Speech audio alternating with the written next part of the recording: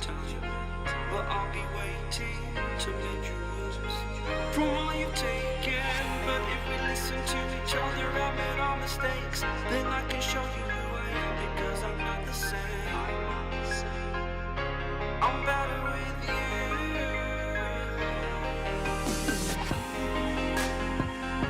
I'm better with you.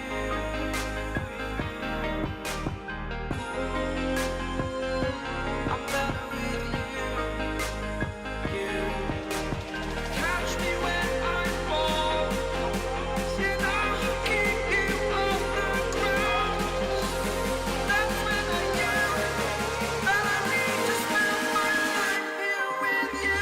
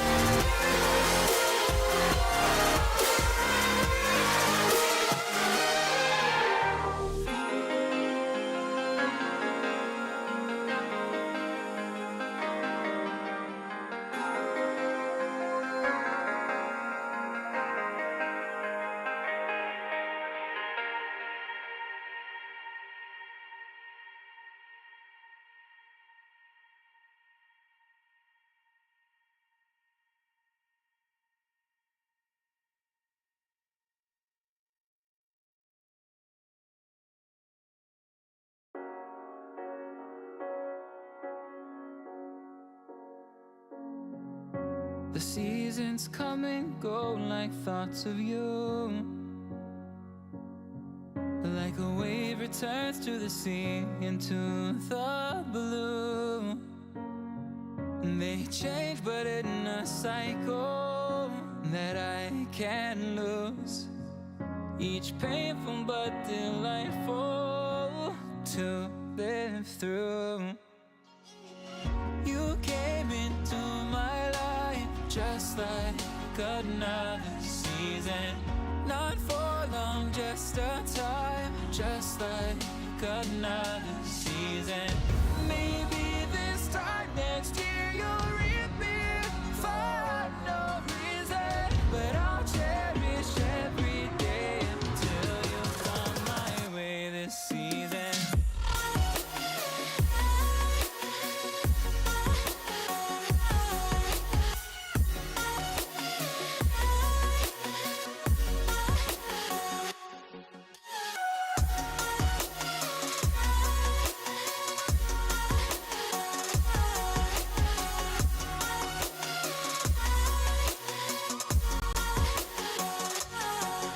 The seasons turn and change just like your mind.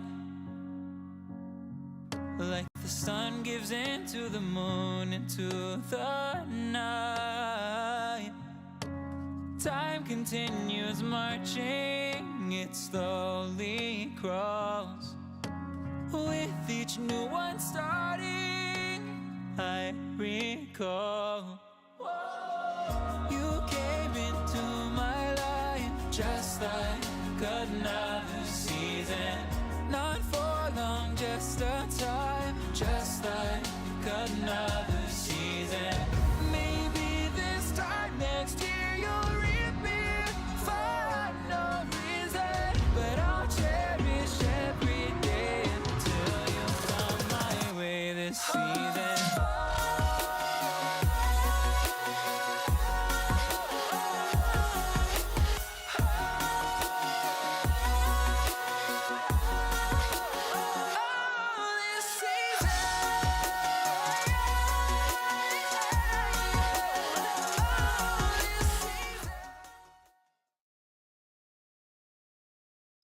All right, it is time to get Nationals back underway here for day 2 of the group stage.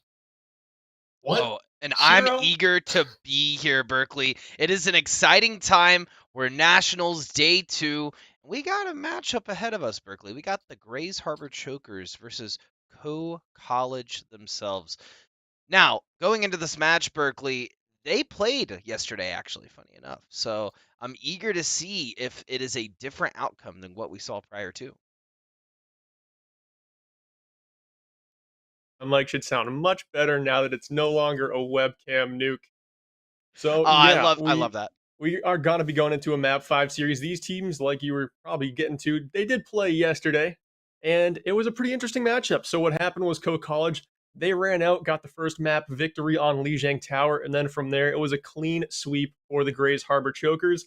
They kind of ran away with it. Joker was the caster there. He was telling me that they were really starting to pop off and click as a team, but there's been a day to make adjustments. So we're gonna see if Co College can make this an even series or even go ahead and get back in the winning form. This one has more stakes than yesterday. There is no longer going to be that safety net of going to a lower bracket. This is the lower bracket. So if you lose, your season comes to an end, Nuke.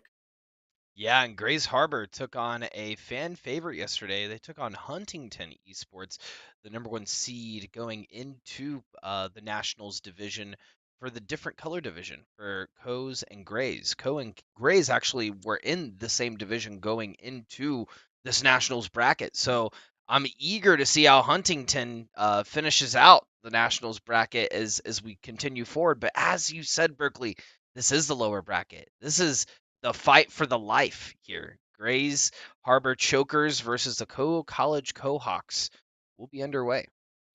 Yeah, and let's just go ahead and take a look at the rosters for both of these two teams that we're going to be watching in our first game tonight.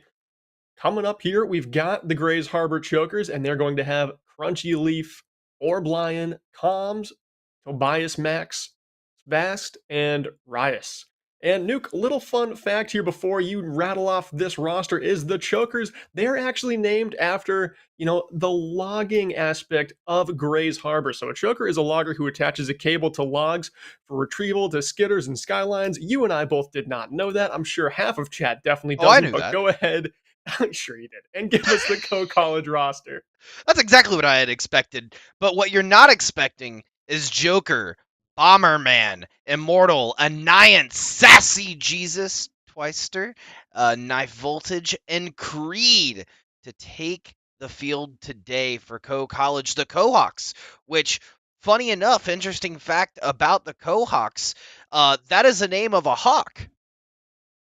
Yeah, not a logger. You're absolutely right. It is the name of a hawk. Nuke, we actually know our first map tonight. We're doing a pick ban system, so the lower seed will be banning a map for map number one. The higher seed will be picking. And starting off, we're going to be going over to Nepal. And then the way the pick ban system works from here, as we go to hybrid, the loser of map number one is going to be picking. And the winner of this Nepal map is going to be picking what side they want, attack or defense. But yesterday, Co-College, they got the map victory on Lijiang Tower. That was neither banned nor picked here, which kind of confuses my brain. I think that Co-College would have been loving to get Lijiang Tower picked some way, but instead we will be headed over to Nepal. That's the Grays Harbor pick. Probably smart to stay away from Lijiang Tower for now, but Nuke, just thinking about this map before we get into it, this being the Navigators division, are you expecting a lot of rush, double shield? What could we be seeing tonight?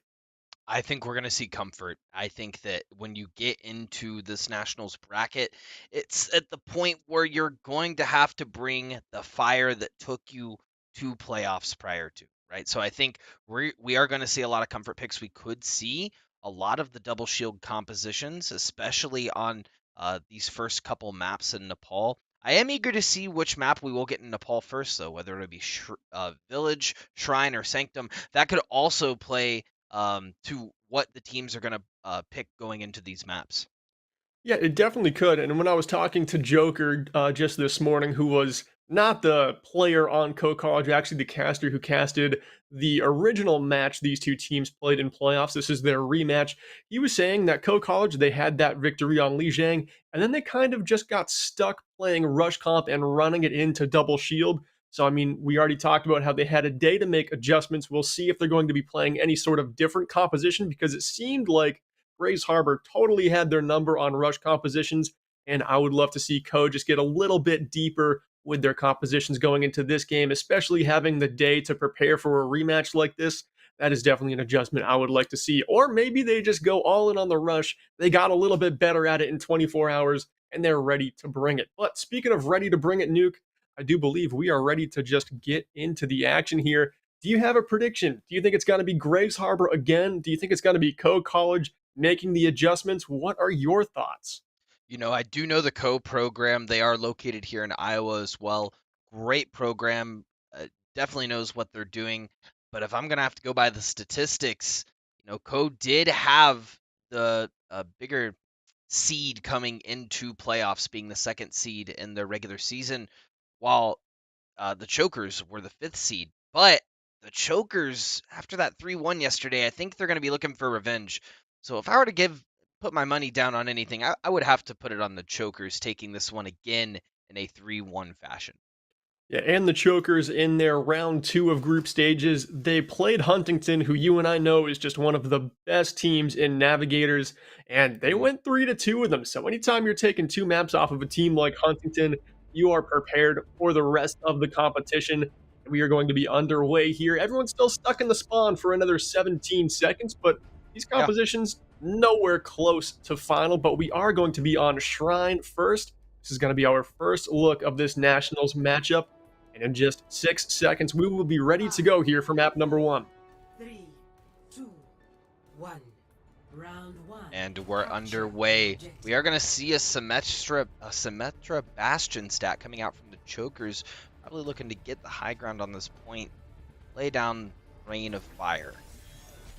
And it's going to be up to Joker on the side of Co College to close the distance and do the burst damage onto Tobias here on the Bastion. Definitely going to be a very tough pick to deal with for Co College right out of the gate. I'm sure going into Nepal, they were not expecting it. They're going to have to find the answer here. Right now it is Comms holding down the front line as Joker goes on a far side flank. He's going to be coming up that backside staircase. And we have our first eliminations as Comms and Joker both go down. Tobias still on the high ground and popping off. Now on the low ground, damage boosted up. And no one even dealing any sort of damage onto the Bastion in Co College. They need to start doing that next fight.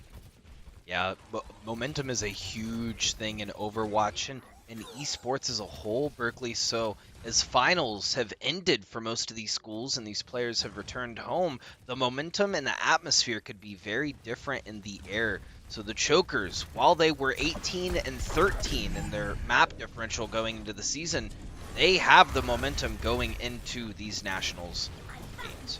They certainly do, and I'm sure Co College might be a little weary in this game, having been previously beaten 3-1 as Tobias laces down the main tank in knife voltage there. But yeah, now the stakes are higher than they were in the original meeting. It is win or go home scenario. So already, if you drop one map, you've got to get out of your head and try to get your momentum back. Focus on playing the long game before things get out of hand here. You do have Joker going on some crazy flanks so far in this game, really mixing it up in the back line, able to get out alive here, but Rias up swinging the hammer right in his face, but can't quite claim the kill, but 60% has already been captured for Grays College. They've held for a minute, and Co need to come in and take it away, but Tobias is still just a menace on this Bastion. Yeah, this Bastion is an issue for Co College. They're going to have to put some focus on the beams, or it's going to keep taking them out. Is gonna keep taking the Blossom here, and the sound barrier. Joker trying to make plays happen, but it is just so difficult to get this attack fully mounted. Co College has not really had a foot to stand on in this fight, and I would love to see Tobias just stick on this Bastion until it is answered. And here in round 1, Nuke, I don't think the answer's coming. Yeah, I think the Chokers have caught the Cohawks by the flight of their wings and are starting to crippling their offense just a tad as the Chokers just have this unrelenting defense. The Symmetra Bastion is going to be an issue for Co College. It is going to be an issue, especially if point 2 heads over to Village instead of Sanctum. Sanctum, I think it's a little bit more difficult to run this composition, but here we do see Village, and that could spell disaster for Co. I don't expect the sim pick to go anywhere, and Tobias, as long as you're still feeling it, just lock in the Bastion until Co can do something to make you think that you can no longer run it, because it worked so well. That was a flawless round number 1. You have got to keep a good thing going here in Nationals. Well, Symmetra works really well on these control maps, as we've identified before, Berkeley, just being able to throw turrets down on point, consistently put out damage, as these fights are typically longer on these control points. So I think if this Bastion's able to complement that well and they're able to get into position, they'll continue to have the upper ground on this Co roster. As I say that, Co is going through a rampage, took out the front parts of the Choker's front line, and now that's going to be a wide open point for Co College to take. And you could tell Tobias just had way too much confidence after round number 1 because he was the front line and everyone else on the Chokers was just lagging about 10 or 20 feet behind. They weren't even through the door yet. He had no tanks with him up there. And Knife Voltage just stepped right into that free elimination, taking down the most crucial member of the Grays Harbor composition. Now Grace Harbor is back. They're on the high ground. Tobias still rocking the Bastion, taking down Joker, looking to find more here onto the Lucio in Creed. And this should be free from now for Chokers. Oh, Tobias gets another. He continues to deal all the damage under the sun. And it is a big successful fight for Grace Harbor. Yeah, Niance definitely did not want to jump there. Peeked their head up a little too far. And Tobias reconfigured. Took a couple of sentry shots right to the face. That's definitely going to hurt for sure, Berkeley. Now, tell me, going into this next fight, Co seemed to have the upper hand at the beginning. What do they need to do to turn this around? Well, the only reason they had the upper hand here is because they just got a very free elimination on Tobias. I think if Grace Harbor continues to defend him with the resources they've got, they should come away with another round win. Right now, it's the Death Blossom, a little bit of a distraction up in the front line. Someone other than Tobias starting to shine here for the Chokers. And anytime this team comes alive outside of the Bastion, they're just going to look that much more deadly. And they get the point back. Yeah, that seemed almost like a silly contest and take of the point from Joker, pulling a couple of fast ones on us, sleight of hand if you will. But they will only take it very briefly. While this does seem like a very even match thus far, the Chokers have been unrelenting in this defense. Unrelenting indeed. Co College now has some alts to work with here. Knife Voltage has a slam to lay down if he so chooses. But it is going to be Orb Lion with the opening kill. As Creed goes down, nearing that sound barrier, we have Joker here with the Dragon Blade, but unable to slash it into any targets, and now it's just up to Anniance through the Ant Matrix, trying to deal damage from the support slot, but it's not quite enough in Grays Harbor. They have given up the point here, but playing the long game in this fight, they're surely to take it back. You know, I really liked that initial retaliation from Co College. We saw the Earth Shatter from Knife Voltage take out a lot of the Chokers and leave them kind of done and dusted in the ground. However, there was no follow-up from Co. We heard the Dragon Blade come out from Joker, but it didn't seem to kill any significant targets.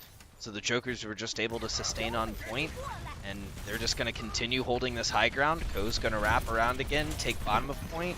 Chokers are going to drop once more, and I think we're going to see a repeat of the same fight. It could be a repeat here as the self-destruct goes in, takes down Creed first again, and the slam stuns 3. Rias tries to step into those kills, but taken down along the way, but it does not matter here as the Grays Harbor Chokers are able to win here on the Paul. Yeah, the only difference there was instead of the Knife Voltage Earth Shatter, we saw the rare form Rias Earth Shatter take out a majority of Co College, and we're going to see the Chokers take the first map pretty handedly, if you will. One hand on. Tobias Max, the play of the game, the classic Bastion play of the game.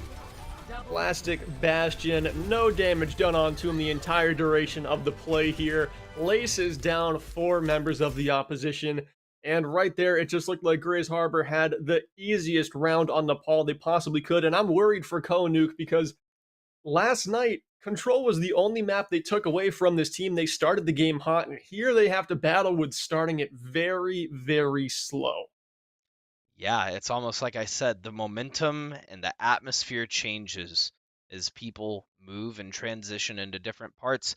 24 hours, though, could be a lot of time ult charge, especially when these students don't have classes to focus on right now. Most of them are out of school, so at this point, 24 hours means 24 hours of grind time to get ready for the playoffs nationals bracket. So we could see a bit of a retaliation from Co. I mean, just looking at their stats this season alone, they only lost 9 maps overall. They went 24-9, but seem to be struggling a little bit in these nationals.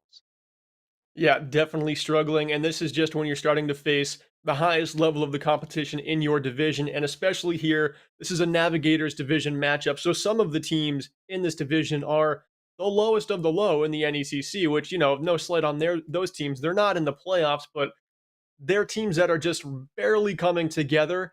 And now you're in nationals where all of these programs, they've got coaches, they run in scrims, and they come at you with strategies. I think Coast College, probably yesterday, they didn't face a Bastion one time against Grace Harbor. I know Tobias was popping off on the Hanzo. Not sure he ever picked Bastion in the last matchup. So they formulated some strategies. They broke them out early, and it's already finding success. I am very worried for Co College in this game because it seemed like they're kind of doing the same thing they were doing yesterday, where they're trying to force Orisa compositions into heavy damage and going ahead into map number 2 on Eichenwald. I think they might run into more trouble if they continue that route. Well, a craftsman is only as good as the tools they bring to the table, Berkeley. And if you're able to expand your tool set, you're going to have a lot more that you can bring to the table. As we saw there, Co College did ban Numbani, and we saw Grays pick Eichenwald. So that will be the next map we currently move into. Yeah, and Nuke, do you have any advice for Co College? What could they do from a tanking perspective, or maybe damage picks to counter Tobias, or just to round out their comp so it works well as like an entire unit? Because right now it seems like everyone is trying to make this a one-man show and just individually try and take down the Bastion with their cooldowns. It doesn't seem like they're working together as a six-person team should be doing. Well, I think that's the issue. I think they're trying to work together as a six-person team rather than splitting into front line and back line. I think if they had just two people, they ran the Diva, they ran the Genji in the last round. If they just had the Diva Genji dive the Bastion, that could have been a very, very different Nepal. But the issue is the target switching, specifically Berkeley. I think that we're not seeing very efficient or effective target switching coming out from Co College. And if they're able to switch that up a little bit, maybe refine it, and have their shot caller be a little bit louder in the ears of their players, then maybe they can turn it around here on Eichenwald. But this is a very interesting map uh, that we're seeing Grays pick because we see them running the Bastion, and there are a lot of angles that benefit Bastion on this map. And Bastion is one of those heroes that, as you get higher and higher ranked and your focus fire as a team gets better and you start to be more cohesive, he becomes less effective. But here at the Navigators division, it can really be such a menacing pick to go up against every single time. But here we are seeing Tobias on the defense going back to the Hanzo, something he was dominating on yesterday. And this is a great pick for it, especially once we get into point number 2. He'll be able to traverse high grounds, be a harder target to dive, won't have the damage output that Bastion does, but still really going to be bringing the damage with the Storm Arrow, especially going up against an Orisa again. I don't think Knife Voltage is going to have that shield up for very long, Nuke. Yeah, funny enough, I've seen a lot of Hanzos being played in the Nationals bracket specifically, where I didn't see as many during playoffs or even the regular season. We are going to see the teleport strat come out from Co College. Bomberman is going to put a wall up. Joker going to put the teleporter up, and they're just going to get right to point. And they're able to get that first pick onto comms there. Anines was a little late to the fight, didn't make it over the TP, but now right in the mix. And Co College, they spent some time strategizing too, and they sweep away the first point of Eichenwald. Yeah, Co College did ban Numbani going into this map, so maybe they were just a little more afraid of Grays setting up with that Bastion strat on Numbani, and they knew they had a strategy going into Eichenwald. So that was just a great setup from Co's, both pre-match and the beginning of the match, because now they have 5 minutes and 30 seconds on the clock to make it decent ways, but they have a lot of time to do it, Berkeley. A lot of time to do it, and Eichenwald, not a very easy second point to make progress on. Already the Co College tanks taken down.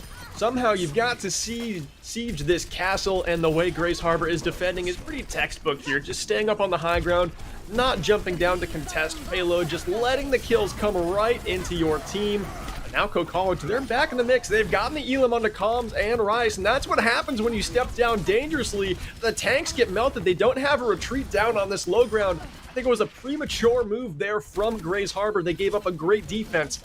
Now the payload continues to push under the bridge. I do agree that patience would have done them a little bit better at Berkeley, and it was a bit premature. Just as that kill on Tobias, knife voltage, a headshot, and that's going to continue this onslaught from Ko as they're now across the bridge trying to get the second point done and dusted. Trying to get it here. Crunchy Leaf popped the Valk to keep the chokers supported here. They're not working with many other ultimates. Vast almost has the nano boost, but goes down to a headshot out of the icicle from Bomberman. That's a crucial elimination. Now throwing the Blizzard onto the point, and we can see a massive time bank, and we do. Capturing point 2, and with 5:45 up on the clock, this is a transformed Ko College team. I don't think they stopped that payload the entire time, and Grays Harbor now stuck on the back foot, scratching their head a little. Wow, this is a different team that we played in Nepal. Tobias switching back to the Bastion, and Orbalin going to the Reaper. That may make the difference that they need on this front line. It seems now Grays Harbor is just needing to regroup, get together to stop this onslaught from Ko. I am liking the Bastion a lot here, but the tank's getting melted up front. It doesn't matter what you have on your team if your tanks are not there to defend you. And here we could see Tobias going down, goes back into turret form, able to find 1 kill, but still does drop to knife voltage, and already threatening to complete the map with over 4 minutes is Ko College, and what a turnaround this would be. Yeah, Joker said, you guys like playing Symmetra? Let me show you how to play Symmetra. Has been just on the offense this entire map with Symmetra. You're going to see a nano boosted Bastion try to berate the rest of the Ko College roster, playing those angles like are we sure we're not in Valorant right now? Yeah, get ready for the damage, because Tobias just brought it once the nano boost was live there. Good play from Spast, keeping that ultimate coming out of spawn. You could tell they wanted to switch over to the Baptiste to change up the comp, but that ultimate just brought so much value to the last fight. They have successfully defended 1 minute and 45 seconds, but they have much to go. Ooh, yes, and the chokers are now trying to get a couple of picks off. You're going to see the res come out. That will be Twister falling first. Tobias going into the configuration tank mode, trying to continue this attack. This is crazy. The stagger is going to be huge for Grays Harbor as Ko College has ranked up the time in this match, but I felt like just a second ago we were at 5 minutes and 45 seconds. It's now 3 minutes and 30 seconds. Ko has not made much leeway on that payload since hitting the third point. No, Tobias back on the Bastion, really just making an impact immediately here. The Blizzard comes in.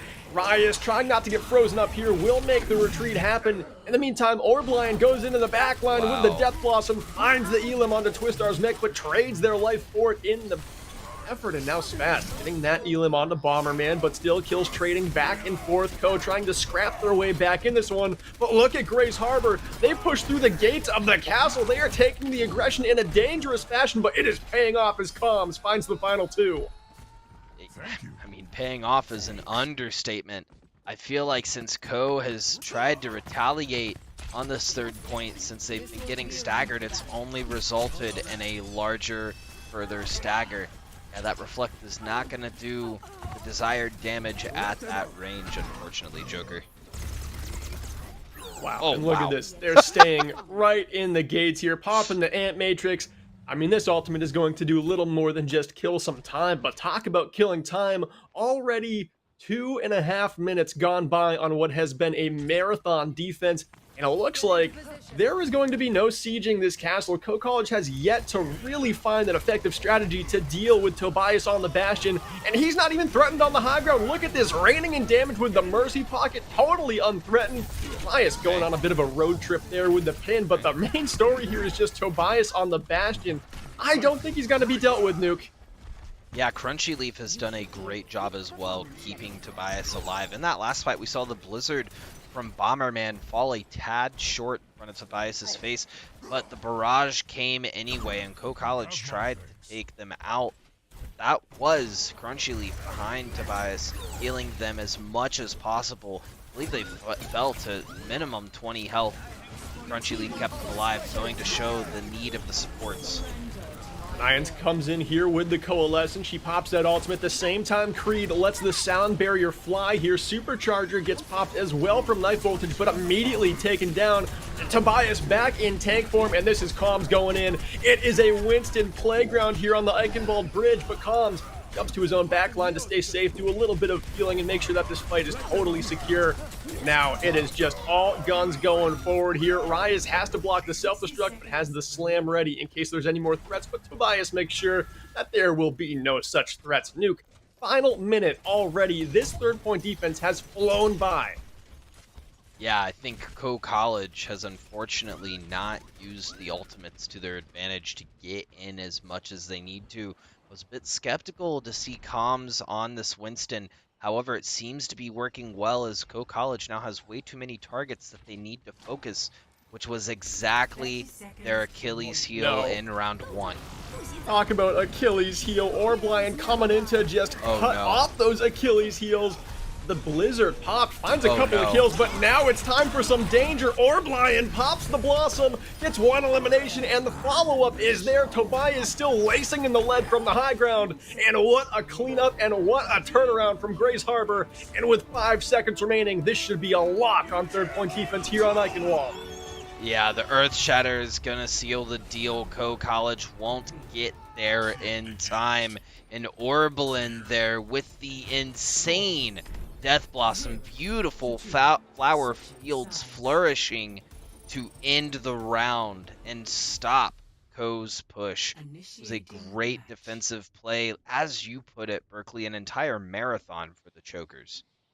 5 minutes, 45 seconds. That is a time bank when you see it on defense. Can really frustrate you, make you scratch your head, and make you doubt what your team has been doing so far in the round. But Grace Harbor, they were not on the Bastion. Tobias was on the Hanzo like he was yesterday and popping off. Co-College was ready for that pick though, but clearly not ready for the Bastion. They go right back to it, and the defense holds for a minute and 45 seconds longer than what you get for time at the start of a map. I mean, what a hold we just saw, and now Grace Harbor has a win condition to end up on match point. This is a defensive team. How do you feel about that, Berkeley? I like it. We're going to see how they attack here. I mean, Co-College, they're very streaky on their attacks. If the payload's moving, chances are it doesn't stop, but when it stops, they have a very hard time picking it back up.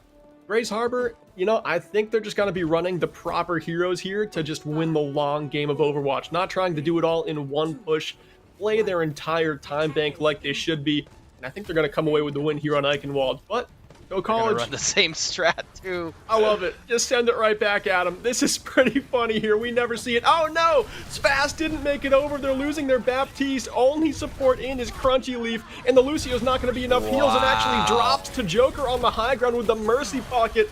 Now they've got to make up ground here as the Chokers. They try to run the same strat, but Nuke, it doesn't look like it's going to be as effective. I was so skeptical about this Junkrat, and Bomberman proved me wrong. Setting off those bombs at the May wall caused it to deteriorate and fall before all of the support line was able to make it over the top, and that will be a hefty defensive hold from Co-College, knocking off a minute on the clock as the Chokers now need to regroup, not fall under their namesake.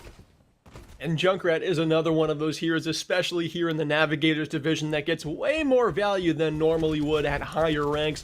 That spam is pretty inconsistent, but it can surely be annoying if you're walking into it, and that's why Joker's there on hit scan with a Mercy Pocket to deal the precise damage to finish off those eliminations. Here, talk about eliminations, Bomberman and Twistar actually drop here in the point, starting to be captured by Grace Harbor, looking to take that first tick, but Bob in the back line stalls it out and finds a kill, as well as Joker from the high ground, finding even more headshots fast. Gets Tobias. Joker has gotten 5. Can he find the 6K? Retreating is Arias and running for the hills. He's got no other option. Wow, Berkeley. I was actually about to comment on Co-College's need to play LOS, and what that means is line of sight. That means that they need to be aware of the angles that they can be seen from and the angles they can look at to take these shots. Because it seemed as though for a minute they were just kind of hanging out in the open as Tobias was raining fire upon them. But Joker understood this, took a sliver of a corner, and just went haywire on this Choker's roster. Oh, into the trap goes Crunchy Leaf. We saw it set down there by Bomberman, and it finds the value it was looking for as Joker hits the still headshot onto the lagging Lucio. I love how they're just holding down this high ground. Of course, they're going to be threatened by the Bastion here, who actually ends up finding 2 kills. College just needs to stay out of LOS of the Bastion. They're not even taking the point yet, and you've lost half your team. No. Now we need a clutch ultimate here. Bomberman sends in the Riptire, wants to find more than just the Diva. Instead, takes down Riot, and Joker still at large. Headshots down fast. This team doesn't want to go anywhere, but they've got to get on the point, and they do not. Point 1 taken by the Chokers. And that's unfortunate because Code did have personnel there. While it may have not been the ideal, they had their Ashe, they had their Mercy.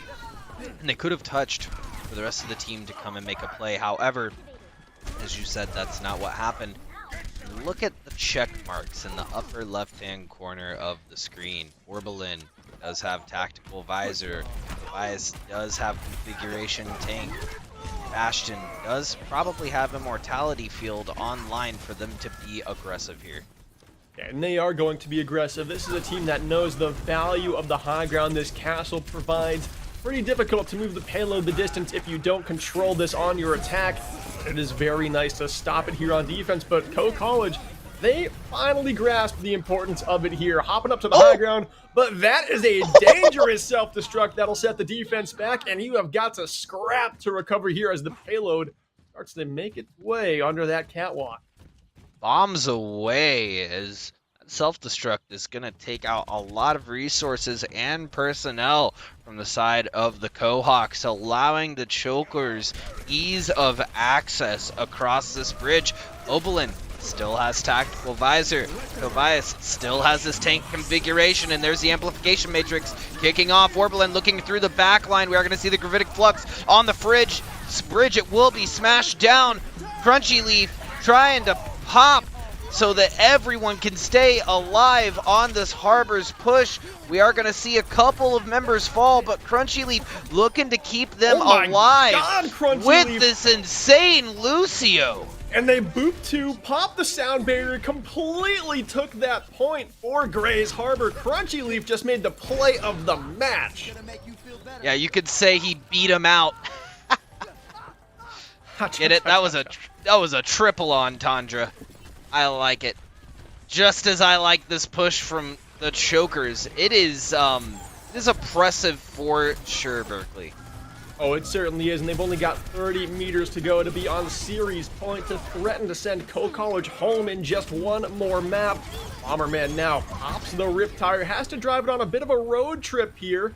Stalling it out to make Grays Harbor play a bit scared as they back off a corner. The Immortality Field expires. It comes in, it finds 2. Bomberman making a clutch play at a clutch time. The payload just 20 meters away from victory, but it's going to be parked for now. Yeah, Bomberman just looking very comfortable on this Junkrat. Able to hit these angles well, I say, as he throws a shot into the wall. But no, hitting these Riptires and choosing and prioritizing targets based on the intel their team is giving them is quintessential in these maps. Rias does have Earth Shatter, and that could be the opening the Chokers need to put a nail in this coffin. Not always easy to hit one against double shield here as the Ant Matrix is thrown up. You've got to back off, but not in time as both DPS fall on the side of Grays Harbor. Ryan is still hanging around like they want to make a play with the Shatter, but it would definitely be wiser to back off here. And Nuke, I mean, this is kind of the exact same style of defense we were seeing Grays Harbor play on their third point. They are right at the gates of the castle, and they are finding success. Yeah, I think they're understanding the adaptive nature of the Chokers a little bit better. The Amplification Matrix will be popped. Gravitic Flux to follow suit. Will the Earth Shatter come through? He wants it so bad, but just at such low HP, knew it was not wise to pop it here. Playing at 40 HP. Wow. What support play to keep him alive? They drop the sound barrier, all for Rias. And if they are able to get this Shatter off and find value, what a play we have seen by the supports and the tanks. And he is just waiting to send it. But in the meantime, Tobias and Orblion are feasting as DPS. They've still got to deal with Joker. Another Riptire out now. It finds 3. Bomberman continues to be clutch at the biggest moment of Eichenwald. Absolutely. Bomberman has been clutch in stopping this onslaught from the Chokers. Stopping every push that they've made has been a Riptire around the corner. It seemed as though the Chokers all but had it, as Orblin did get a little jittery, popped the tactical visor a bit too early and fell for it.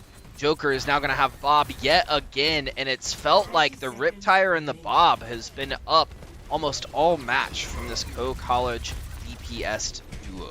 Yeah, we are seeing just big DPS ultimates, and talk about a big ultimate here as the Slam finds 5 and the self-destruct to win Eichenwald. Now on match point, Grey Harbor comfortably sit after massive tank ultimates finally win them the map. Holy cow.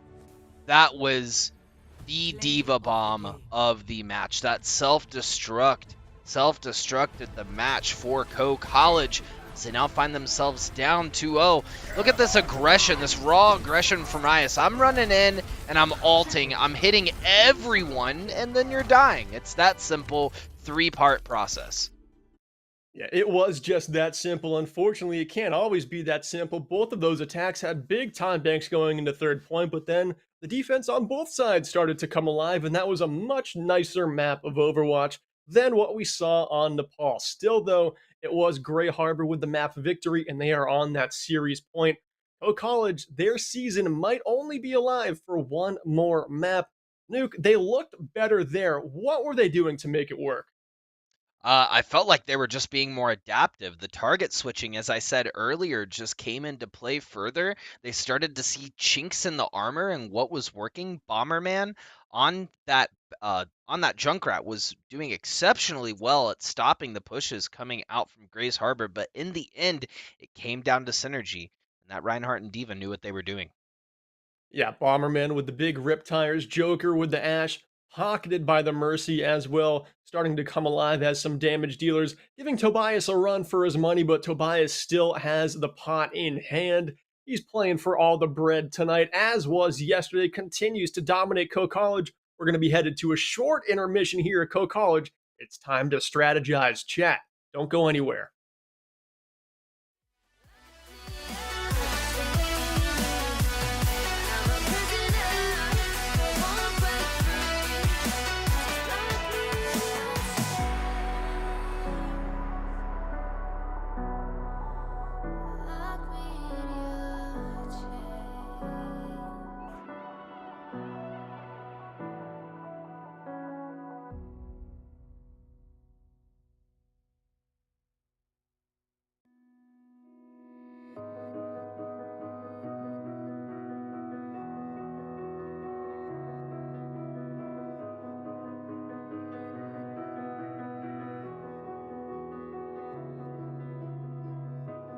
I'm here in the middle of nowhere.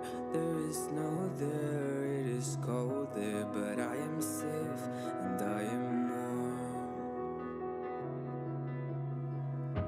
Although it's hard, I know I gotta keep up. No time to late to drift away. I find my space, I spend my time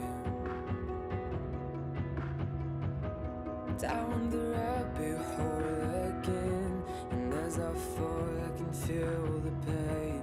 You can't tell me where to go, so I don't know, I just go with the flow.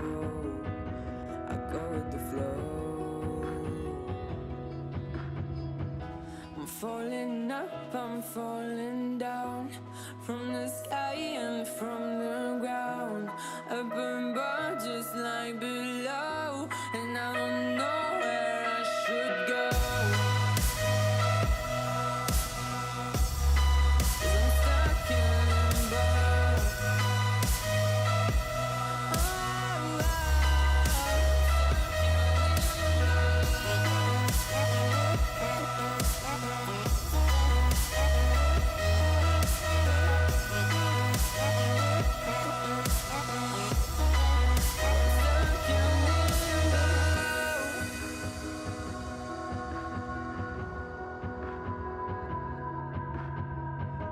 I'm out of love, but I guess I deserved it. Trying to hide, to pass you by. I'm getting down, feeling fine.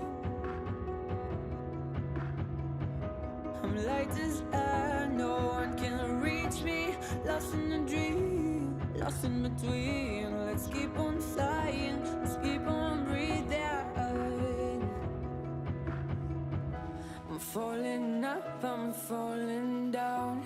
From the sky and from the ground. Up above, just like below. And I don't know where I should go. 'Cause I'm stuck in limbo.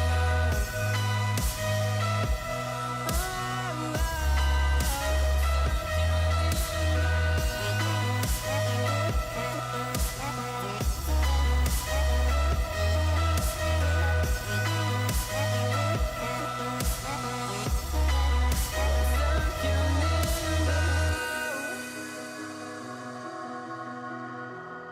'Cause I'm stuck in limbo. 'Cause I'm stuck in limbo.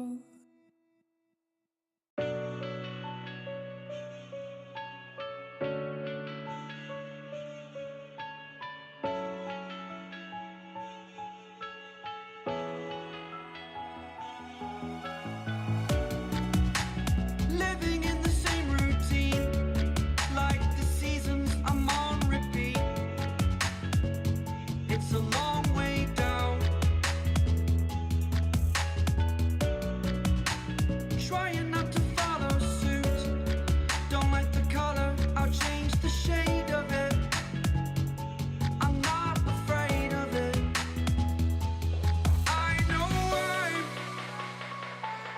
I know I'm holding on to this. Holding on.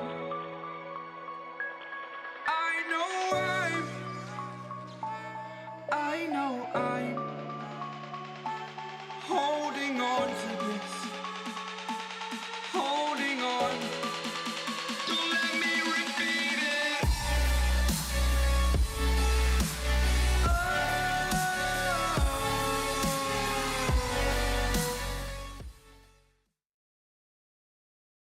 And we are back with Nationals group stages here for the NECC. I'm Alt Charge alongside Nuclear and Grace Harbor. Similar story here. They're on match point.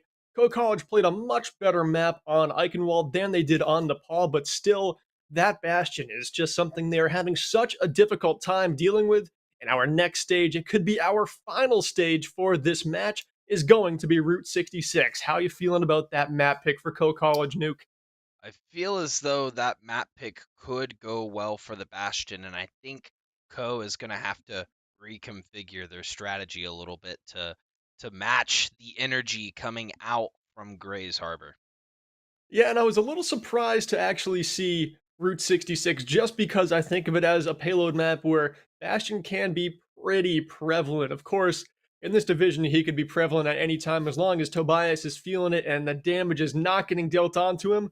He's just going to be continuing to run that hero. But you can tell he doesn't want to play it, right? On the opening of attack and defense on Eichenwald, they were not on Bastion. It seems to be a safety pick, and what a strange safety pick to be. I mean, at this level, there are chinks in the armor for team play. Obviously, we're at the Nationals level, so this is the highest level of Navigator's Division. However, it's still Navigator's Division, and there are still some things to be learned in areas of improvement, such as what to do when Bastion is in play and how your team specifically can utilize their abilities and who you're picking to counter that Bastion and make it just a dead pick. However, we are seeing a little bit of a struggle come out from Co College to figure out exactly what that decision and answer is for them. I'm sure they've theory crafted a little bit on what the answer might be. They've had an intermission, which often does help these teams that are really struggling to deal with the one in particular Very. aspect of their opposition. And that is kind of all Co College has to worry about is just one threat on the side of Grace Harbor giving them so much trouble. If they're not on Bastion, like we saw on Eichenwald on Co College's attack, they were flying through the map, so they are ready to rumble against any other composition. It is just when Tobias seems to break out the Bastion that everything just stops for Co College. Absolutely. I mean, in looking at this map now, we're gonna see Tobias switch over to the Hanzo, which I don't agree with, Berkeley. I think if the Bastion's working, you're playing double shield, just run it. This is a great opportunistic point to do so. It is a very opportunistic point to do so. There's some great choke ways to utilize that hero. We are seeing Gray's Harbor defend here first, like they did on Eichenwald, hoping that Co doesn't quite fly through the map like they did last time. And I love how Co College are on the heroes that were working well for them. The Junkrat, the Ashe with the Mercy Pocket. They've got the right idea here. They just need it to work for an entire map, which has been such an issue for them so far. And they've added a second shield tank here, so Co College getting a little bit stronger entering Route 66 in this first fight. Yeah, Twistar on the Orisa could be what they need. We're seeing Tobias headhunting over to the side. Instead, that's going to be Joker finding a pick on Crunchy Leaf. It's going to cause a bit of disequilibrium for the Chokers as they must now give a little bit of leeway. And scratch that. Amplification Matrix is underway, and Twistar getting turned around.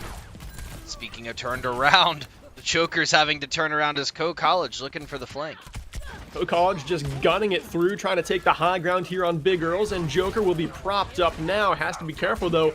Multiple threats on multiple sides as Gray's Harbor start to come back out of spawn. Crunchy Leaf is back in the action here, and Tobias finds the pick on the Bowman, but gets dealt with as Joker wins the duel. Still king of Big Earls. Big Earl himself is Joker, but now trying to pounce is Orbelin, finding that so deadly Ashe and Mercy combo.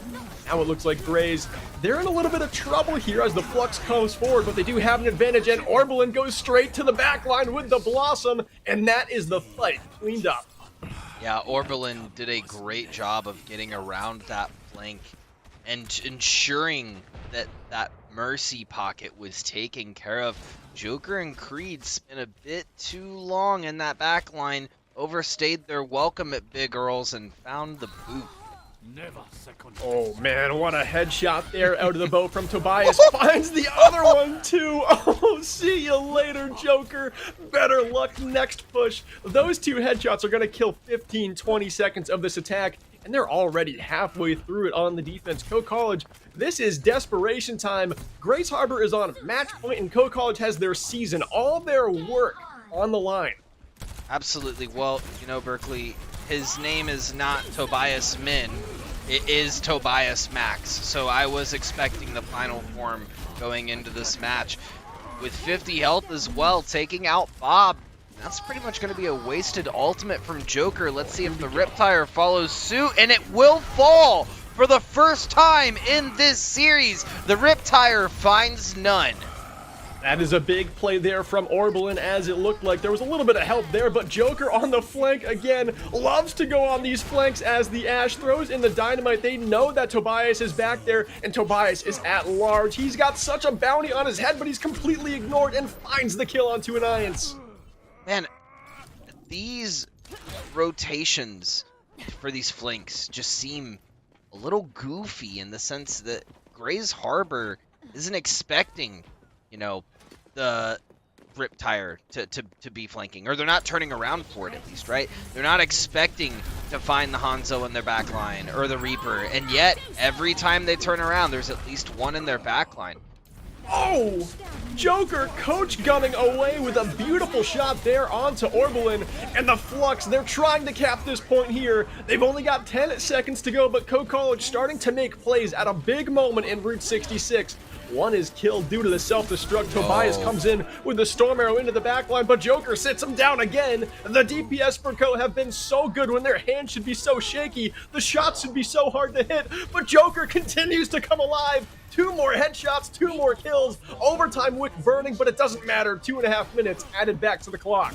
And Co has capped, and that's a no cap for all of you for all of you lovers out there. Tobias Max does have ultimate, so does Rias. And Grays Harbor needs to get into position to put a stop to this push from Ko. Bomberman on also has Riptire yet again. Knife Voltage is going to switch back over to that for the potential of the Gravitic Flux.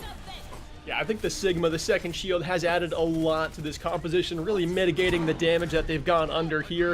A couple of kills traded out here will be Grays with a slight advantage as Tobias finds 2, and we've got a 5 versus 4 on our hands.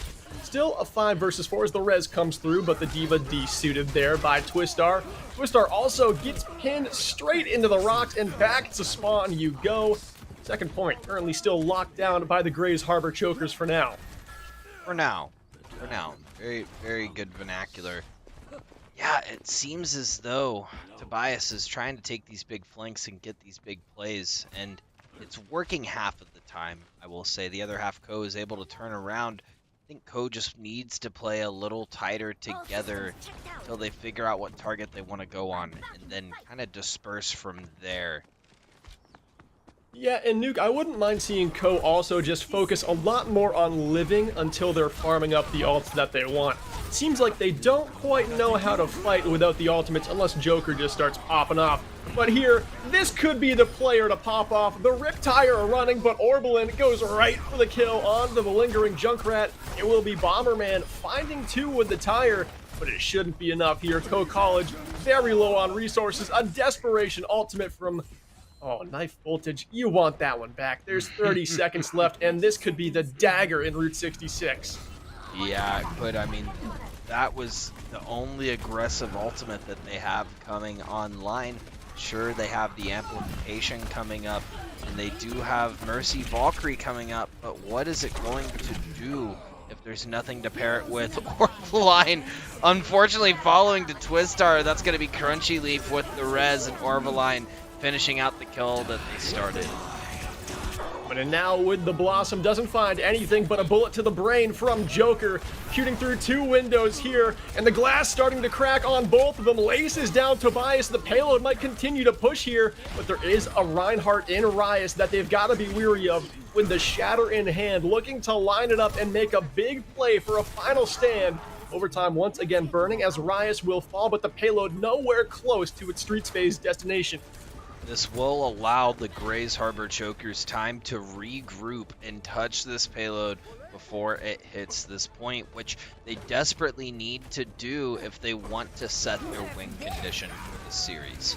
Oh, a big headshot there, coupled with the Hyperspear damage from Knife Voltage, who finds a pair. He's making us all eat our words here. Doesn't need the ultimate they burned in a desperation effort. Elias, though, trades one back, gets the kill onto Anias, and a big slam from Rias. We were waiting for that one. Tobias with the follow-up there, finds 2, finds the Ash and the Mercy, throws in the Dragon Strike, but the payload nears and makes it to its destination. A big play from Tobias, but mitigated by progression. Absolutely. And I did get some intel as we are in this series, Berkeley, from the director over at Ko College, who messaged me to notify me that Sassy Jesus is not playing this evening because work obligations. Obviously, as I said earlier, these players have returned home. And so Knife Voltage, who is a substitute DPS on the roster, is filling in for Tank in this series. And we know what a difference maker Sassy Jesus is, too.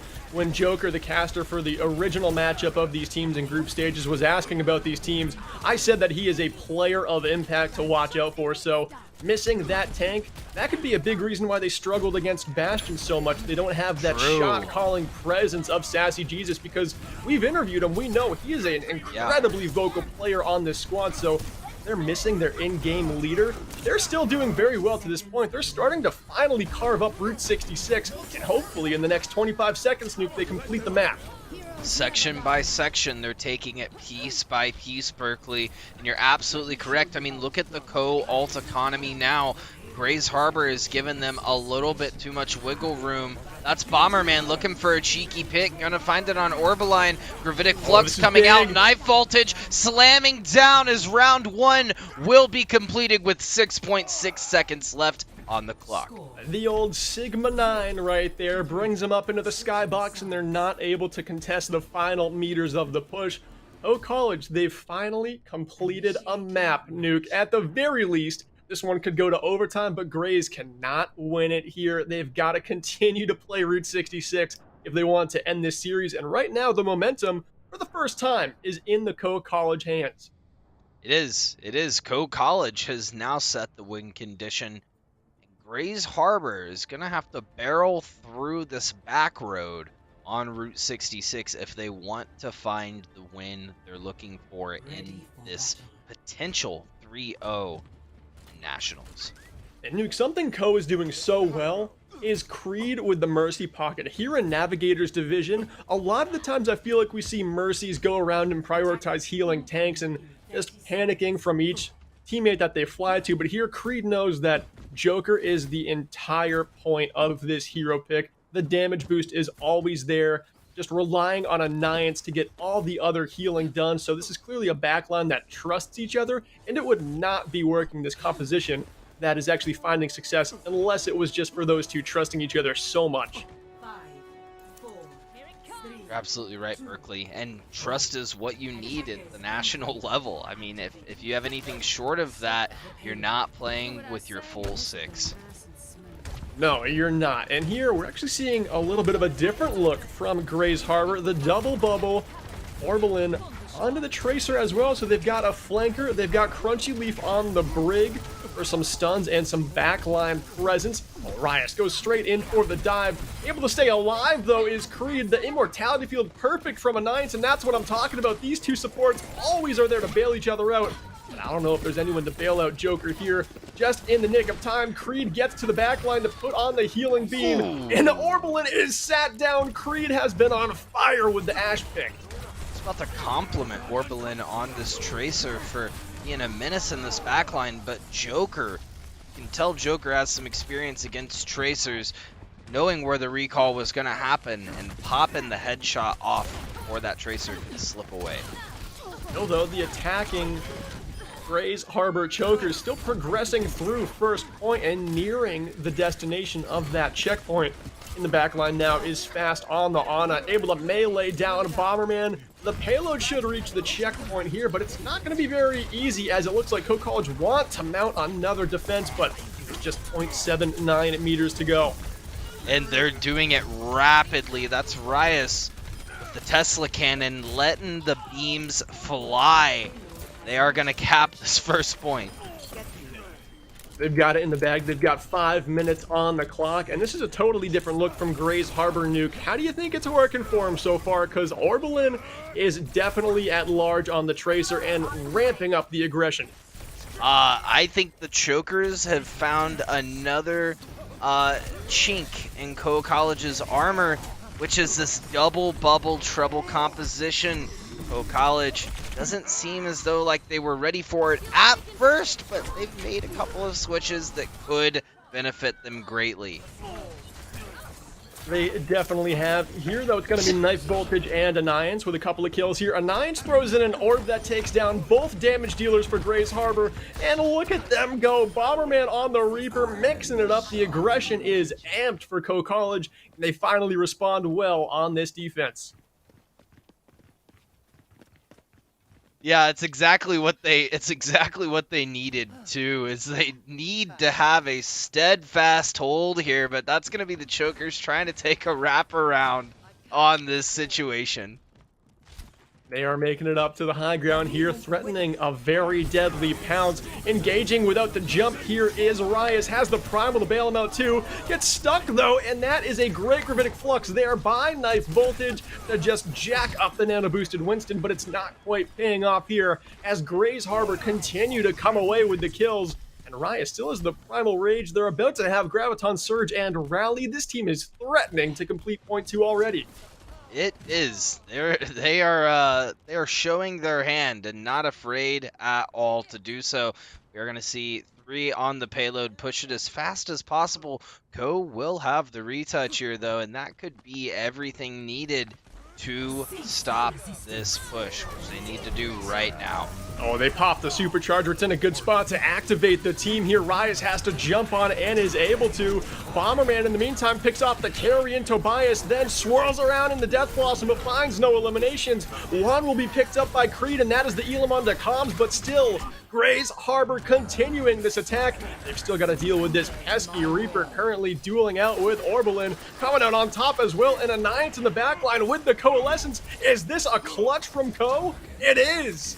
It is the Coalescence clutch, as we call it here in the NECC. Oh, what a big play to make, too. It looked like Grace Harbor's attack was just not going to be stopped there. They had so many resources.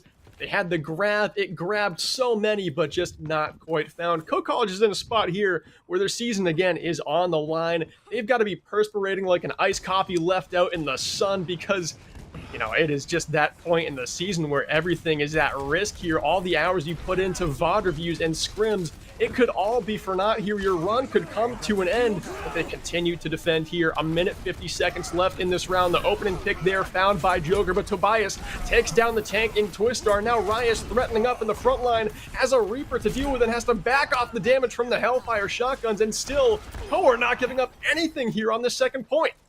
I think that's why the temperature's rising here, Berkeley, is Bomberman's Hellfire shotguns bringing the heat to this Choker's roster and stopping that double bubble composition they were attempting prior to. Now they've decided to opt for a much more traditional pick in what they've been playing so far in this series. They are going to play that Hanzo Reaper still, but that's going to be Crunchy Leaf switching over to Lucio, and Comms making the swap over to Diva. Bomberman does have the Death Blossom, diving into the backline, going for the Death Blossom, picking the Immortality Field, and Rias, that is going to be the front line down for Grays Harbor, as Choker is now trying to keep them on the back foot. This could be the retaliation needed from the Chokers, though, as Orbelin is found too. Oh, Joker gets 4! The Deadeye finds a triple and the headshot onto Orbelin in the 4th. 40 seconds remain in the attacking efforts for Grays Harbor, and Co College has came alive. These DPS are playing like lifesavers here. They are the life preservers currently needed, as they are trading out the kills on either side. Joker just came in clutch with that Deadeye in the final moments of the fight, keeping the Chokers on the back foot. That's going to be Tobias with the first pick going into the final point here, though. Bomberman on the back foot. That's going to be Knife Voltage with the slam, but the Immortality Field by Savast will save. The B drop to the sound barrier fully supporting the Grays College squad. Tobias's Dragon Spines 2, the Storm Arrow and the Sonic find another pair, and this payload should find the mark here on second point, unless a crazy stall comes in from Co College. Well, Nuke, I don't think it's going to. We are going to continue to level up here on Route 66. Yeah, there's no way that they're going to make it back in time. I think they've recognized it at this point, making the transition to the switches as needed. Joker now on the Doom Feast to lay down the hammer fist. We'll see if they can make it work. It's definitely a new look on the attack here. Going in for the slam. Oh, the slam finds 3, and that is going to be more than enough damage to get all of those kills. Joker looking so deadly on Doom. Gets the 4K. Make it 5. Close in and get the 6K. Joker, you madman. What you gonna do? Hey, you, what you gonna do? Joker with the Space Jam slam in the backline with that 5K. Will secure the defense for Co College, and it seems as though that toolbox I was talking about earlier, Joker has an interesting tool to be used in the nick of time. Seriously, what an appropriate time to bust out such a lethal pick. Able to find one in this fight, but Grays Harbor get the trades going their favor, making this a 5 versus 4 for them, but still at large is Joker, trying to be hunted down and will be by the Storm Arrow from Tobias, and this could be it. 20 seconds remain, and this is all the hopes that Gray Harbor has going into this final push of Route 66. I believe this is going to be it. It's going to come down to whether or not they can group for this. We are going to see the ultimate from Joker. It will not take any heads yet, though, as Orbelin and Tobias are menaces in their own right on the back line. Look at all these plays coming through to counter big ultimates. The Meteor Strike narrowly misses with the cleanup onto Spost, and then Rice is there to pin out Bomberman from the Death Blossom, and then lays the hammer down. The exclamation point on what has been such a long and risky attack. They continue to find the kills here, and the Sound Barrier should support them through their final efforts, paying off. Route 66 overtime ticking, but Grays Harbor, they've done it. Grays Harbor maybe has done it. Now they've done it for sure. I do want to note something, Berkeley. Knife Voltage had a Gravitic Flux at the end, which caught 5. However, it did not catch the Lucio of Grays Harbor. I believe that was Crunchy Leaf who stepped out of the Gravitic Flux. Had Crunchy Leaf gotten caught by that Gravitic Flux, that could have been all said and done for the Grays Harbor Chokers in that set. They would have C9'd that final point, and that would have been a very unfortunate way to end this match. And instead of that being the ending, we are met here with overtime. Very close time bank, separated by only 6 seconds. But with just a minute on the clock, you maybe have one mistake you're allowed to make before your attack is officially ended. And look at that threat from Grays College, flirting with the Bastion pick, still in the attacking spawn. It's not final, but Tobias is on the Omnic. Well, they have 1 minute to make the difference, and the Omnic may do it, but I'm not sure if Bastion is the play on attack. Now, if they were to try to run a Symmetra here and get a cheeky teleport in and out on top of Big Earls, that could do it, especially if Co College decides to sit down off of the top of Big Earls. But Coast College also has a very interesting composition. They're going to run a double shield with this Doomfist and Bomberman, 2 flankers. I really do like this look from Co College, and they engage awfully early here as Joker slams in, trying to find the Elam onto Spost, and we've got a disconnection onto one of the tanks from Co College. It seems like Knife Voltage, the only one left around. Very unfortunate timing for them right as the defense started, but they have cleanly lost the first fight, and even with a disconnect, we're not supposed to pause the game until the fight has cleaned up. There it was, swiftly cleaned up. It was going to be this situation anyway. It will be Grays Harbor pushing the payload just off the spawn of Route 66. It really was probably the best time in the round for a disconnect to happen. They'll get back in plenty of time to continue defend first point, but Nuke, pretty unfortunate there for Co College. It's as unfortunate as it gets. I gotta say though, you mentioned right before we started that you were down with the Co College picks having the 2 flankers and then the 2 shield tanks, and it seems as though the Bastion shut that down very early in that fight. It did shut it down very early. They were only going up against 1 tank though. Maybe that extra shield and tank cooldowns could have kept them safe.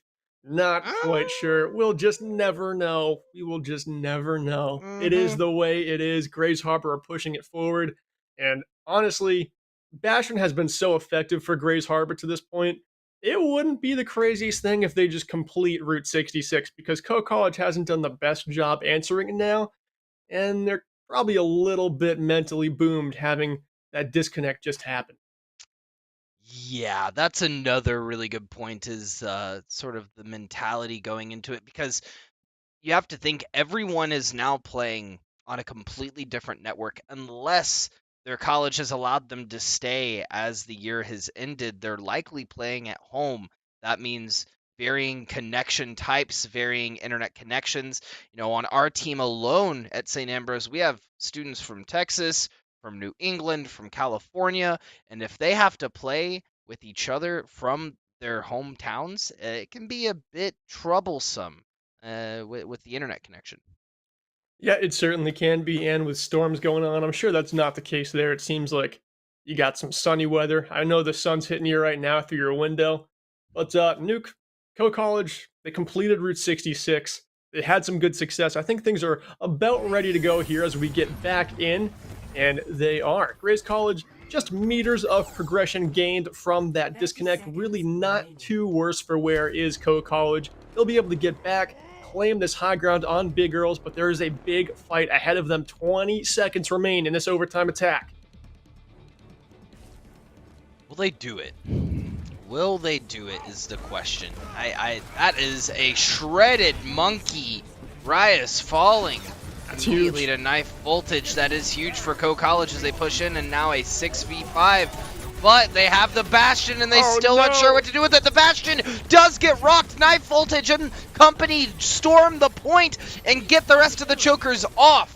Oh, it's an Except even for fight, though, and Grays, they're playing with a Resurrect if they so choose, but they're unable to get it off onto Tobias in time. The battlefield just far too deadly to get that ability off. Joker, in the meantime, puts down Rias again here, and Crunchy Leaf goes down to the Ash as well. Joker is on fire again in a big moment, and this attack Wow. will only make it 70 meters. But do Co have it in the tank to push it farther? We'll just have to wait and see. You see, that may have been Gray's Harbor's strat. Are you following what I'm putting down here, Berkeley? A little bit. Yeah, I think they were trying to run the Bastion pirate ship to just get to the other side of Big Earl's. Because if the chokers run Bastion again, they are going to position it on top of Big Earl's and stop the Co push. And Co does not have a lot of time to push. They maybe have 2 pushes in the tank total. So if the chokers are able to stop them and halt them in that doorway, then that's going to be set. But no, Tobias will switch to the Hanzo. I am floored at this decision. Not going with what has worked very well against Co College, instead going to what he considers his best hero, and that's probably what you want him on in a big moment like this. Of course, Co College, they came away, they lost one fight there, but then they answered the Bastion. They have the Sigma with the Accretion, the Rock to throw at it, get him out of that turret form in a killable state, and they were able to capitalize on that. So clearly, something has clicked with Co College where they're able to answer him as long as they can stay out of sight lines long enough. Maybe Tobias felt it was no longer working, but will the Hanzo pay off? Co College begins what could be their final attack of the season. If they don't make it 70 meters, their season is done. That's Tobias on the top. 28% health now. Get re-healed very early. Joker coming around the corner. Man, oh man, Co College, you can tell they want this. Oh, a couple of kills traded there. Orbelin and Joker both go down, but they're both rezzed right back up. Thank you, Mercy. You're welcome, DPS. Oh, but paying for it there as Orbelin with the Junkrat able to mine down the Mercy and grenade away the Ash as well. This attack sent packing. They've got 20 seconds to get it together. I have 20 seconds to get it together. You're on one today, Berkeley. 13 seconds left on the clock, and man, oh man, Grays Harbor is holding them at the choke. This is gonna be the final fight, and that is Joker, no joking, in the back line, shoving the chokers to the front line and creating the space necessary for Co to continue the push. They do continue it. The Dragons get thrown in, but they're eaten up by Knife Voltage. A big play from the Sigma for Co College keeps the attack alive for now. They're still nowhere close to safe, though, and Crunchy Leaf balking here has the chokers safe for now. The Remech slams down and squishes Creed. That is a deadly ultimate right there, or you could say secondary ultimate. But still, hanging around in the fight on the catwalk is Co College. Overtime ticking down, the most pressure they've felt all year as an esports program, but they come on top for this fight, but still distance to go. Man, Grays Harbor almost did that with 3, and that was some amazing healing coming out from Crunchy Leaf. That's now Oberlin on the back line with an amazing Riptire, and Tobias to follow suit. The Death Blossom from Bomberman takes out Tobias and Crunchy Leaf. Oberlin on the back foot. That will be Co College taking out everyone except for one. Oh, the Wraith form will come through. Bomber gonna throw down the hoedown and take them out of Route 66, finally putting their first point on the map. Co College hanging around. Bomberman, Knife Voltage. Such clutch plays we saw as the buzzer was threatening the end of their season, but they get the payload, the distance, and this could be the man of the match right here. Joker on the Ash, really starting to click heads and show off their DPS talent.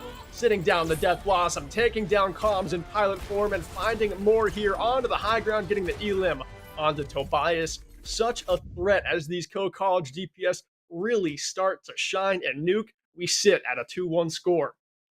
That was a nail biter, Berkeley, and I almost had an aneurysm watching that. That was absolutely insane.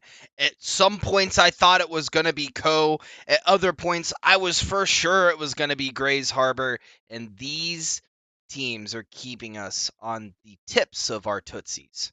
Yeah, this is such a fun one to watch. I don't think I could get any far forward in my chair. Maybe if I really, really lean forward, but honestly, that's just bending at the waist. I am seriously on the edge of my seat and have been the entire duration of that Route 66 map. Nuke, things are really starting to click here for Co College, and it is not just the DPS, it's the supports like we talked about before overtime, and the tank switching over to that second shield made such a difference. They took so much less damage going up against the Bastion than they did in previous rounds. It seems like Grace Harbor not quite as strong as they might have thought now that Co have slapped on a few key heroes. Yeah, Co has found the flow that they're looking for, and I think that that is imperative as you get into these final matches of your season. It's all about adaptation, and it took them 2 maps to adapt to what Grays Harbor was dishing, but Co has swallowed it whole and is ready for seconds. They sure are. We're going to be headed into map 4 here, and it is going to be the Grays Harbor pick. For the first time tonight, they will be picking, and it's going to be something to do with a hybrid map. If I had to guess, I would say we'd be going over to King's Row unless it's banned. If it's on the table, it's almost always picked. What could we expect if we end up going there? Just to speculate a little bit ahead of the curve. Mondada hat strat, hands down, locking it in Oh, Howie. We got a deal. You always do predict that, and I always disagree with you because it's such a meme strat. But if any team's going to do it, it will be Grays Harbor because they've already busted out the Sim Bastion on other maps. I would love to see the Mondada hat strat go on. I think that that's what we're going to see in the first point at least, and then we'll likely see the switch over to Hanzo from Tobias Max. But I think we can see the hat strap from either teams. I also think we can see some Symmetra play as we've seen both teams run that. Obviously, you're going to need the Symmetra to run the hat strap, but I could see them running it throughout the map, not just the first point. I could see it too. And honestly, now that Co College has built some momentum for them, I'm worried they could get a little too confident with their hero picks. I think the composition they were just on is literally perfect for this team, bar maybe Bomberman going over to Junkrat instead of Reaper sometimes. But I think that's the only variation I want to see from their comp. It's so well rounded. Joker is popping off on the Ash. That Resurrect has been huge to get him back in the fight. And Nuke, we are going to King's Row. Map for the stage is set. We are headed to London. I'm excited. I'm excited to go overseas, dip my tootsies in the sand a little bit. I think, well, even though it's London, I guess dip my tootsies in the cobblestone a little bit. Yeah, I mean, head down on those rocky streets and try and get through them as quick as you can for both these attacking teams.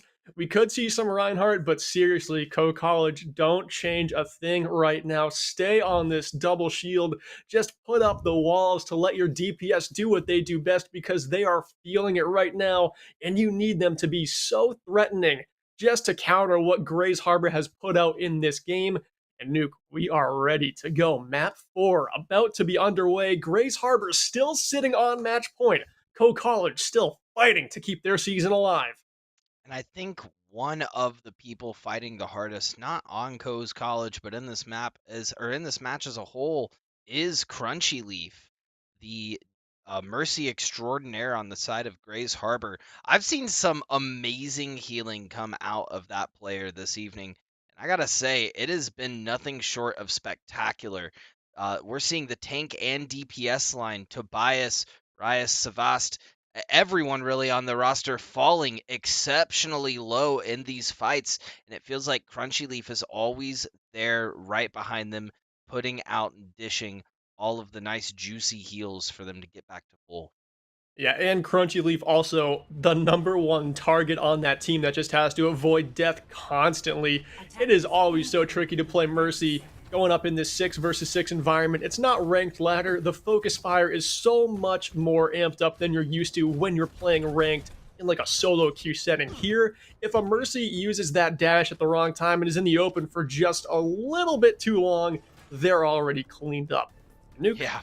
I'm liking it. Go College, check out those heroes. Sticking on the double shield. Joker's on the sim. I like What could they get up to?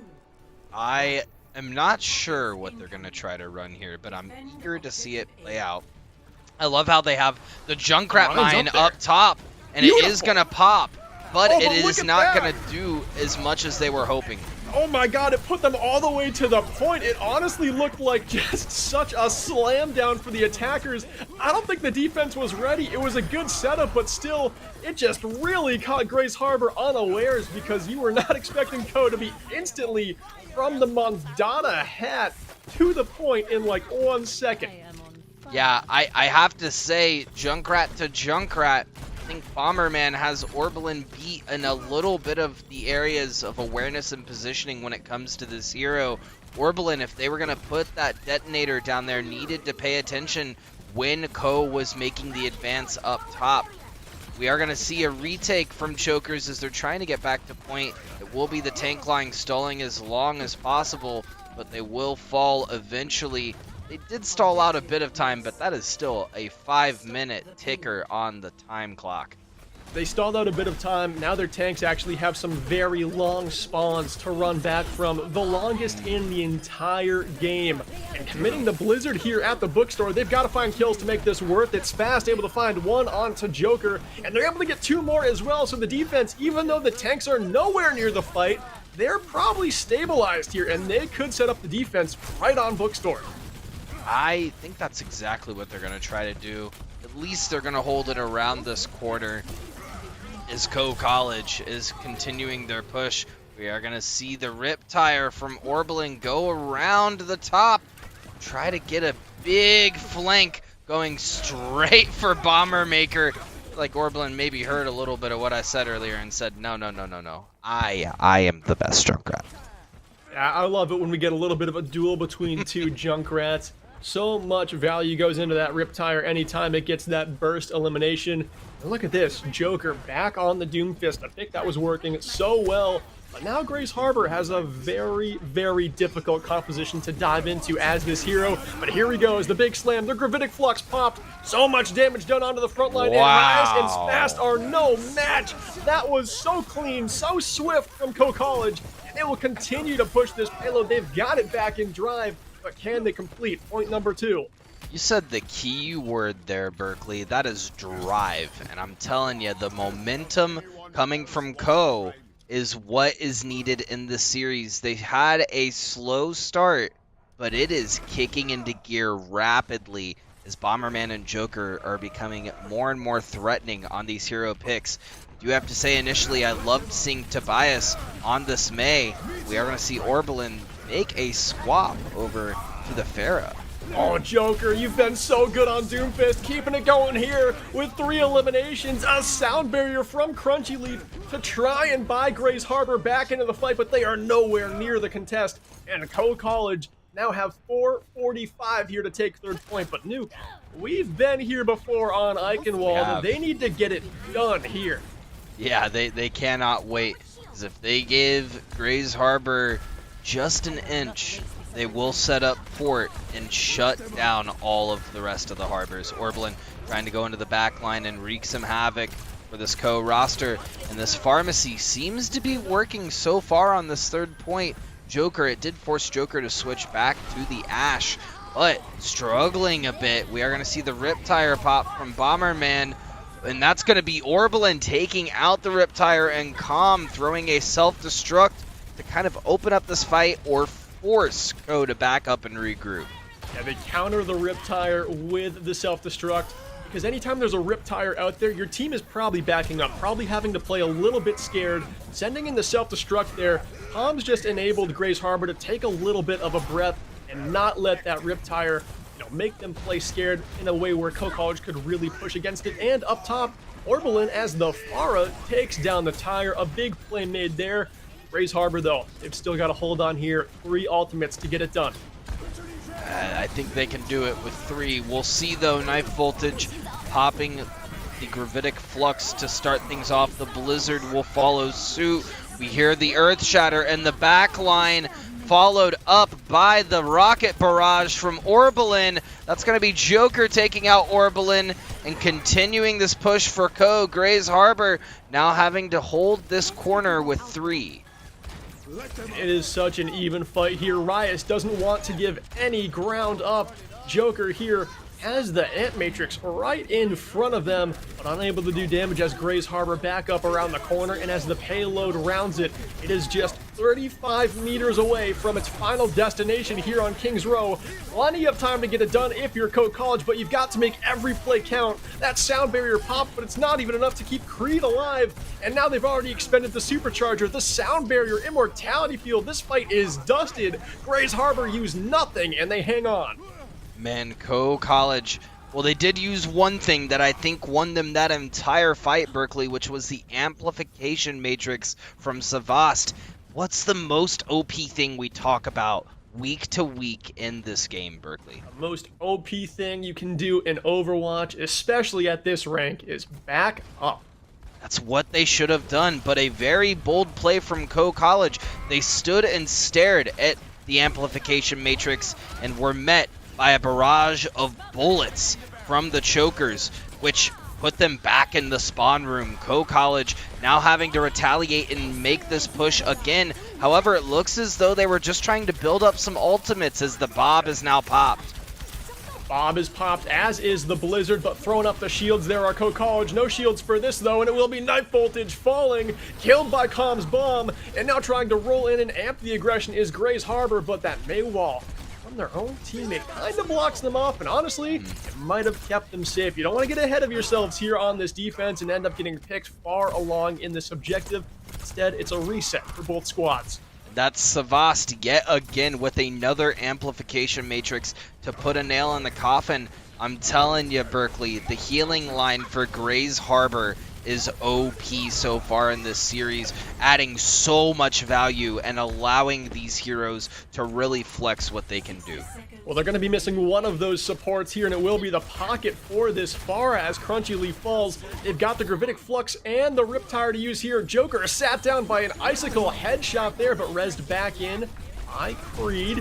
Now we're seeing Knife Voltage push a little bit of the aggression here, stepping into the tanks, de-suiting comms. Riot still clinging to the Shatter, could make a big play here, but has to back up. And the barrage from the heavens, it finds 3, the tire trades out 2. It's an even fight, it's going to be scrappy. Could Coe College hang on to this attack, or did Grays just do enough? Wow, no, the res will come out from Crunchy Leaf just in time, and Crunchy Leaf actually does make it back. Rias now alive, but by the tips of the Tootsies, and the stun will come out for the Earth Shatter. Coe College continues to try to crumble this offense of the Chokers. What a play there from Knife Voltage, keeping this attack alive. If they got shattered, it would be over. But now we're in overtime, and it's still even, a 4 versus 4. Rezzed back in as Joker, the Blizzard out from Tobias. The tanks in the front line totally frozen up, as is the Mercy and Creed. Will Creed fall playing at 10 HP, manages to stay alive. The tire takes down the main tank as Rias is killed. The concussion mine as well, taking down the Mercy, but Orbelin back in the skies, looking dangerous, as is the Bird. And now going into the back line, doesn't have many threats to deal with, but still has to get the damage off. And look at this, the biggest threat. The overtime Bastion, such a menace, finds the 2K, and that is going to stop the Coe College attack. I am certain of it. Yeah, I think the Bastion definitely is going to stop the Coe College attack. That is one of the most open-ended final points in Overwatch, that last point of Kings Row. And as you said earlier, takes a bit of time to get to, so it's quite ironic they pick the Bastion at the end to really just end it out. What a play, though, from Coe, pushing and giving everything they could. They do make it within meters of the end, and now the win condition is set yet again for Grays Harbor. Yeah, they made it within meters. You could say it was a good push, but it's just like Eichenwald in my mind. They had 4 minutes, 45 seconds, and they did not complete the map. So, Rays, they don't have, they don't have the biggest thing going against them. They had a good defense to stop it where they did. They had to really go a long way with that 3rd-point defense, especially, but it is still a long way to push the payload. Just like on Eichenwald, they're going to have to give it their best to end this game. They are. They are going to have to give it everything to end this game, and I think that's exactly what we're doing. Look at that top left-hand corner real quick, if you would, Berkeley. I think you're going to get what you want, Nuke. What you've wanted literally all season. We are 15 weeks into the spring, and Nuke might, for the first time, see the Mondada hat. For the first time, it feels like in so long, but it hasn't really been that long. Bomberman now on cooldown. Gonna pop it again. They recognize it. They're going to wait, and that's going to be the teleporter underway. No, they're going to teleport. Not the hat! No! The hat's gone! No, but it's basically the same thing. It is. Honestly, it's a better angle. You're not as safe feeling around that hotel, and that is why Creed fell so early in that engagement. And this should be a first-point steamroll for Grays Harbor. Man, I feel as though when it comes to this division, whoever has the better offense will win. And it seems as though Symmetra has been a big deciding factor in a lot of the sway and pull of a lot of these maps thus far. So seeing Orblin switch back to the Symmetra and Tobias on this Bastion gives Grays Harbor some hope yet that they can just push it straight to the end, no problem, and end this out 3-1. But Co has adapted well throughout this series, so maybe they have the secret sauce necessary to really put a stop to Orblin and Tobias's onslaught with the Symmetra Bastion. And I would not consider King's Row to be one of the better Bastion maps. Once you get on the payload, it's so narrow, you're going to come around these corners awfully slow and be right into the kill box of Co College. We are seeing Grays Harbor amping up their aggression, popping the window around this corner, and lacing them all down is Tobias here. The bomb thrown into contest, but so fast it is melted. A Bastion making quick work of that ultimate, and now we could be in desperation mode for Co College. It looks like the payload is bound to get this second objective, and if it does, there is just 65 meters that is going to keep Co College's season alive. Yeah, unfortunately, I think the only thing that we're seeing from Knife Voltage here is a stagger, as Knife Voltage just tries to pepper away at this Bastion. Sure, they take it out, but that's almost near 6 minutes on the clock. Grays Harbor continues their push. Co College split a little bit in how they are engaging. This flank is really long, and I don't think they intended to be here this long.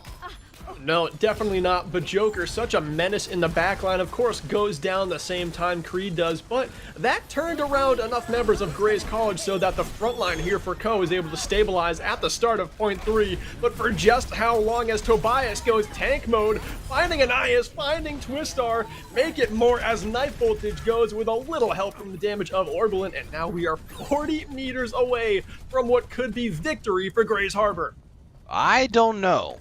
Look at Co College. They do have 5 ultimates online. They have been biding their time, waiting, maybe a bit too long, but they're going to start using resources now. We are going to hear the Rip Tire popped, going in, finding Tobias off the bat. That's going to be Knife Voltage now on the front line. Creed getting the res on Twistar. Joker taking out Crunchy Leaf. Bomberman following suit with comms, and that's going to be Grays Harbor backing it up for a real one.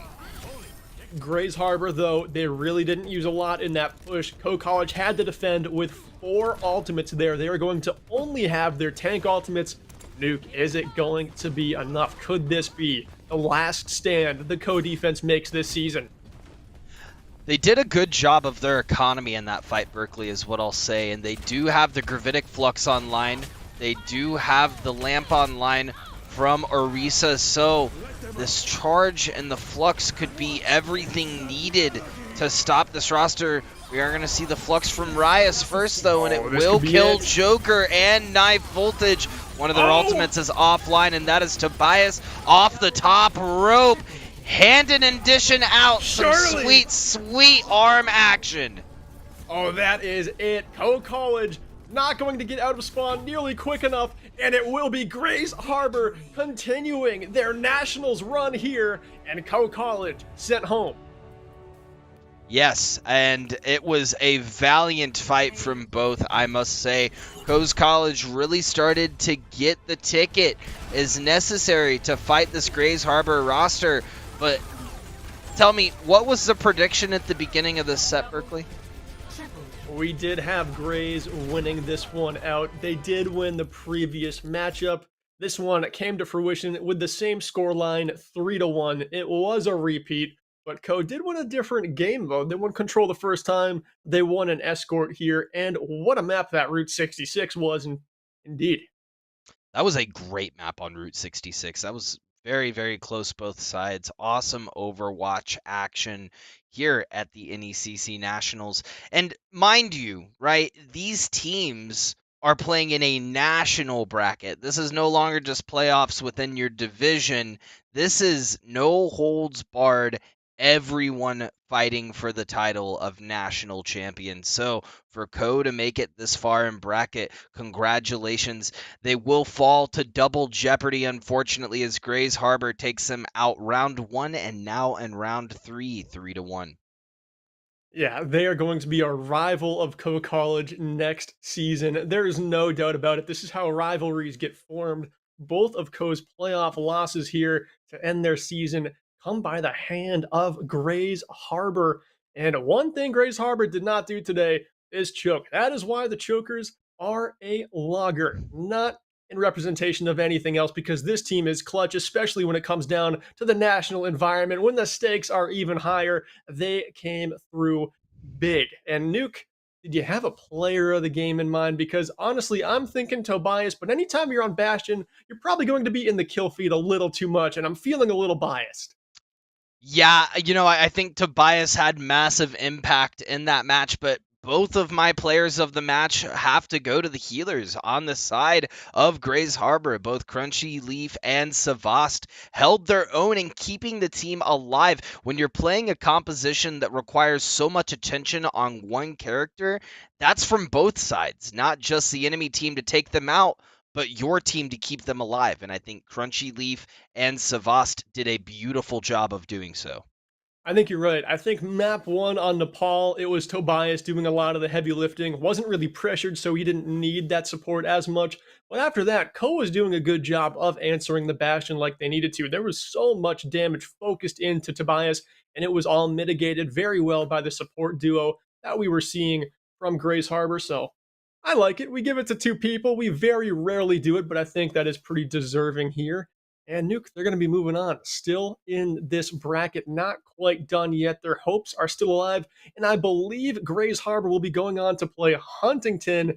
And we know how much of a titan they are. They brought Grays Harbor down 3-2 in their previous game before this one.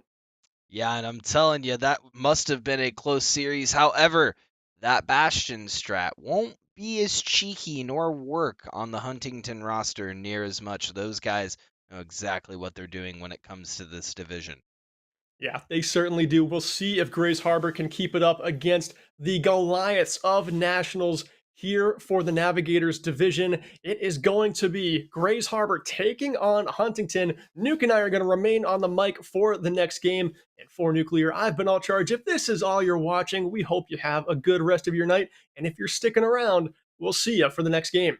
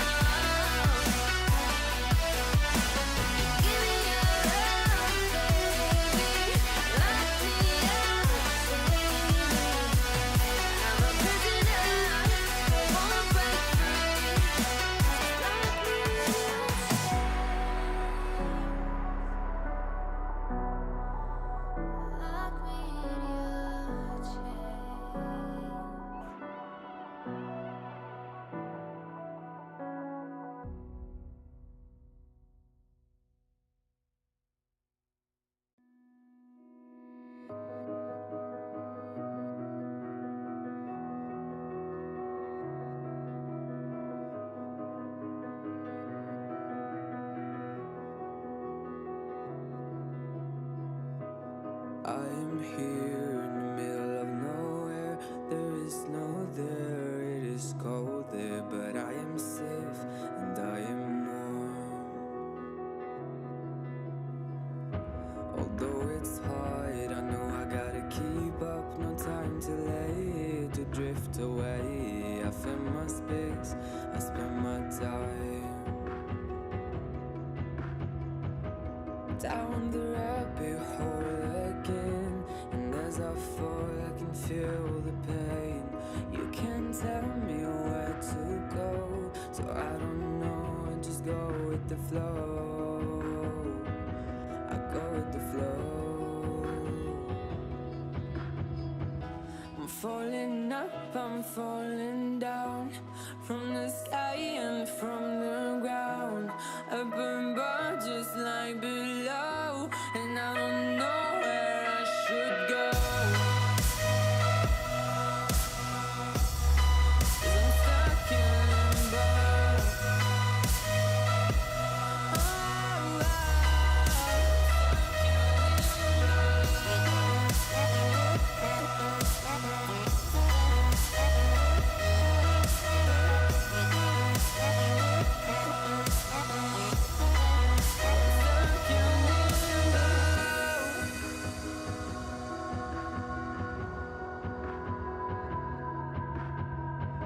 I'm out of love, but I guess I deserved it. Trying to hide, to pass you by. I'm getting down, feeling fine. I'm light as air, no one can reach me. Lost in a dream, lost in between. Let's keep on flying, let's keep on breathing. I'm falling up, I'm falling down, from the sky and from the ground. Up above just like below, and I don't know where I should go. 'Cause I'm stuck in limbo.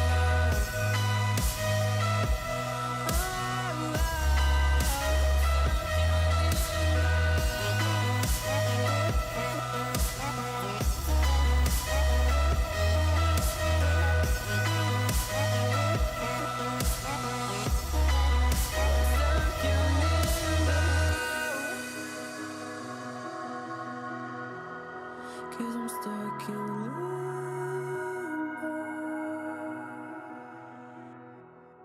Cause I'm stuck in limbo.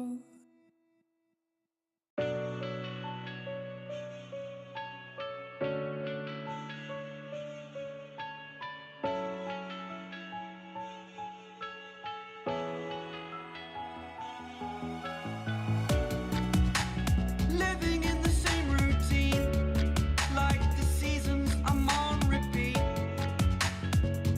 It's a long way down. Trying not to follow suit. Don't like the color, I'll change the shade of it. I'm not afraid of it.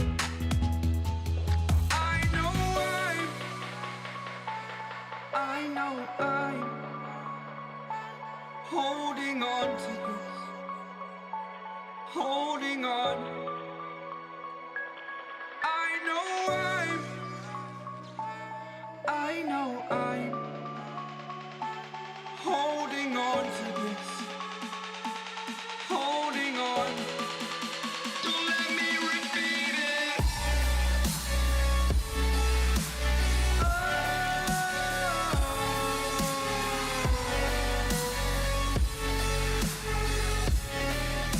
Don't let me repeat it.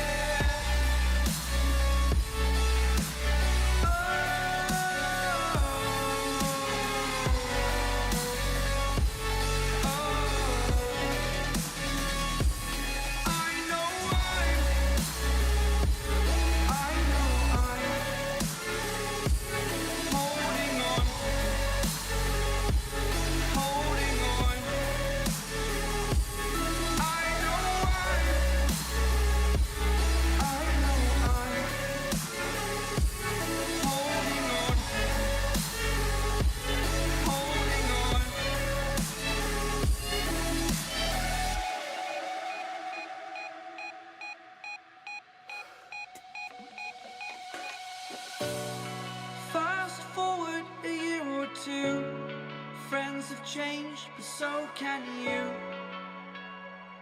So can you. For too long about the mistakes, while I resent, I learned to hate. Forgot your names. Fear the struggle to follow on. Need to focus to prove you're wrong. I'm not wrong.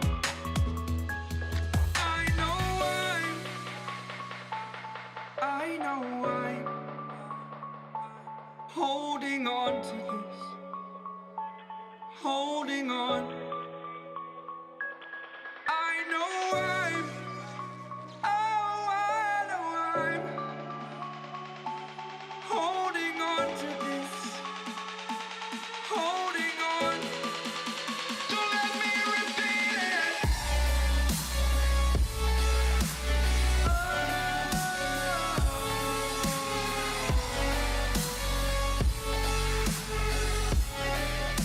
Don't let me repeat it.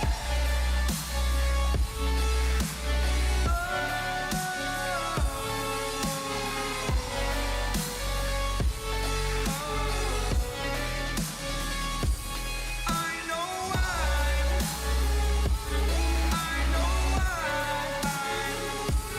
holding on to this. Holding on. Holding on. Holding on. Holding on. Holding on.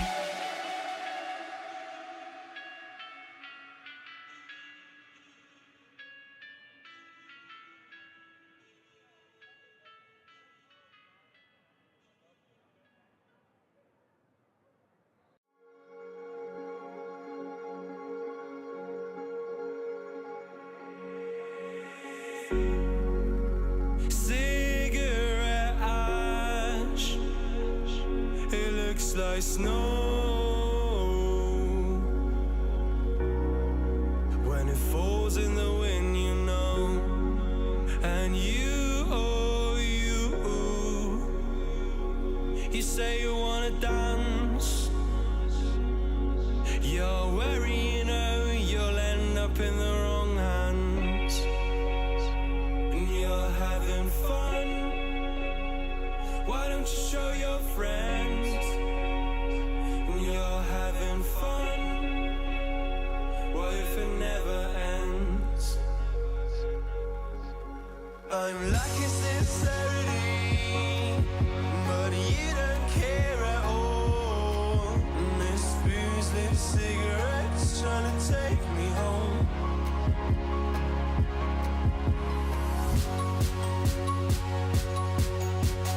Falling in love just a million times, breaking it off, put the feeling on ice still. She's as cold as December.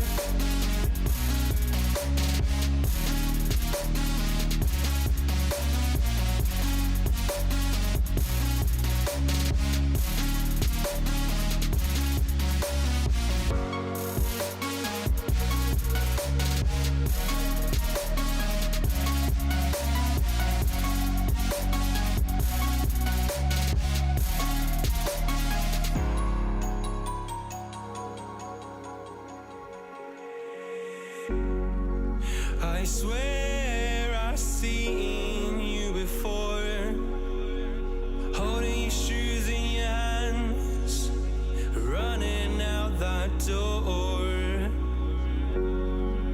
And you got nothing, but you say you wanna dance. And you're worried, you know, you'll end up in the wrong hands.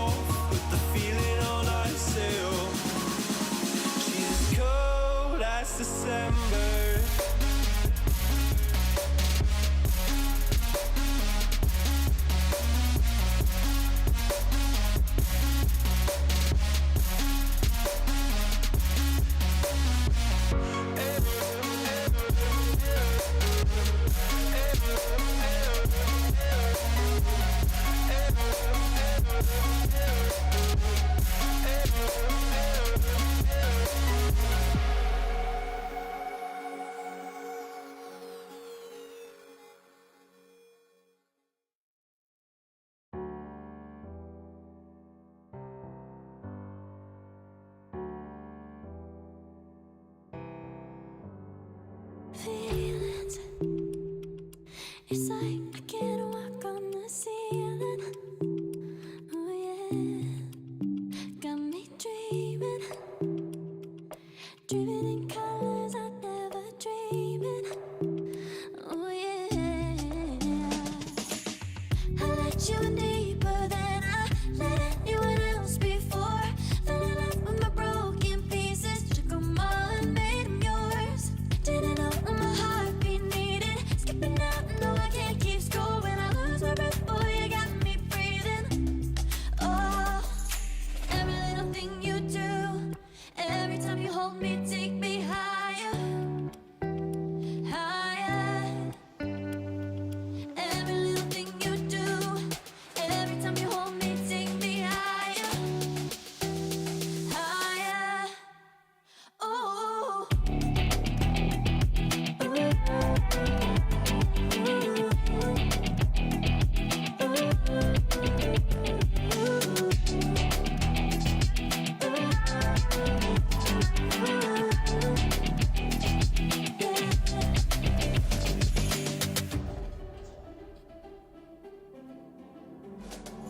magic.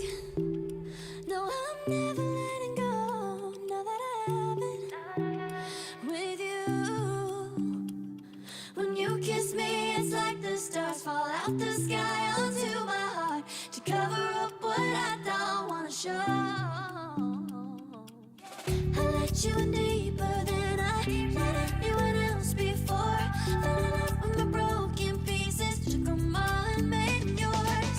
Didn't know what my heartbeat needed, skipping out, no I can't keep score. When I lose my breath, boy, you got me breathing. Oh, every little thing you do, every time you hold me, take me higher, higher. Every little thing you do, every time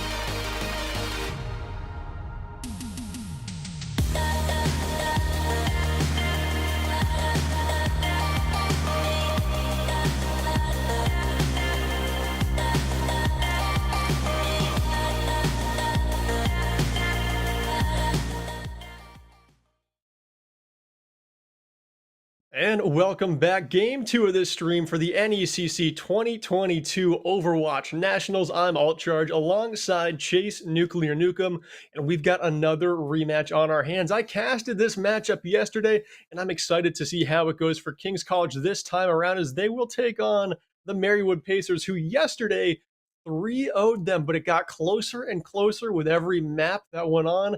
Maybe some adjustments have been made in the 24 hours they've had to finally get some real good coaching in for this next group stage matchup. And Nuke, once again, it is win or go home.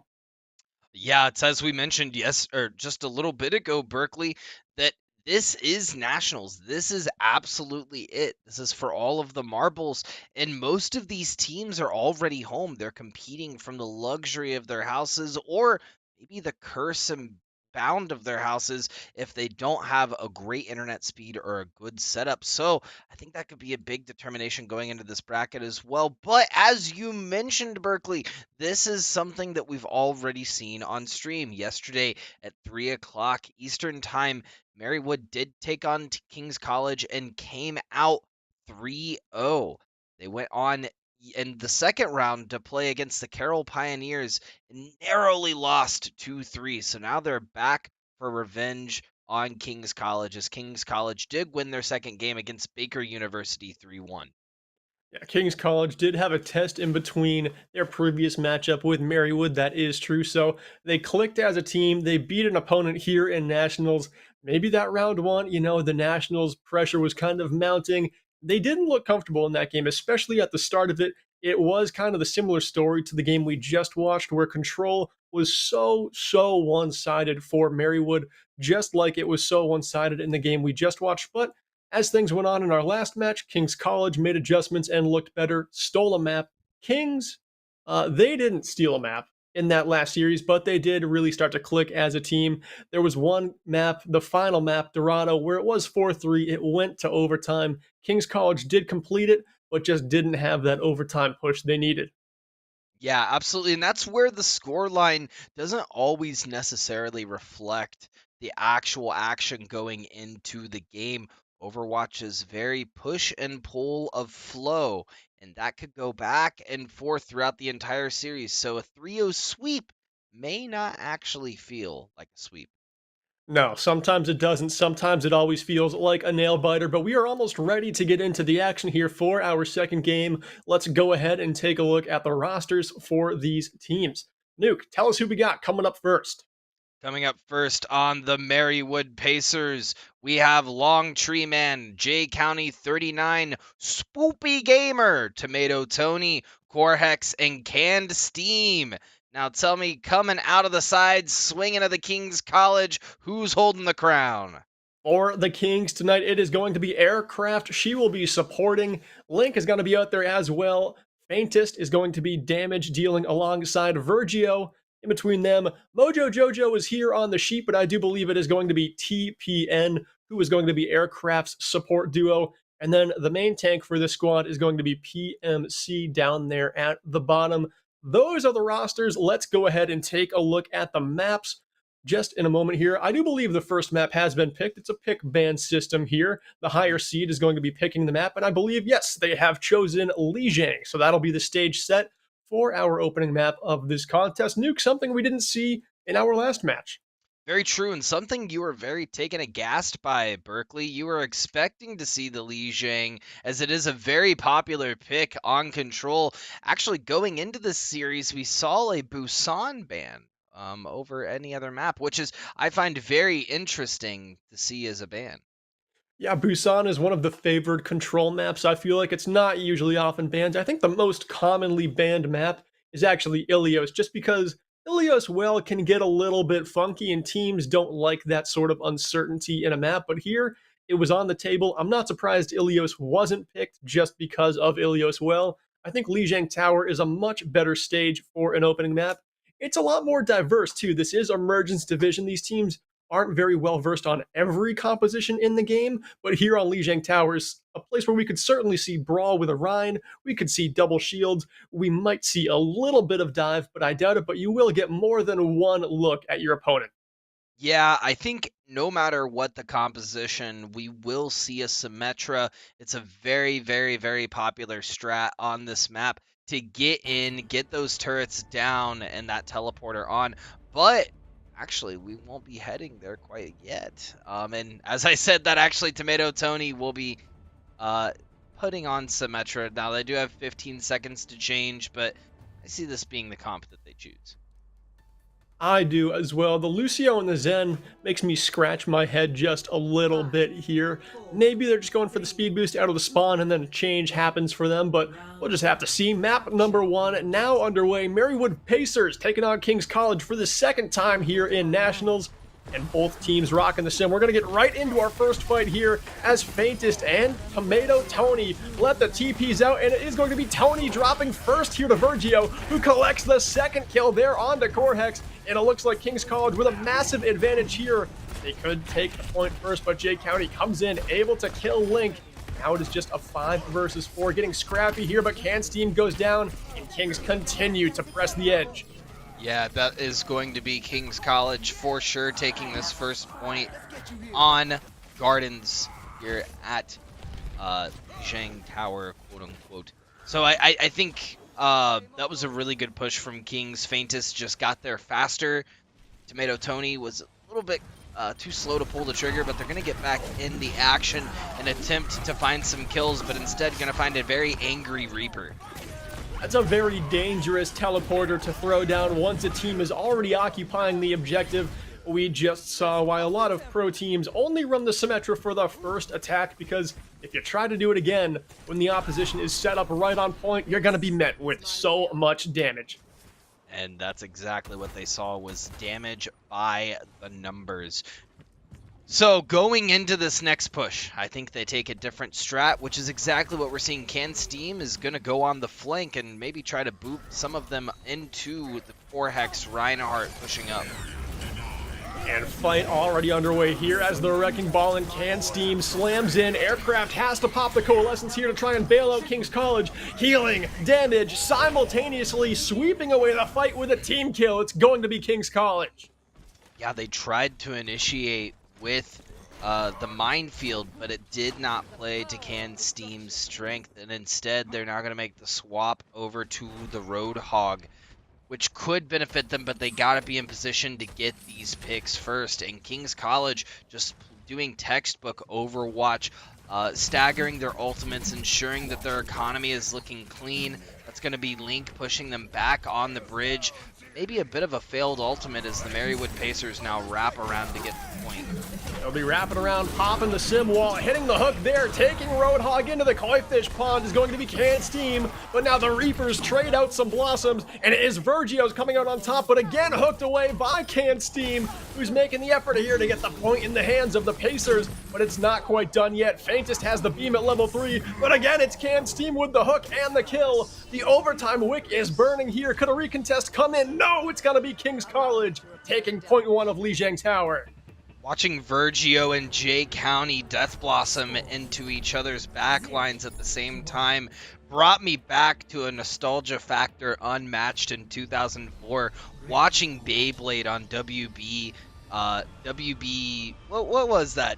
Warner Bros. Television, WB TV, Channel 4. Yeah, that had some nostalgia factor to it, but the Beyblades in the backlines came through. King's College just coming on top that time. Marywood not able to get the touches they were looking for so far in this series and get on point.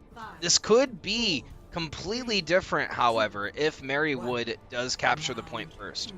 It totally could be. Once they get the point in their hands, it's much like the last match we spectated. They're a defense-first team, and that is pretty key, is getting the point in their hands. That opening attack, not always easy for them, but if it is, the rest of the round is pretty smooth sailing. That's definitely what it was the first time these two teams met here in Nationals, but now Kings make their way to the point first. That hook there for Can Steam misses, but the shots don't. The scrap gun sits down Lynx. The tanks are down, as is Virgio. Look at the damage we're seeing from Marywood from the high ground. They will take point here on Control Center. Just how long can they hold it? Yeah, that was great positioning from Marywood, keeping Kings on the back foot and really just out in the open the entire time. The Kings now regrouping and getting back to point. The alt economy, though, from Faintest is impeccable. That's looking great. That's a massive anti-nade, though, to kick off this fight. Oh, and just big hammer swings here from Corhex, stepping into all the eliminations in that stairwell. They'll continue to hold the point, and I think this is just the case of two defense-first teams against each other. The attacks have looked pretty weak so far, but whoever gets this point really is doing a good job of locking it down and setting the tempo in every fight. Yeah, literally every single fight thus far has gone Marywood's way because they have the flow in their veins, if you will. PMC going around the back with TPN, and the rest of the roster is Kings is looking to make the retaliation here and overthrow the throne. A very good rotation of the coast side high ground there from King's College is going to get them a couple of eliminations as a reward, but they need more here. Spoopy Gamer popped the Transcendence, but it only delays the inevitable death, and it will be King's College taking the point for the first time here on Control Center. Virgio is just absolutely terrifying on this Reaper thus far, Berkeley, and I'd love to see the kill count because I feel as though Virgio is leading the lobby at the moment. Oh, without a doubt, King's College, their strength is in their DPS. It was in their first matchup. It was when I remember casting them with you in the regular season. Marywood, they're a tank-heavy team. They're really relying on Corhex and Can Steam to do a lot of their heavy lifting. But here we have the Riptire coming in. That has TPN's name all over it. 3 kills for the Pacers here. They'll look to get to the point quick. Will King's College contest? Oh, they mount their attack here. It's Virgio with the Death Blossom, looking mean as ever. Finds the 3K. A clutch play for Kings is going to continue to have them hold this objective.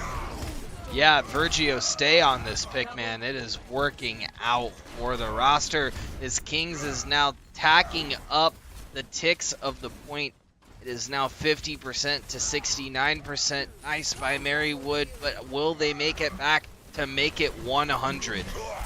Oh, look at PMC just chasing down the legs in Tomato Tony, and here we have Corhex in the front line with the absent Reinhardt in PMC, lays the hammer down, finding the stuns, and Can Steam in the wings, popping the wood chipper, finding 2 picks there, dueling now with Virgio, the hook, the scrap gun metal, enough to sit down King's College, and the flip sure to come through. Yeah, the whole hog really set the tone for that fight, allowing Marywood to make the space necessary, separate the team, and pick them apart one by one. Taking Virgio out at the end, I feel, was a strategic stagger and one that will benefit the Pacers as they now are nearing final fight territory.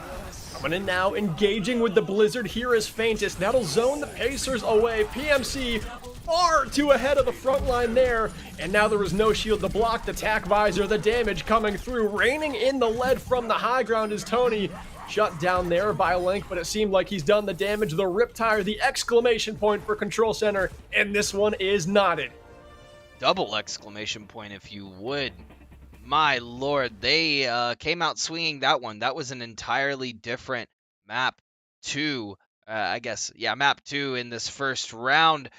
Now it's 1-1 so far on Lijiang, Berkeley, and it could go either way as far as if we're watching the same game right now, it is back and forth.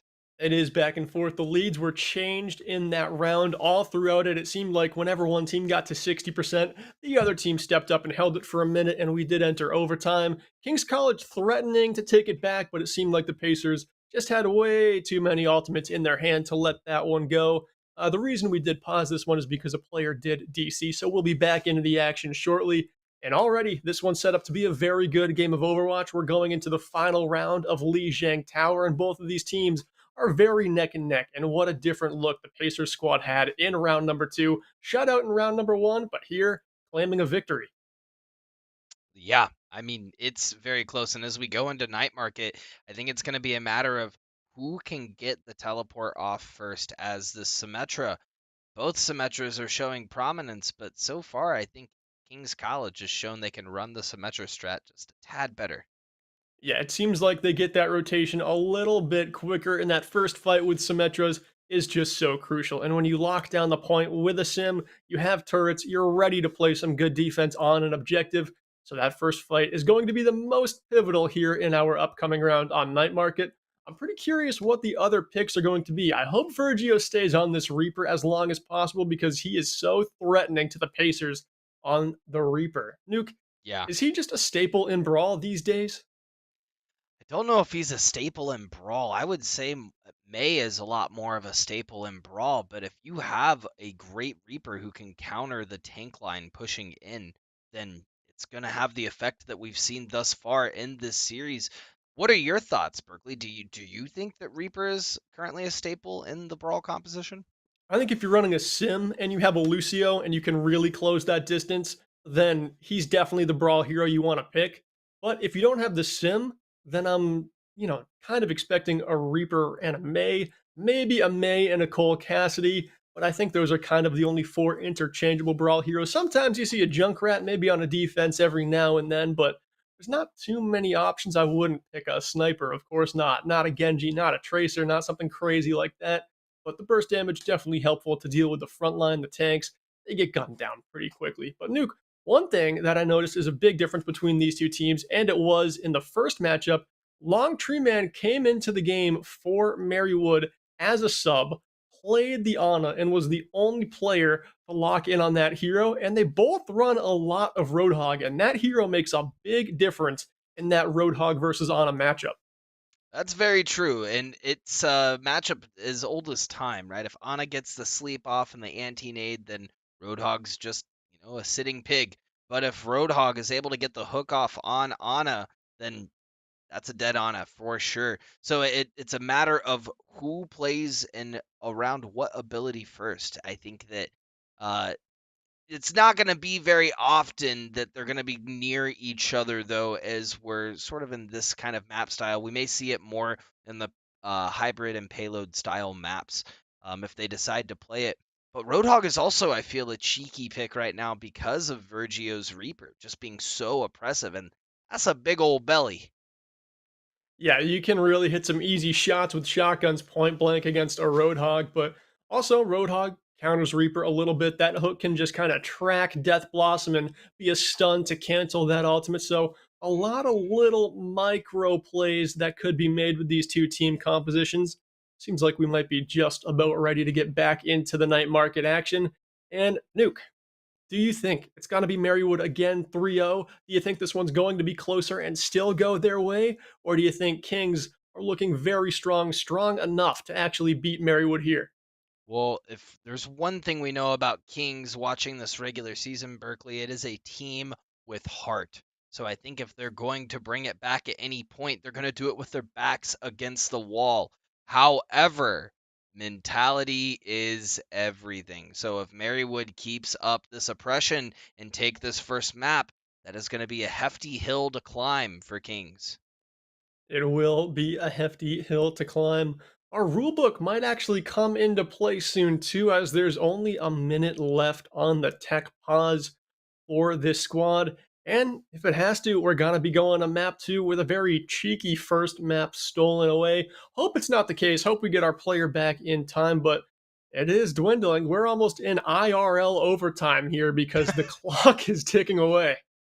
IRL overtime. Oh my lord.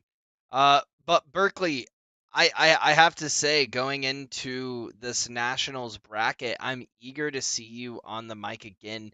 Did such a terrific job yesterday, as did all of the other casters. And folks, if you're just tuning in, this is day 2 of Nationals. We have 1 day left to undergo. One. And as I say that, the second round has been completed, and we are going to be moving into the third map of this first round. You're going to be heading into Night Market. A little Well, rainy this evening.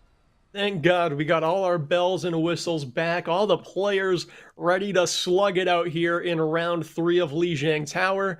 And just like we predicted, 2 Symmetras on Night Market. Pretty much always the case here in Overwatch esports. Symmetra has just become a staple, always played at the pro level, always played even at the lowest levels to open up these certain control maps. And Nuke, 2 Roadhogs again, only 1 team with an Ana. We'll see what the difference is. Oh, the TP is going to get out first by King's College, and they are on point. They're walking right into the meat grinder as they're ready. Can Steam will take a couple down before they fall. Never mind, that's Tomato Tony evening up the fight before falling to the Earth Strike.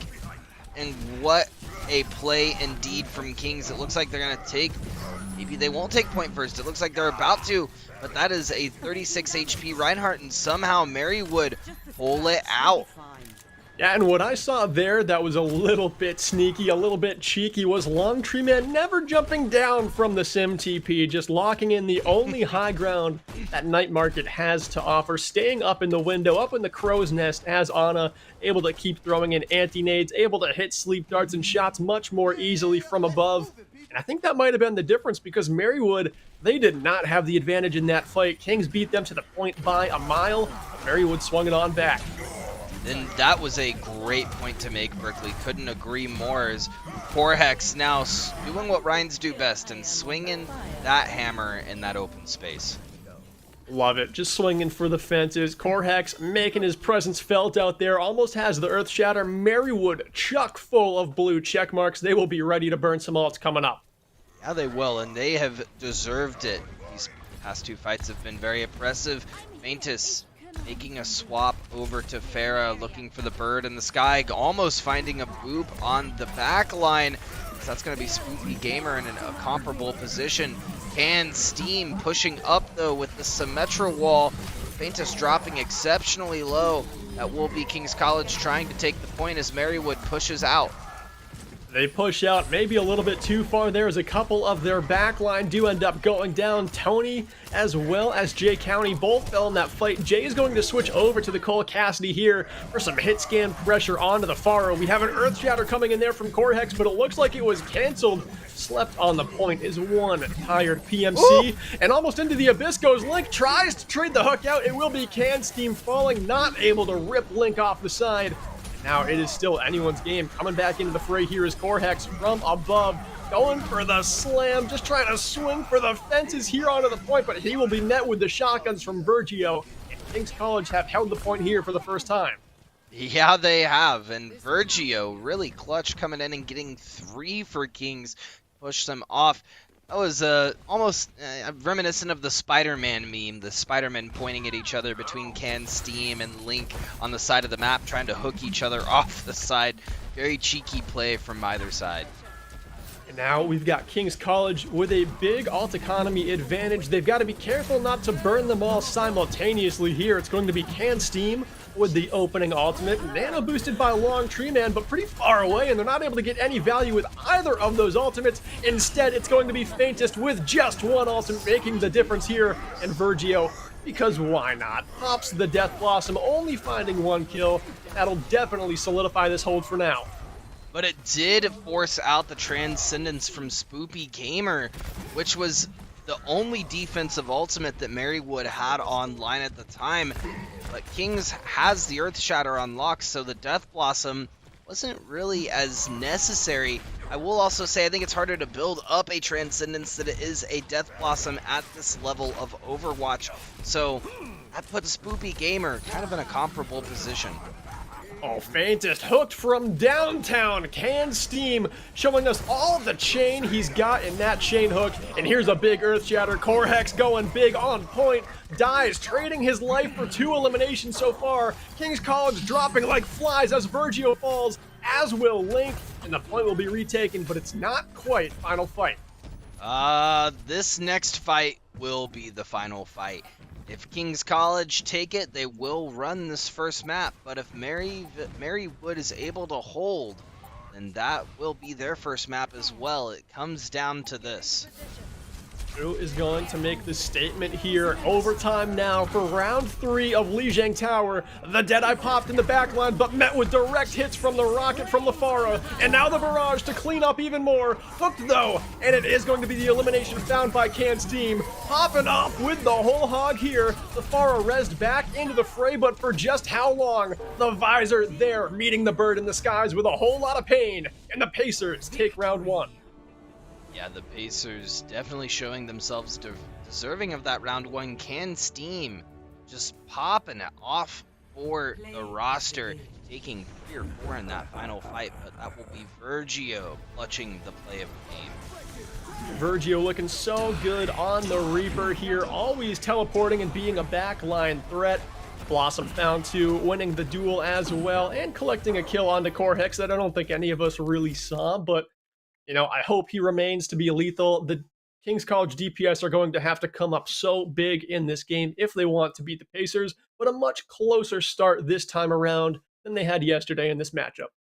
Yeah, it definitely seems a lot closer. I mean, we went to game 3 in the first map, and at either point, I felt it could teeter-totter to either team.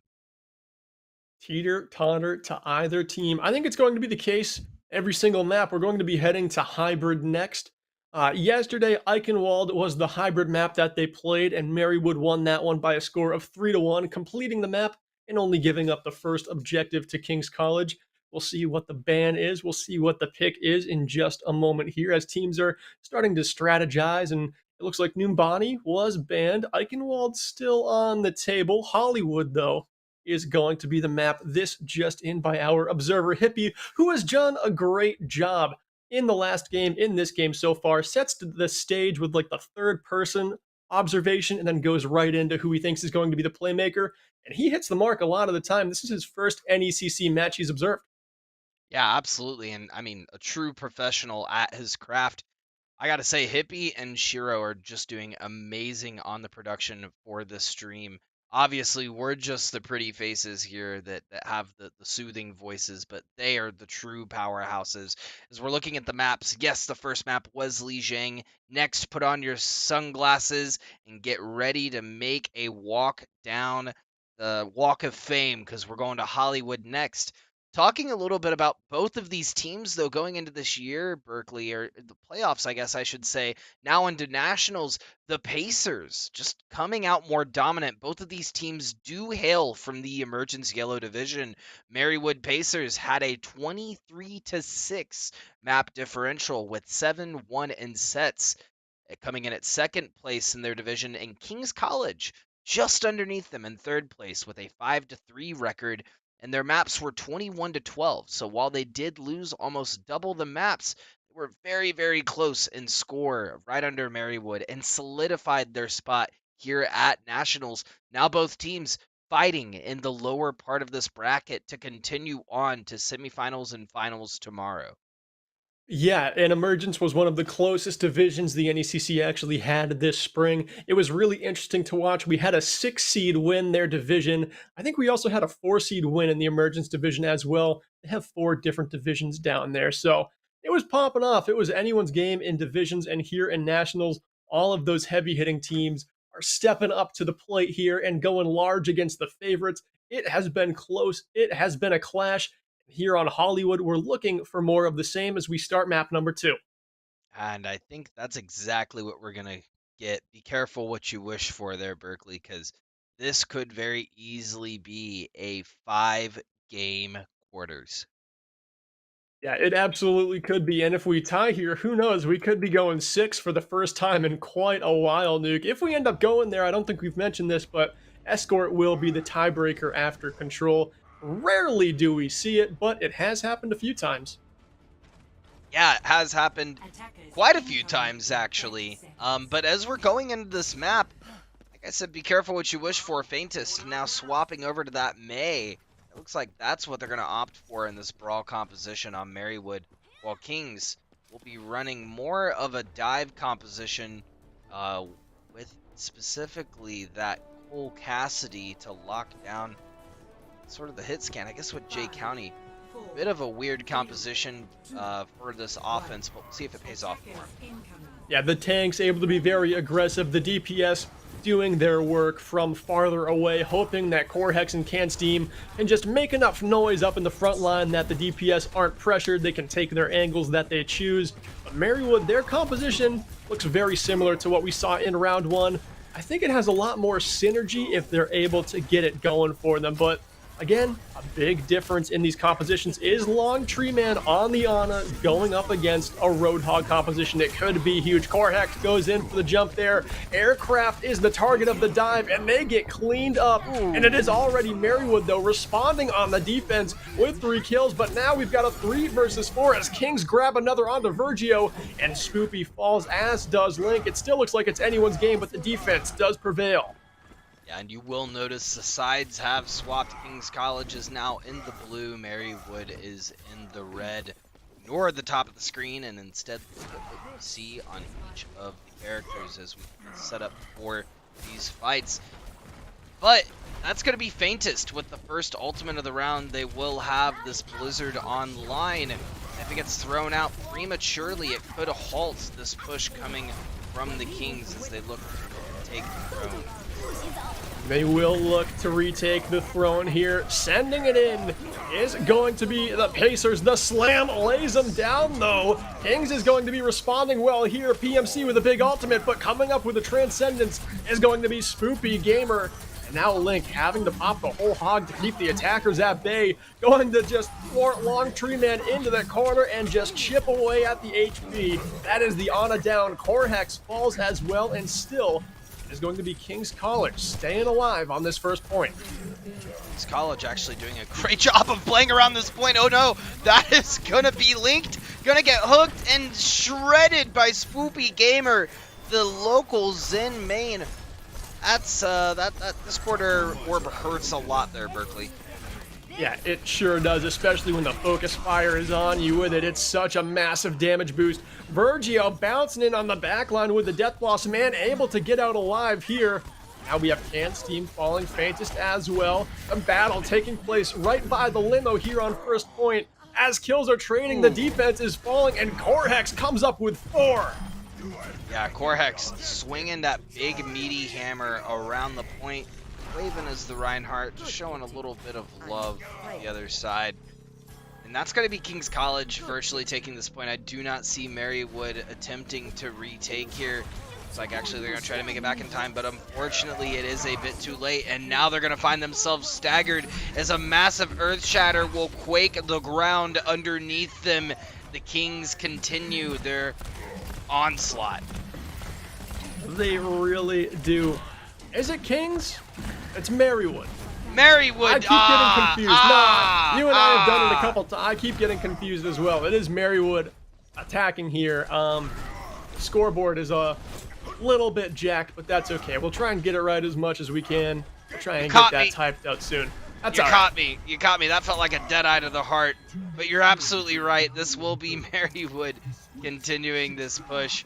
And doing so oppressively. Look at how far they're pushing up here, Berkeley, dominating this high ground and really trying to set the rest of Kings back. Yeah, they really are. That catwalk above is so important here as Tony comes in with the shotguns, able to take down the main tank in PMC. TPM goes down as well as Corhex is able to swing away the Moira. And now the Blossom coming in for Tony, but it's met with a headshot. The Icicle lands there, and it looks like the attack continues to progress here for Merrywood. They are flying through Hollywood here. Now they are. That's going to be a Death Blossom. Virgio's had enough! Get off of me, he says, as he's trying to just 1v4 this roster. That will not work out in their favor, and a bit of a wasted ultimate coming out, unfortunately, for Virgio on the side of Merrywood. I don't know, they're back. They are back. There's only 3. This could be a contentious point for Stagger is Kings, if Kings push up. And it is going to keep them. It is going to keep him at bay for now. That 3K taking down half the team was huge there. But now the slams come in from both sides, and they're both met with shields. Great Reinhardt play there to block each Earth Shatter. And it is going to be the Visor from the back line, dealing the damage it needs to find 2 kills. But as Corhex falls, the tanking presence lacking a little bit for the attacking Merrywood squad. But it doesn't matter here. They continue to deal the damage, despite not having their main tank, and Can Steam sends a little bit of a message to Virgio.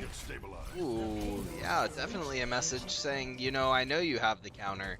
However, I counter everything you're going to throw at me. And here we go, opening the gates of the third point with 2 minutes 40 seconds to go for the Pacers, trying to set the pace here in our opening round of Hollywood. They've got 3 ultimates to work with, and they are 3 big ones at that. Yeah, they're huge. Faintest having to back up, falling sub 40 health. That's going to be another whole hog coming out from Canned Steam. Going to be met with a rocket. On Faintest, though, that's going to be a pull as well. Man, Canned Steam is bringing the heat in this series and is unrelenting on this roster. And we have talked about it. The strength on Marywood has been their tanks in the regular season and in Nationals. King's College, it's been their DPS, and it is always fun to see a team with some heavy damage dealers going up against some great tanks who know how to minimize it. Oh, and a big slam here from Corhex, finding the kills, the Fire Strike scorching TPN. Link goes down as well. The attacking Marywood squad trying to finish Hollywood, and Nuke, it looks like they've got it in the bag unless a big hero play is made. I believe that they will likely have it in the bag. Never mind, there will be a Tracer popped out on point. Gonna find the other end of a hook almost immediately, though. TPN trying to get to point, and we're seeing a slam come down from your local ball PMC, but it will not be enough as Marywood completes their initial push.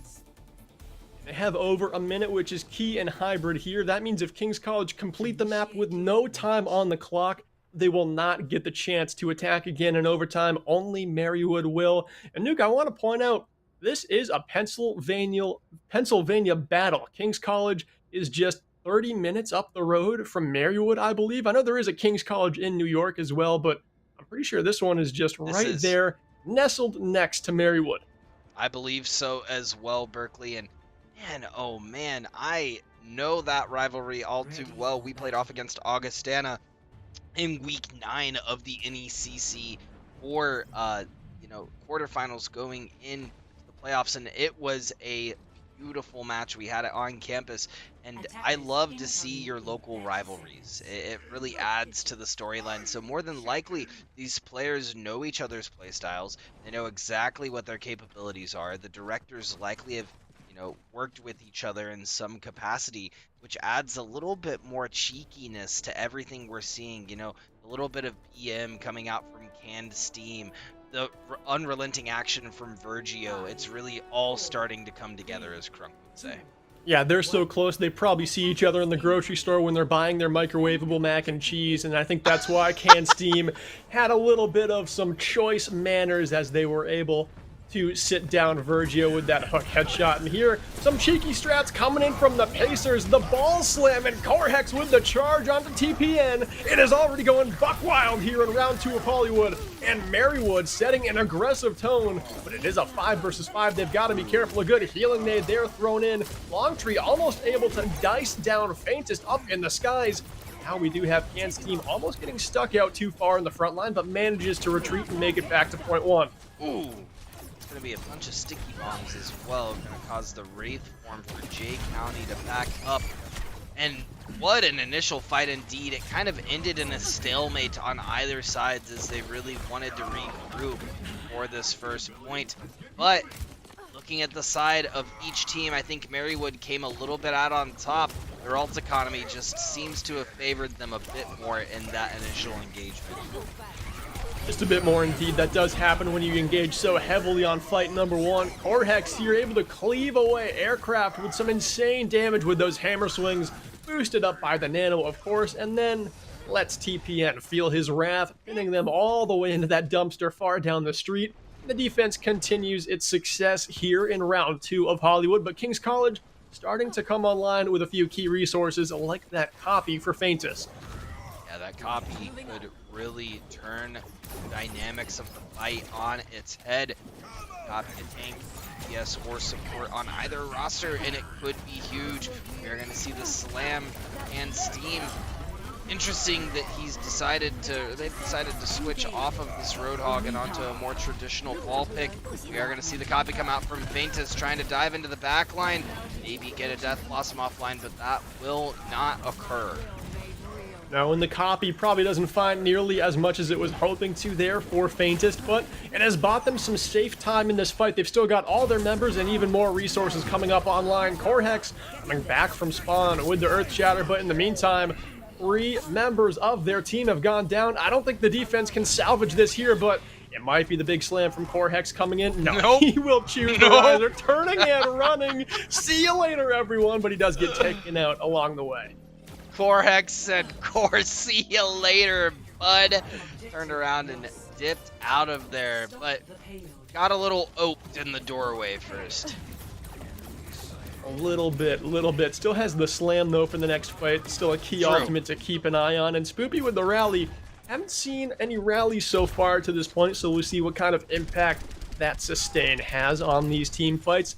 It is going to be going up against a Death Blossom, an Earth Shatter, a Graviton Surge, some serious damage that King's College has the potential to dish out here, and it is going to be opened up with the slam from Corhex, countered though by a shield. They're having to invest the grab here, and the backline, Blossom finding a pair, Marywood sweep it away.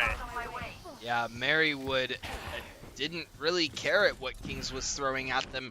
Really, when Kings was trying to retaliate there and get that Graviton Surge online, they only caught the tanks on the side of Marywood and ignored everyone else. So that was J County in the back line with the spin to win, taking out all of King's resources, forcing them to regroup. Now with 2 minutes and 50 seconds left as well, in a minefield, it's not looking very good. No, it doesn't zone out too much of the map, but it does zone out enough to make Kings uncomfortable and, of course, lose this fight. They've lost 4. There's no way to salvage it here. They will just have to go again. 1 member of Marywood was taken down, and that was Spoopy on the Brig. Kings only working with the Death Blossom, the upcoming fight. And unfortunately, unless if it's big, I don't think it's going to be enough, Berkeley. They've shown that they can now adapt to sort of what Virgio is trying to throw at them with its Death Blossoms. They've switched onto a comp that is a little bit more Reaper friendly. As I say that, TPN going to get the hook on Canned Steam and crack open this fight. Corhex choosing to hold their ground here on the Reinhardt. Lays down the slam, and the stuns hit as well. 3 fall to the ground there on the back of the Earth Shatter, and Corhex never holding the shield up, looking to find more. Took there. Link almost takes down J County, but instead it will be J County, the victor of that duel. Virgio, don't know if you caught it, just popped the Blossom, found nothing. I just want to point out, we saw Corhex with the shield up and 4 members running at him. We briefly cut away, and we cut back, and the entire team had been downed, and Corhex was going to town on their tattered bodies. That was so entertaining to watch. Yeah, Corhex says if you blink, you're gonna miss it. By the way, I have another Earth Shatter. Insane alt charge this guy's got going on here. Virgio up top wins the duel with a bit of a help from the Faintest Visor on the opposing high ground.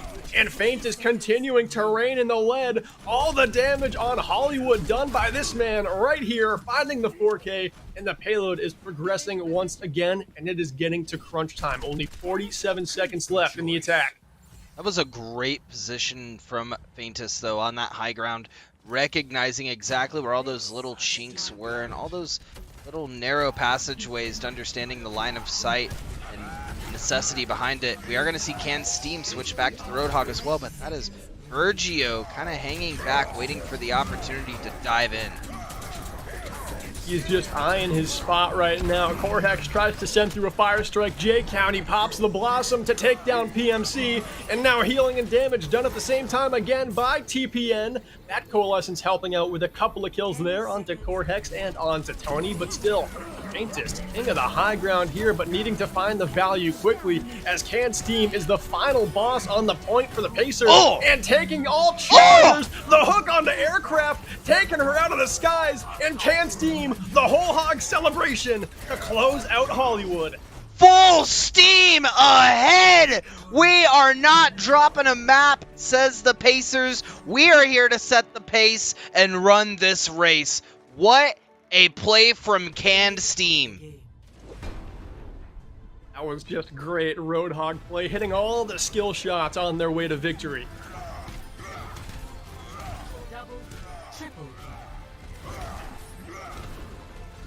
That's Corhex. Just swinging on point. And here we go. We've got ourselves a 2-0 scoreline. Marywood is on match point. And again, chat, it is win or go home. King's College, they haven't made the adjustments necessary from yesterday to steal a map away from Marywood. Currently, Marywood are 5-0 in maps against this King's College team. And if Kings wants their season to continue, they've got to make a change quick. Nuke, what do you think they could do? Oh man, I think they have to counter Canton's Steam one way, shape, or form. They tried the Reaper, it didn't really work. They've had the Moira for most of this match, and maybe the answer is to switch into an Ana or something that's going to have a little bit more opportunity to open up these fights. You get an anti, that's your green light. You know exactly to go in when you see red. Yeah, you really do. That purple, that red, that anti-nade, whatever color you see it as at home there, that is green for an attacking team to push in. That is such a go signal. You're absolutely right. Can's team has been so effective on Roadhog. Ana is definitely the best hero to throw out there and deal with it. Of course, your supports have to feel comfortable on it. That's not always easy. She has very high skill floor. But we'll see. King's College will have a short intermission to make those adjustments. We'll see what their game plan is during match number 3, and we will see you right around the corner.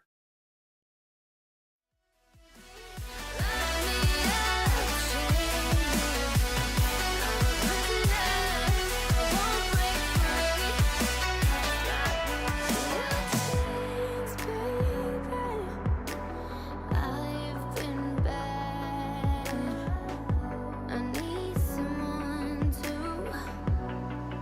give me demands. So take me away, have your way. You're enough. I'll be your prey. I'll be your prey. I'm a prisoner. I won't break free. Gotta get handle me and discipline me. Nobody else but you, baby. Give me your love, baby. Lock me up, chain me. I'm a prisoner. I won't break free. Just lock me up,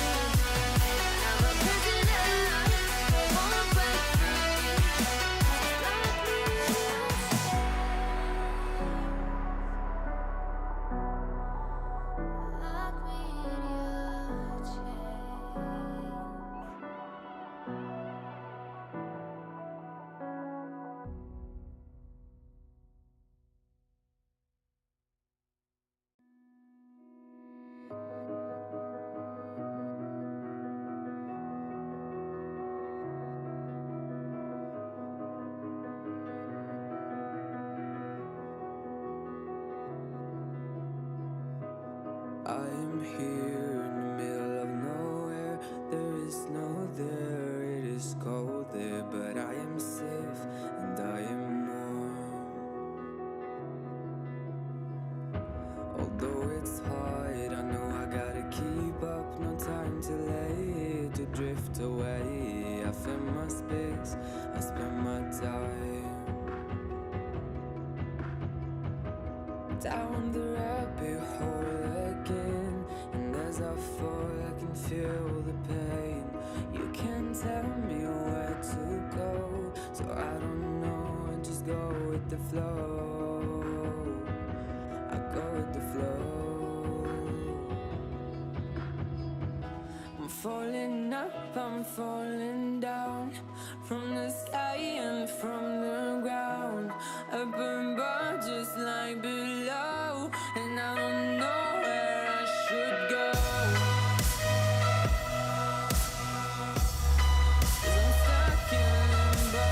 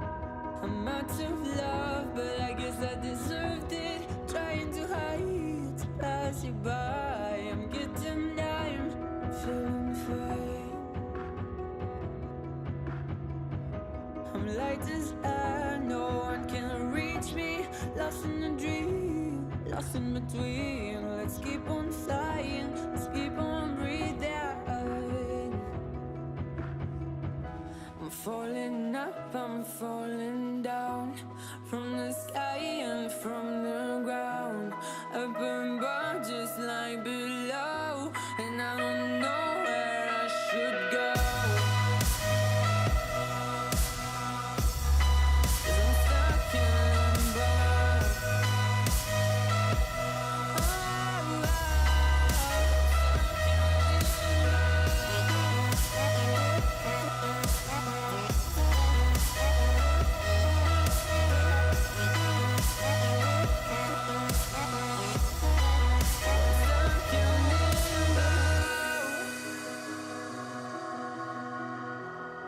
Cause I'm stuck in limbo.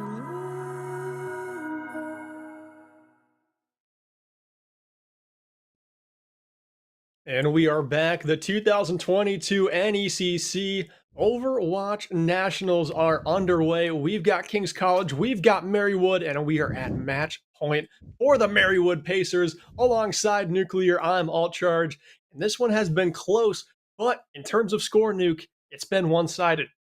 It has been one-sided in terms of the score. The Pacers, as we ended the last map, said they have been setting the pace thus far, and that has been nothing new this season. They have done that pretty much the entirety of fall into spring of this entirety of the NECC season. We are heading into Route 66 next, though. That will be our escort map, as Rialto was banned. Looking at the scorelines, though, it doesn't actually, I feel reflect how these games are going. Kings has had some scrappy plays and really brought it to Marywood to bring out some tools that they've not shown yet. Yeah, and they are bringing out another tool that they have not shown yet. Twee is going to be coming in for J County going into this map. They'll be taking over the damage dealing role here for Route 66, and they were a showstopper during the last matchup. They actually ended up popping off on Widowmaker. Not an easy thing to do, not something you expect in the Emergence division, especially, but on Dorado, right from the get, chosen on defense and just held the attackers in spawn. King's College had a very difficult time answering it. I hope they're ready for it this time because I do expect Twee Micro B to be rocking the Widowmaker out of the gate. I expect the same as we head into this map, and I hope so, truthfully. Now, talking a little bit about the background of these teams, Marywood in this past spring, they did finish 5th through 8th in playoffs, while Kings did finish 2nd in the spring. However, looking at the fall, Kings didn't play in the fall, and Marywood got 2nd in their fall placements for playoffs. So, both have been at the top of this division at varying points in time, and Kings have shown that they have what it takes to beat Marywood. They placed 2nd this season, but Marywood is just bringing the heat, and so far in Nationals have kept the Kings roster under their thumb. They definitely have. They've been a menace, and like we were saying in our last matchup, this really is how rivalries start to form. Getting knocked out by the team that beat you in the opening round of group stages, well, that's a little bit of salt in the wound from round one. We'll see if Marywood continue to just hold down on King's College. Kings have made some changes, though. Virgio over to the Junkrat. Of course, they're in spawn. These comps are not final, but like I was expecting, Micro B over to the Widowmaker. He is a menace. Watch him click heads this round. Yeah, 100%. And I'm excited to see if Micro B's going to hit any headshots. Let's see as we go underway. The Widow will come out. Oh, and I love it. Going up against the Pharmacy, too. This is exactly the matchup we had yesterday. Trying to lock it in on this first duel. Misses those, but that's okay. We're not going to count him out just yet, are we? It is actually Faintus doing a very good job here in the duel. Pocketed by the Mercy, hitting those directs onto the big girl's high ground, and the victor of the first Pharah versus Widow duel, and closing in here onto the back line in Long Tree, man. Long Tree running for their life, able to take some cover inside Big Girls, but it doesn't look like Faintus is done. Rolling into the back line, still terrorizing the skies above the Marywood Pacers. Corhex, though, already has the slam built up, lays it down, stunning 3, but isn't able to do the follow-up. Yeah, and that's going to be Faintest ripping through the tear, and Micro B finally taking him out, putting them back on the back foot, but it is just a simple Micro B against the entirety of King's College. Oh, Fire Strike from far out. PMC with a good prediction there. Throws it toward Micro B's cover. And that is enough to scorch the Widowmaker for Marywood. And here we have the final boss. Can Steam nano boosted up with the 3K scrap gun. No whole hog required. Can Steam has been so good to this point, Nuke. Ooh, but that was a bit of a cheeky play from Virgio, playing around the support, specifically the support beam, not the support line, but the support beam of Big Earls, stopping the hook from landing, but that will be Corhex there to stop him, unfortunately. Faintest, Virgio, and TPN do have their ultimates online. Marywood have none. Another big hook here from Can Steam has found 2 eliminations in this fight. Link did get rezzed back up, but Aircraft left vulnerable there. Hooked and sent back to spawn, and there's Micro B coming up to the stage with the headshot onto Faintest. King's College has a minute 55 to get this attack together. Ooh, and that seemed as though it was looking for Long Tree Man, but won't find anyone but nothing. Link going around the corner with the scrap gun and trying to find a pick here. Gonna miss Can Steam, and that's gonna be unfortunate. Micro B waiting for the head to pop out. This Pharmacy's having a much tougher time with this Widowmaker. Great positioning though from Faintest. They will fall to Long Tree Man, but understanding where the Widow was and positioning themselves appropriately. But goes right back up to the skies and is met with the lead there. Micro B just always able to meet Faintest with a shot. And it is time to can the Pharmacy, and they will. Faintest over to the Genji now, chooses a more duelist DPS style hero to just engage right onto Micro B and hopefully make it so Micro B has to start playing a little more scared.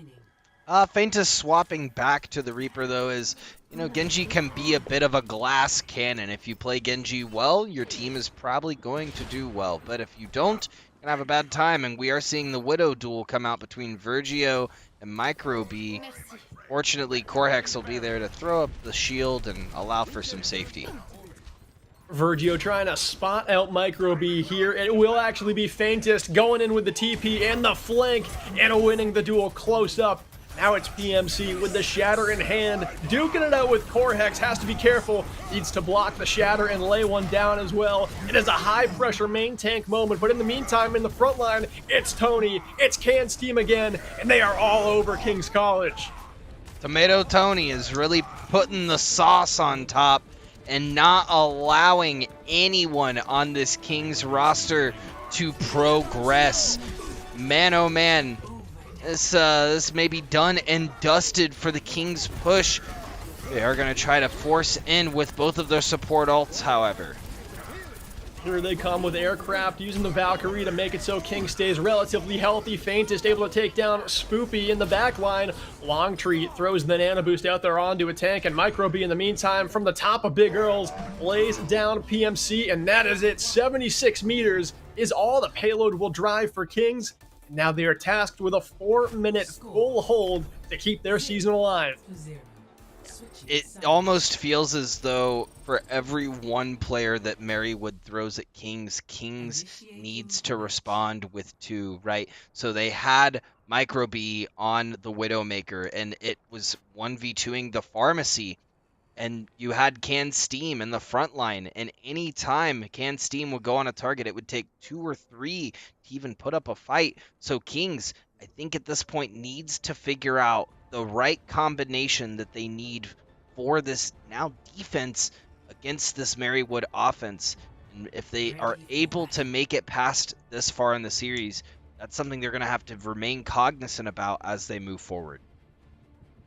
Without a doubt, Marywood are looking very good, but they've got to make sure they can bring it against even better opponents if they move on.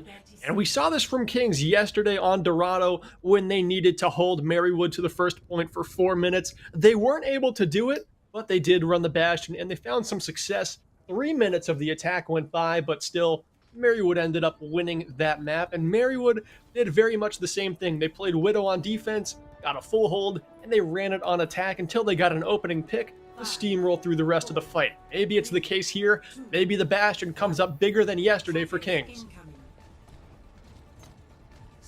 Let's hope that it happens. Ugh. I am so invested in this, Berkeley. I really feel as though the King's College roster can hold their stand here and continue this series, as it's just come down to figuring out their composition. That will be Faintest on the Bastion. Just playing very close to Can Steam rotating through that mid flank. A big threat that Faintest has to keep an eye out for. It throws the hook in there onto the front line, but it is able to be shielded away. Now we do have Faintest playing a little bit space between him and the attacking Marywood Pacers. Now up onto the high ground, needs to find these elims fast, as it is Marywood already with 3 in the fight. Corhex cleaving away, and that could be it. The payload doesn't have to move much farther, and the front line is not going anywhere for these Pacers. They could be moving on here in Nationals. Yeah, the Pacers will push it up, and this will be it. King's College has to find a couple of picks, but that's going to be Virgio falling early. Will anyone make it the touch? Faintest getting in position. The rest of the team trying to get through. That will be a pin onto the Zarya PMC. The res will come out, but meters away is the Pacers knocking at the door. Tactical visor is popped by Tony. That will be Virgio falling, and I believe you're right, Berkeley. That is it. Well, the same story as yesterday. Marywood Pacers get the sweep over King's College, ending their season here in group stages of Nationals and coming away, moving on to the championship round of at least group stages. We've still got much to go. They've got to make it through quarters, semis, and then, of course, grand finals, but they've done the task here in group stages to get them as far as they have. And Corhex here with the Earth Shatter exclamation point to end the round, taking out the back line, making that one a wrap. And Nuke, it was close for the first two, but Route 66, Marywood flexed their muscles for that win. Yeah, they did, and they've really wanted the win. You could tell exactly by the choices they were making in their hero compositions. It felt like nothing that Kings was throwing at them was working, and Marywood just remained vigilant in what they were playing. They really did, and one of the most vigilant members on Marywood in their pick was Can Steam. That's my MVP by a mile, especially that last play on Hollywood to clutch out that second point hold. He was just a menace. There was no dealing with Can Steam the entire time. Kings never came up with an answer. They did try the Ana a couple different times, but Can Steam was just way too elusive, able to not make sure he was killed, well antied, well slept, always able to get away, hit hooks, hit scrap gun skill shots. Nuke, did you have a different MVP in mind, or are you going with the Steam? Well, I'll tell you what, it wasn't bottled steam, it wasn't box steam, and it definitely wasn't any other forms of steam. It just had to be canned steam, 100%. You said that they see each other at the grocery store. That's what he's buying. That's what they're locking in, is the canned steam. 100% same here. I will be purchasing and locking in canned steam for MVP of this match, hands down. Yeah, it was a very good match, very well played by the entire Marywood Pacers roster, but Can Steam just did so much on every single map, especially that play on Hollywood that really comes to the forefront of my mind. Kings, you had a good run, you did very well in your divisional matchups, and you hadn't played before in the fall. Your spring was your first semester competing here at the NECC, and making it here in the group stages of Nationals is nothing to scoff at. But of course, the congratulations here goes to Marywood being the victor of the matchup. Nuke, you're a program director. What advice would you give to King's College? Because they don't have many seniors. I don't know if they actually have any seniors. No, they do. They have 3 seniors.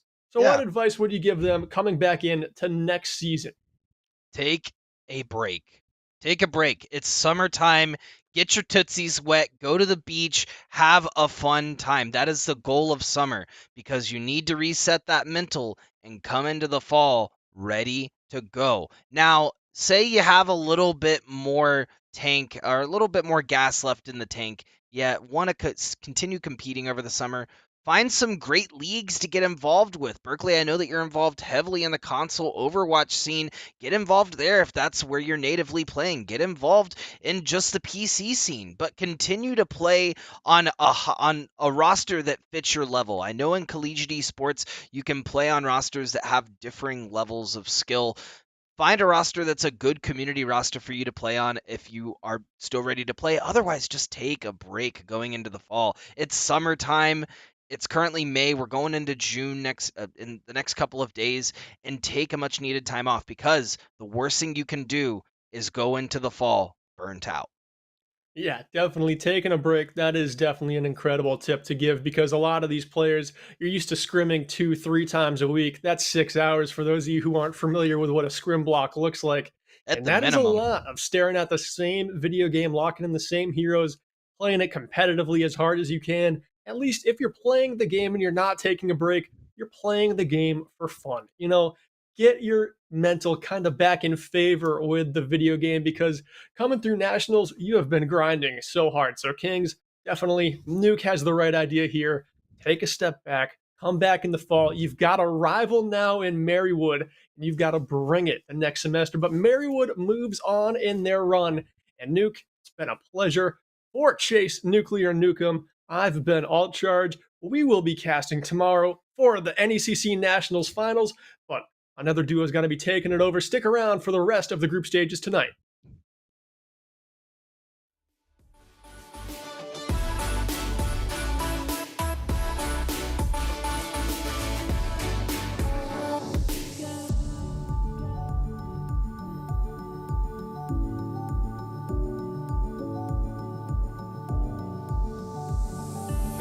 I found a ray dripping down your eyes when I'm not around. I found myself, but I fall into your lies all again. Where'd you go? Where'd you go? Where'd you go? Let me feel it. Let me feel it.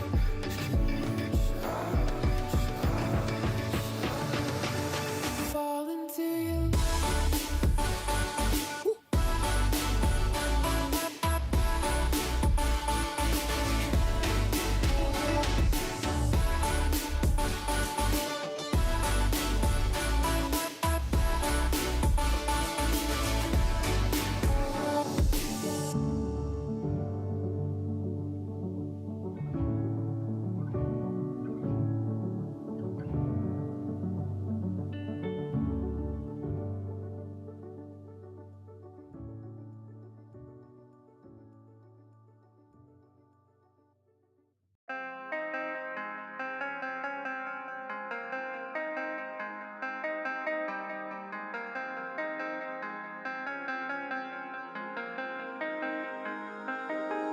When I'm with you, I am able to keep pushing my limits and all the drive that I have. Well, I'm going the distance with you.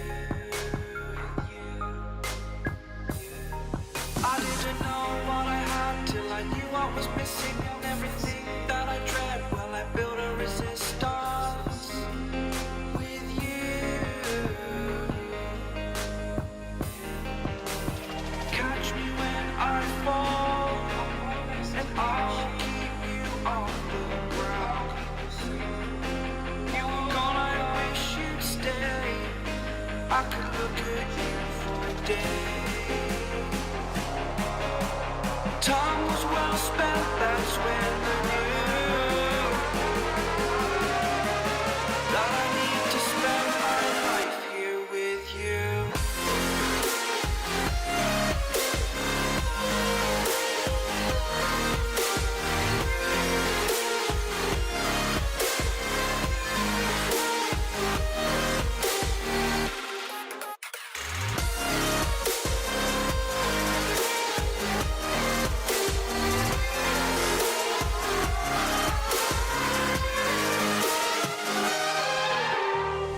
Take your time, not in the fast lane. I understand that you've been broken too many times, but I'll be waiting to mend your wounds from all you've taken.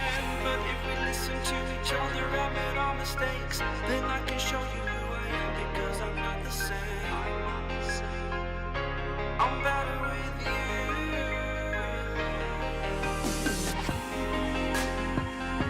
I'm better with you.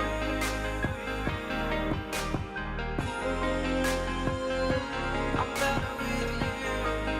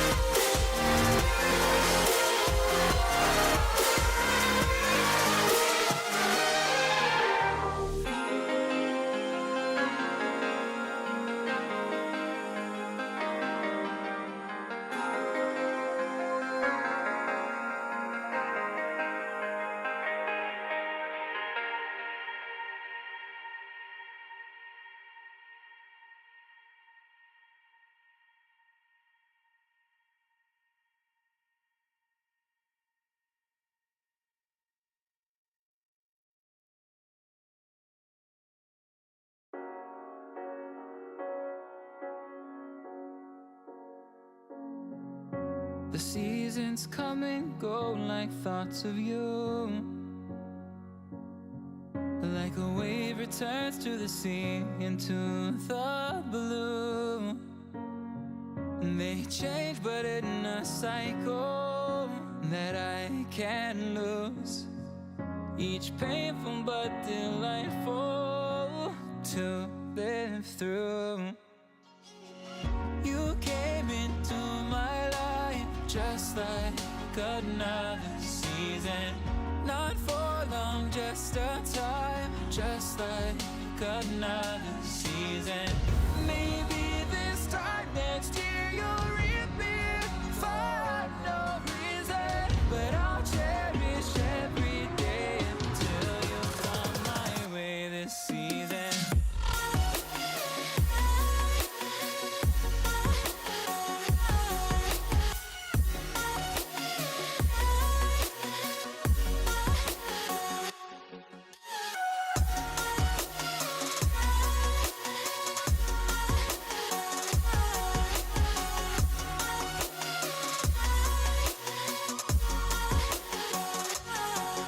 The seasons turn and change just like your mind. Like the sun gives into the moon, into the night. Time continues marching, it slowly crawls. With each new one starting, I recall. You came into my life just like another season. Not for long, just a time, just like another season. Maybe this time next year you'll reappear for no reason, but I'll cherish every day until you come my way this season.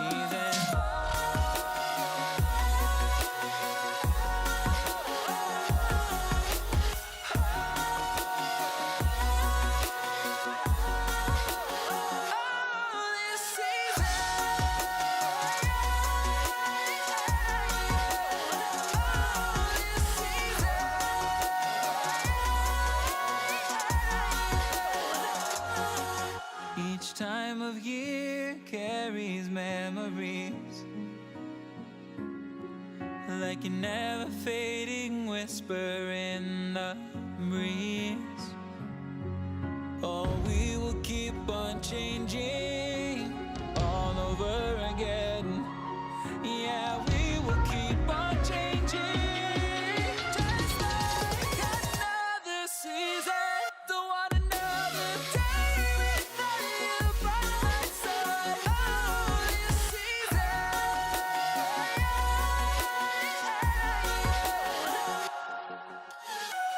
You came into my life just like another season. Not for long, just a time, just like another season.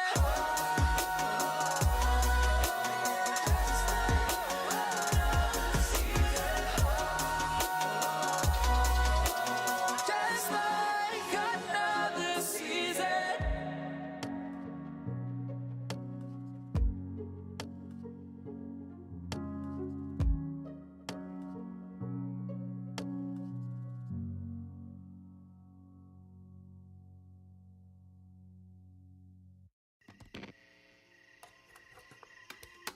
Is it okay if I'm to say I'm catching feelings from all the dealings? Am I astray? What do you say? How are you feeling? Is it the same? I hope you're not planning to waste my time. To my surprise, that was her reply. Now we vibe. It's been a while and such a ride, the stars align. I love the fact I didn't let her go. She loves the fact that I just let her know. Now we're together, it's a different mode. We getting crazy in a different role. I love the fact I didn't let her go. She loves the fact that I just let her know. Now we're together, it's a different mode. We getting crazy in a different role.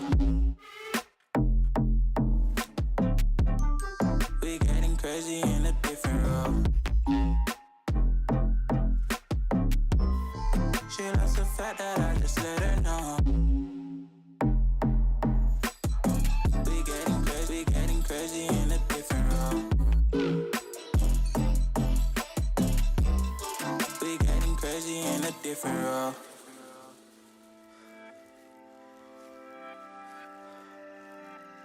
She my do or die, my bona fide. My up when I'm down, she's always beside me. She makes me feel alive, I won't deny. Her love for me is real and kinda suicide-y. She's not the same, she's such a rare type. She's far from plain, at least in my eyes. She said if I cross her, I'll be in the grave or under attack, but yeah, that's still my babe. I love the fact I didn't let her go. She loves the fact that I just let her know. Now we're together, it's a different mode. We getting crazy in a different role. I love the fact I didn't let her go. She loves the fact that I just let her know. Now we're together, it's a different mode. We getting crazy in a different role. We getting crazy in a different role. She loves the fact that I just let her know. We getting crazy in a different role. We getting crazy in a different role.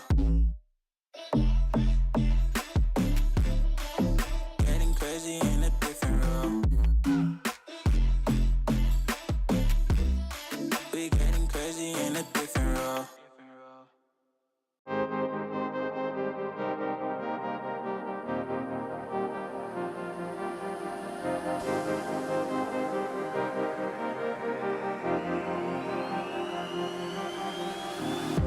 I'm cutting dice. Look at these eyes. They're not here to please you. There was a time you could be mine before all that you put me through. I knew that you were trouble, but I let that you were bad. I'm living in this bubble and it makes you so mad. You can say hello, but I don't need you to like me. Don't need you to like me. Don't need you to like. You can watch me go, 'cause I don't need you to like me. Don't need you to like me. Don't need you to like. You can say hello, but I don't need you to like me. Don't need you to like me. Don't need you to like. You can watch me go, 'cause I don't need you to like me. Don't need you to like me. Don't need you to like me.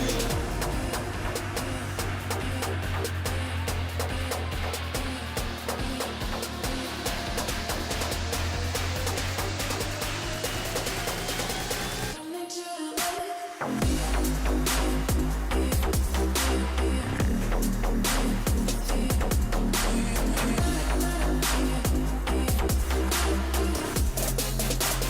Don't need you to like. Don't need you to like.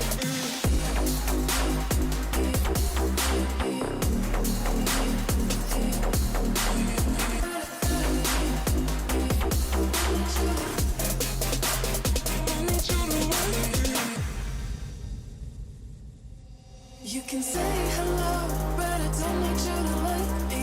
Don't need you to like me. Don't need you to like. You can watch me go, 'cause I don't need you to like me. Don't need you to like me. Don't need you to like. You can say hello, but I don't need you to like me. Don't need you to like me. Don't need you to like. You can watch me go, 'cause I don't need you to like me. Don't need you to like me. Don't need you to like me.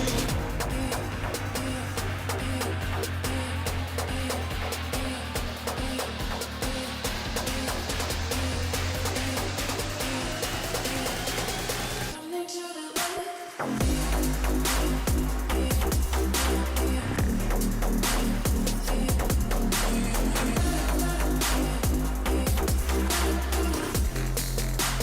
Don't need you to like.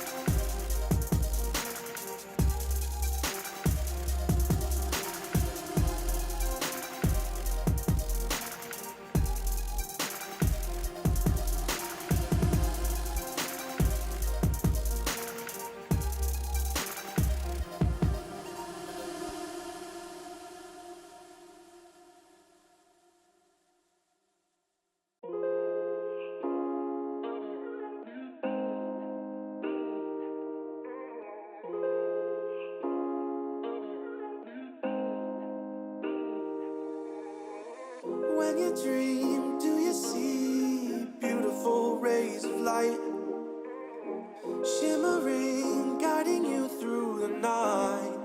I know it feels like the night's getting longer and light is harder to find. I promise I'll always be there. I'll remind you when you close your eyes. If they send for me tomorrow, even if I leave right now, you'll find comfort there in knowing whenever in doubt, you can find me when the lights turn out.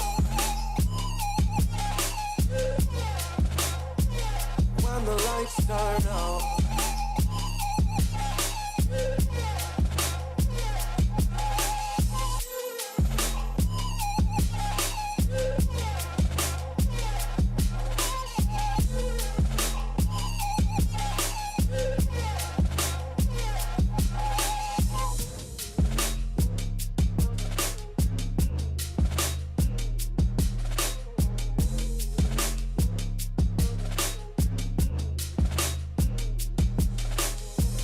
Even now, laying down hundreds of miles away, I can see you and me like it was yesterday.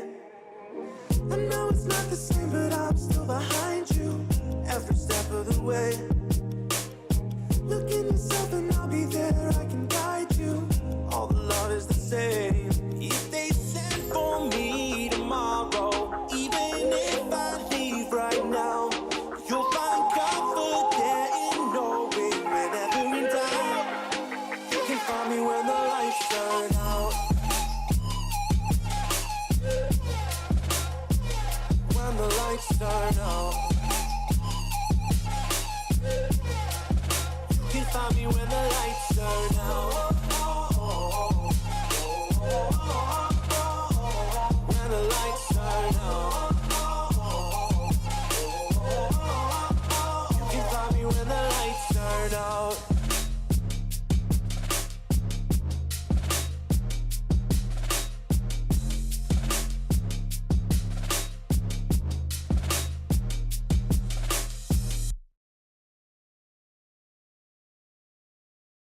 I need a second to take a breath, to keep me guessing with what you said.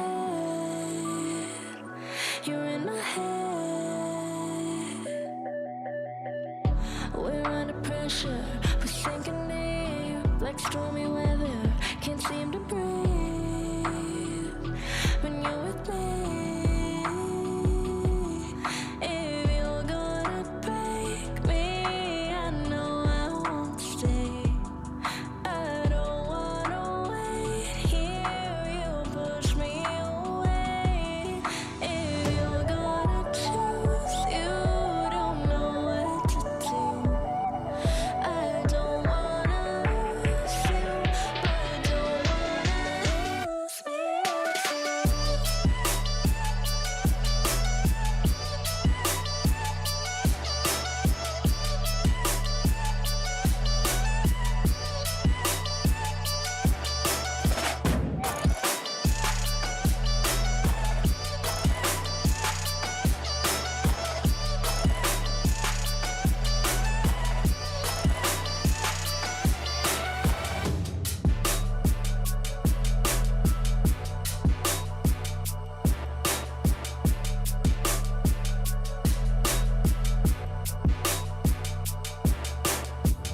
So complicated, don't mess it up. Feeling frustrated, it ain't enough to fix a love. If you're gonna break me, I know I won't stay. I don't wanna wait here, you push me away. If you're gonna choose, you don't know what to do. I don't wanna lose you, but I don't wanna lose me too.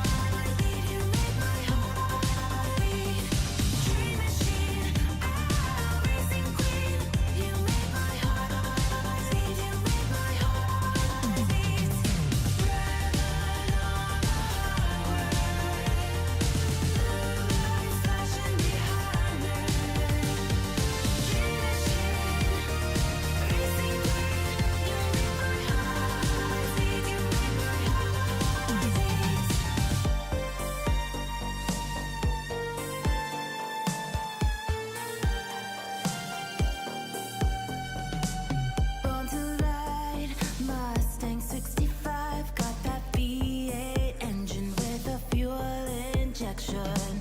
Drop the clutch, pedal to the floor. Turn that giddy into a lion's roar. Dream machine, racing queen. I'll take you wherever you wanna go. Let's blow this town, break the speed of sound. Tonight we own the road. Dream machine, racing queen. You make my heart beat. You make my heart beat. Dream machine, racing queen. You make my heart beat. You make my heart beat. Red on the highway, blue lights flashing behind me.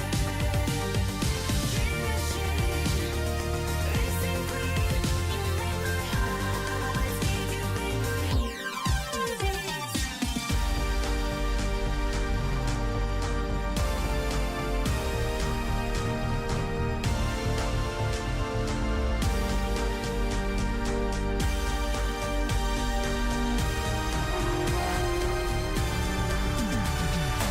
Dream machine, racing queen. You make my heart beat. You make my heart beat.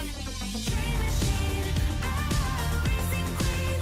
You make my heart beat. You make my heart beat.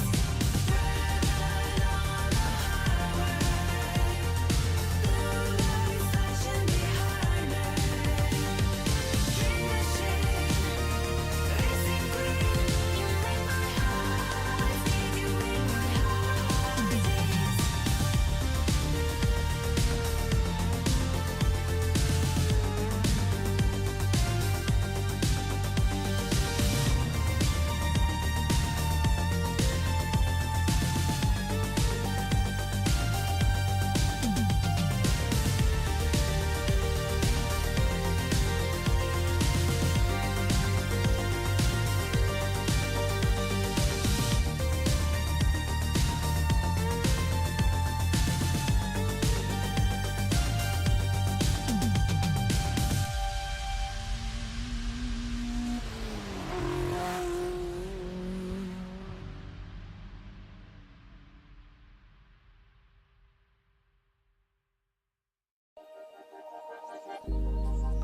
Started as a whisper, message from a new world I'd never known. Something about it felt like it'd been waiting my whole life. Is this home? I can hear each sound calling my name, and I feel angels around when I start to sing. And suddenly it feels like I'm in the soul for Tell me, can you hear the symphony? Panic, panic, panic, panic,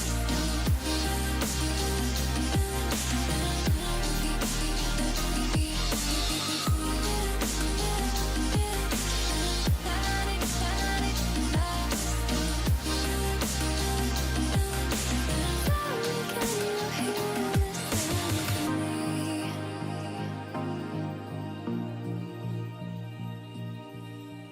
I can't help but think that it's meant to be, that I'm finally right where I'm supposed to.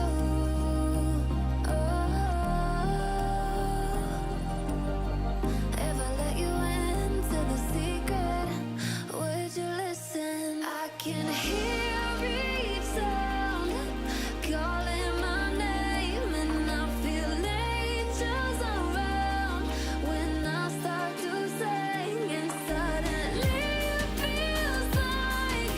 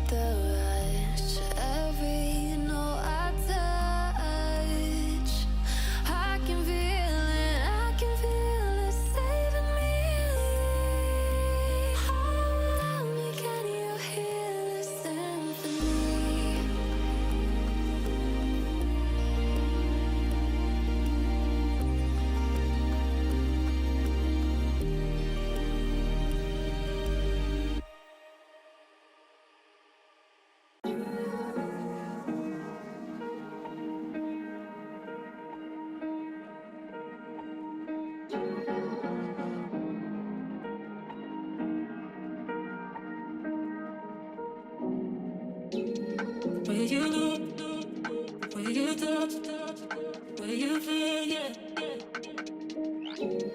Where you look, where you touch, where you feel, yeah. Can we talk about me and you? Can we talk about the truth? I wanna know, I wanna know. Can we talk about me and you? Can we talk about me and you?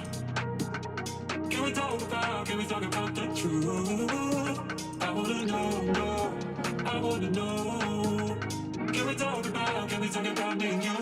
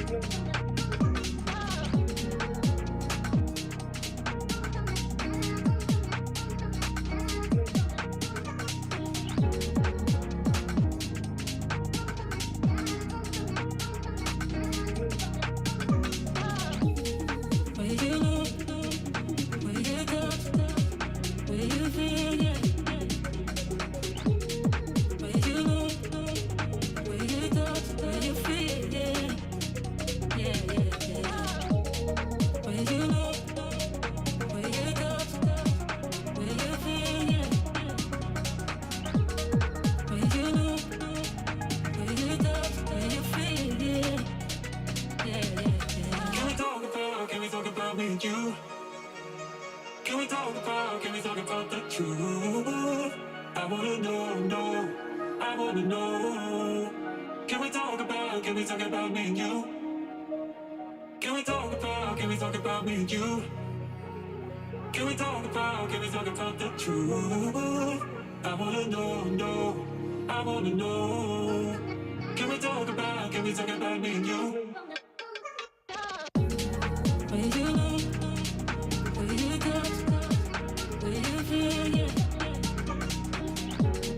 Where you look, where you touch, where you feel, yeah. Where you look, where you touch, where you feel, yeah. Where you look, where you touch, where you feel, yeah.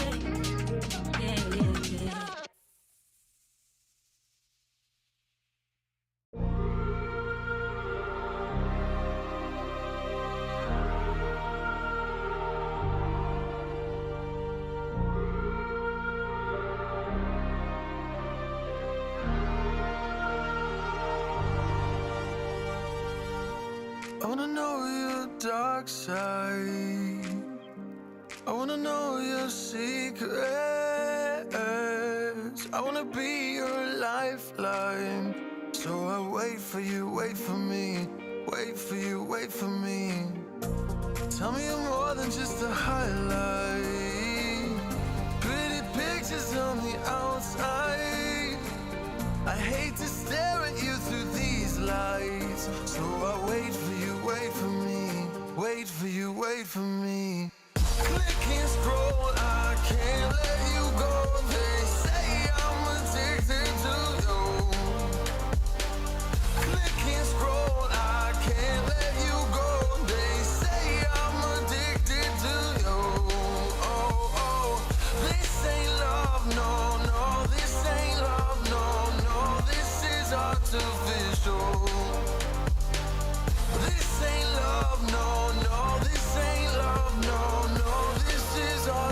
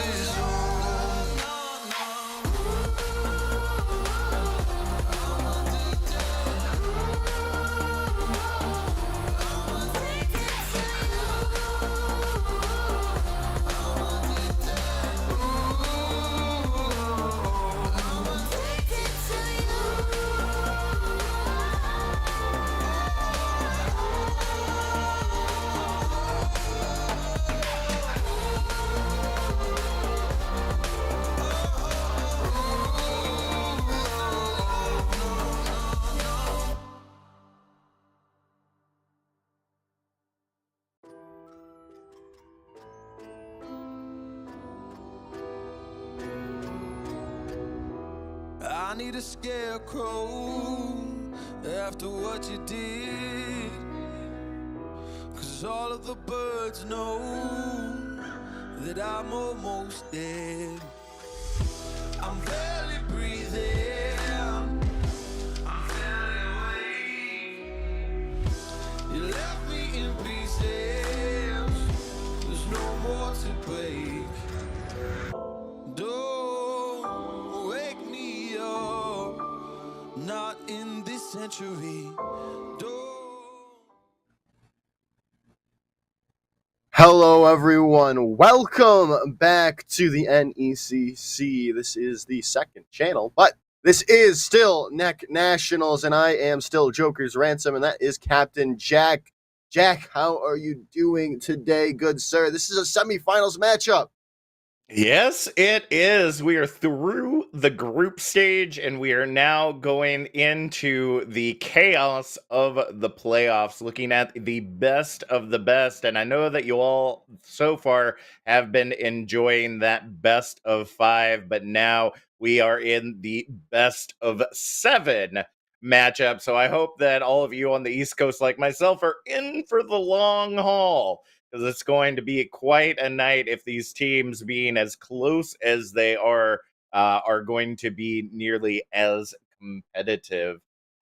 So we're getting map types and whatnot to start off, but our matchup for this evening is going to be Eagle Esports versus CCE Blue. And both of these teams incredibly high caliber coming in from the Challengers division. Eagle Esports ending the spring season 7-1 with a second place ranking. Let's go ahead and take a look at the roster coming in, if at all possible. As we go ahead and take a look at some of the beautiful names that are coming up here, we got, of course, our wonderful seniors. Juice Box Hero got stars and Kool-Aid Man in his eyes. Beautiful degree there in computer science, coming in on the flex roll. So it's going to be a little bit of a surprise to see what they end up playing tonight.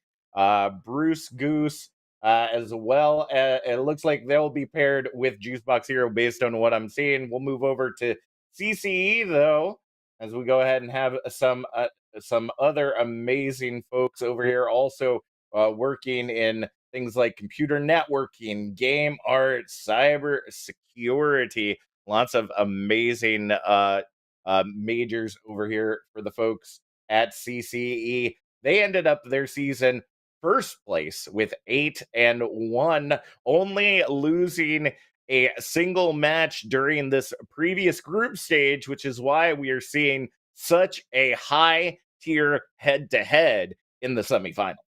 Yeah, it should be a very, very fun matchup to watch here. And, well, we've got to start somewhere here. And we're not starting on Busan because, well, that got banned out. But the pick is going to be coming in, and it is going to be an Oasis map type, map choice. Yeah. Which is obviously, we're both very... Second day in a row that map has been picked first. And it's always it was interesting yesterday because the assumption was that we were looking at City Center, right? Like that's the big one that is really different from the other two. The other two, you can kind of run rush or dive or, whatever is you're feeling to flex to at that point in time. But really, dive survives on that City Center map. And we thought that was the big reason that it was picked. I mean, thankful for the luck of the draw that those teams didn't end up having to play that, and all we saw was pretty much rush dominate that. So I'm interested to see if the choice in this map is because we're going to be seeing a lot more of that dive heavy composition that is prepared for City Center, or if it's just a map that they're more comfortable on. But I have to say, it's been very unique seeing this picked first. Either it's because people want to get it out of the rotation so that the better maps are more of a guarantee later on in the series should they end up flopping on this one, or if they are actually well practiced on it and looking to utilize it. And it looks like City Center will indeed be that first map to go ahead and start off on. And so far, both teams are playing around with actually much stable compositions when it comes to more of the low ground fight, very little utilized on that high ground. The big difference we're seeing here thus far is the speed that's going to be coming out of the side of Eagle Esports with Mimic on that Lucio. Java Cup opting for that Brigade. And E.G. Jacob coming out on the Cassidy, whereas Mercy is opting for that Hans.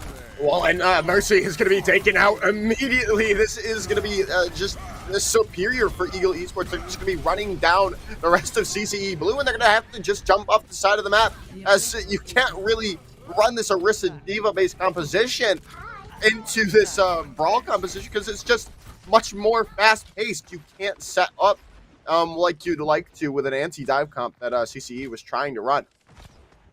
That's absolutely true. And now we're seeing a little bit of what I like to call the piggy toes coming out with the Sigma Hog. Very interesting composition as well, going against this pseudo rush that we're seeing coming out here. Haas is going to have to get some major hooks if they're going to dislodge this close-knit composition.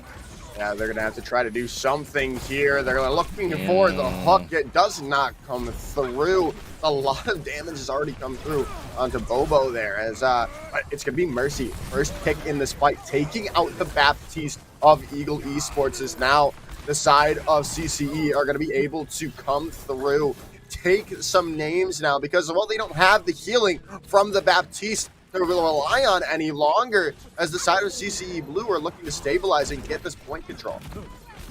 Yeah, Java Cup trying to go to that high ground alone definitely was not the best choice for that utilization. Thankfully, we'll still see the cleanup here in the end. Some staggers coming in from Eagle Esports. They will pay for that. I'm going to go for that hard reset, especially the Sonic arrow there from Mercy. But at the 57% mark, we're going to see CCE Blue take control. And now with this composition, especially with the High Noon getting ready to come online, this could be a huge time waster in favor of CCE to keep this objective clear of any errant Eagles.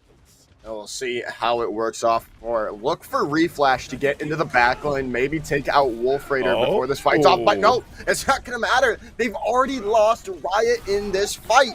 And that is a huge pick yet again. I said it the previous fight, taking out the Baptiste as the majority of the healing gone for Eagle Esports. And now they're going to be able to take out E.G. Jacob as well, as Eagle Esports are just going to have to reset now here, Jack. Yeah, I mean, I was a little interested that we didn't see them wait a little bit longer, because there's no guarantee that they would have ended up getting a pick. Massive shatter for the quick recharge. Well, that's going to come back strong as Bruce Goose lines him up. Or sorry, as Juicebox Hero lines him up and Bruce Goose takes him down, finding 4 in that fight. But it's going to be a very hard to keep this point into the favor of Eagle Esports here. They are going to be able to get the point, but look at the ultimates on the board for CCE Blue here.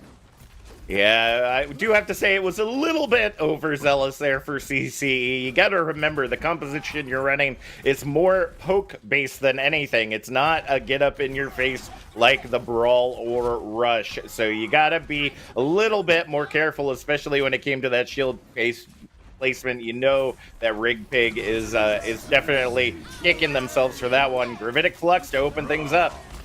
They do have that High Noon coming in from EGG Jacob to really stop any follow-up coming in from Rig Pig's ultimate there. The Deadeye now coming in from Bobo XXL, pushing them back, going to be lining them up for Haas now, who does receive this nano. The self-destruct to come in from over the top. It is going to take down Wolf Raider, which is a huge pick in this fight.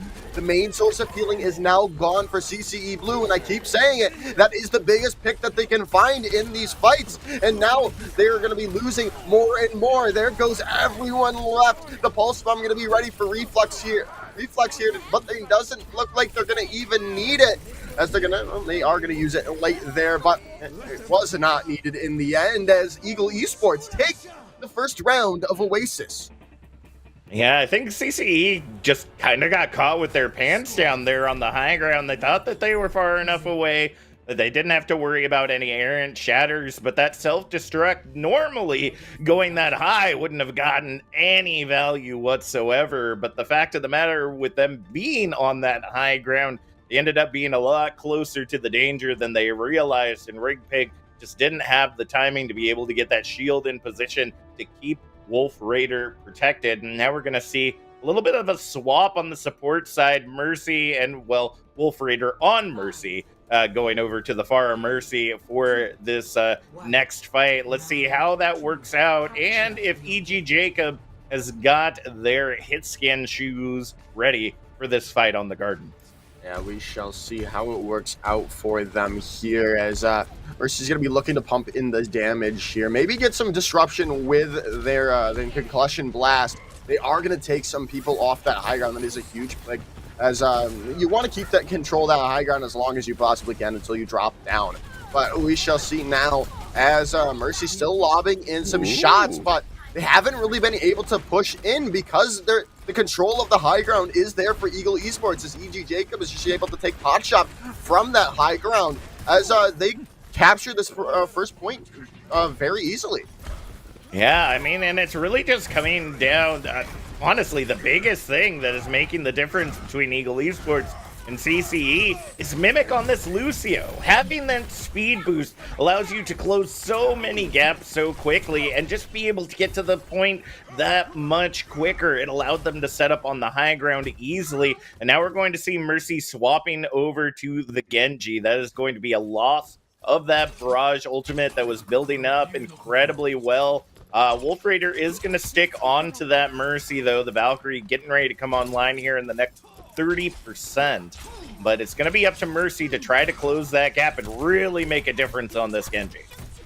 Yes, we shall see how this works out for them here. Look for Rig Pig to start off with this Gravitic Flux that they have now online, and just as I say it, they're going to be using it. They're going to lift up a couple of people there. They're going to get 3, but not get any picks from it. It's Java Cup with a nice headshot coming through. The flank Yata coming out. Oh my goodness, 2 picks coming in for the Zenyatta of CCE Blue. This is looking good now for this side of CCE. They just need to get a couple of more picks in this fight, and Haas is going to be able to get reflex out of that, as that is going to be CCE getting their first capture on this point. But they've set themselves up so well, Eagle Esports. Getting up to that 77% truly makes all the difference. But now there really isn't going to be anyone that's going to be able to kind of shut out Eagle Esports. You don't have the Mei that's going to be able to kind of close those long sight lines or restrict. And this Deadeye probably not going to find any value other than keeping a few seconds off of that clock. Absolutely not, as the real thing is going to be Mercy's Dragon Blade. Here it comes out. They're going to find Mimic off the side of the map. The self-destructor's there, but Haas with the whole hog takes him off the map, as that is going to be the point win coming in for CCE Blue, as Riot jumps off the side of the map, but does fall down to Mercy in the end. I didn't even catch the positioning of that whole hog. I don't know if they ended up trying to drop to the low ground, and Haas was like, all right, let me put the vacuum in reverse, and just yeeted them all off the side, or what. But beautiful timing and placement. The Dragon Blade to open up used a lot of resources. The Eagle Esports still got quite a bit in the pocket. Yeah, and then speaking of things in the pocket, they've got the Blizzard now. The Transcendence is going to capture it out, but Juicebox is going to drop the Shatter, take out Bobo, as this is looking good for the side of Eagle Esports to come back in strong, get the picks they need, and get the point back into their favor before they lose too much ground on the capture percentage here, as it is just a couple of people left, as they're just going to clear them up as quickly as they possibly can. That's true, but CCE did give themselves a little bit of breathing room. It isn't completely final fight territory just yet, although it's looking like it will be based on how slow they're having to take getting into this objective. This Dragon Blade has to be massive. If Rig Pig can start things off with the Gravitic Flux, that would be a huge opener. It definitely would. It definitely would be indeed. But the sound barrier is going to be used early on here. And Bruce Goose has taken out Bobo XXL. But they're they're going to use the Grid Flux, as it is going to find 2 picks here. 3? No! This is going to be huge for the side of CCE No Blue, way. as they come back strong off the back of those 2 ultimates from both Rig Pig and Mercy, as they're going to be able to get the team kill. It's going to be the last fight now for either of these 2 teams, Jack.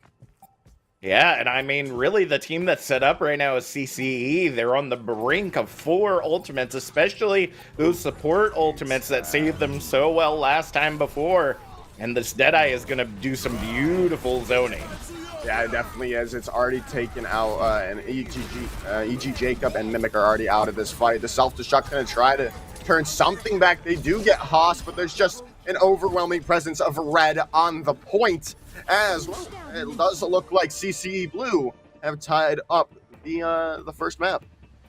That's absolutely true. And now it's time to go back to school as we head back to university for the final map here on Oasis. And it is going to be all about crowd control. The egresses and exits that are on this map are so important when it comes to positioning, and I'm not surprised that we're seeing CCE get a little more rushy on this map. That Sigma Hog doesn't have a lot of distance when it comes to capturing this objective. And if you go to the high ground, there's always that possibility of getting sent over the side, as we saw clearly on the Gardens. They want to make sure that they lock this in, but they're keeping Mercy on the Genji.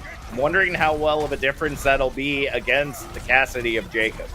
We shall see if it is a positive or a negative going into this first fight here, as it's not working out currently well, because there's just an overwhelming sense of damage coming in from Eagle Esports, because they do have that stun from EG Jacob currently, as it's going to work for them to start things off. They've taken out Wolf Raiders with that stun, and the most likely flash ban, as that is going to be Eagle Esports taking the first capture percentage yet again here. Yeah, that huge opener there, especially with the amplification matrix of Riot. Even if it ended up getting no picks whatsoever, it was just an absolutely huge deterrent. They had used pretty much every cooldown that they had to be able to fight where they are, and now the re-engage with the Maywall already. Yeah, both Maywalls are now on the board for the time being. But the first thing that's going to come out is a massive shatter coming in. CCE Blue, Haas going to drop them all down, but the Blizzard is going to be there to really counter that out. They're not going to be able to follow up on that huge ultimate from Haas just because of reflex. Thank goodness that Java Cup did not have that beat just yet. I could see that late beat coming in, attempting to try to save the day and end up not succeeding. I mean, of course, Mimic is going to have theirs online as well really quickly, so it's going to be about timing that aggression, getting Mimic out of the fight as quickly as possible. Yeah, as they're going to start things off here yet again with the Deadeye starting things off. EGG taking out Bobo XXL, who had that Blizzard online, which is a fight-changing ultimate. No longer on the board, but seemed to matter currently for CCE. They've got Haas, and that's all they seem to need currently, as Mercy finds 2 of their own, as well as the rest of CCE Blue come back strong and get the point back into their favor. Join me.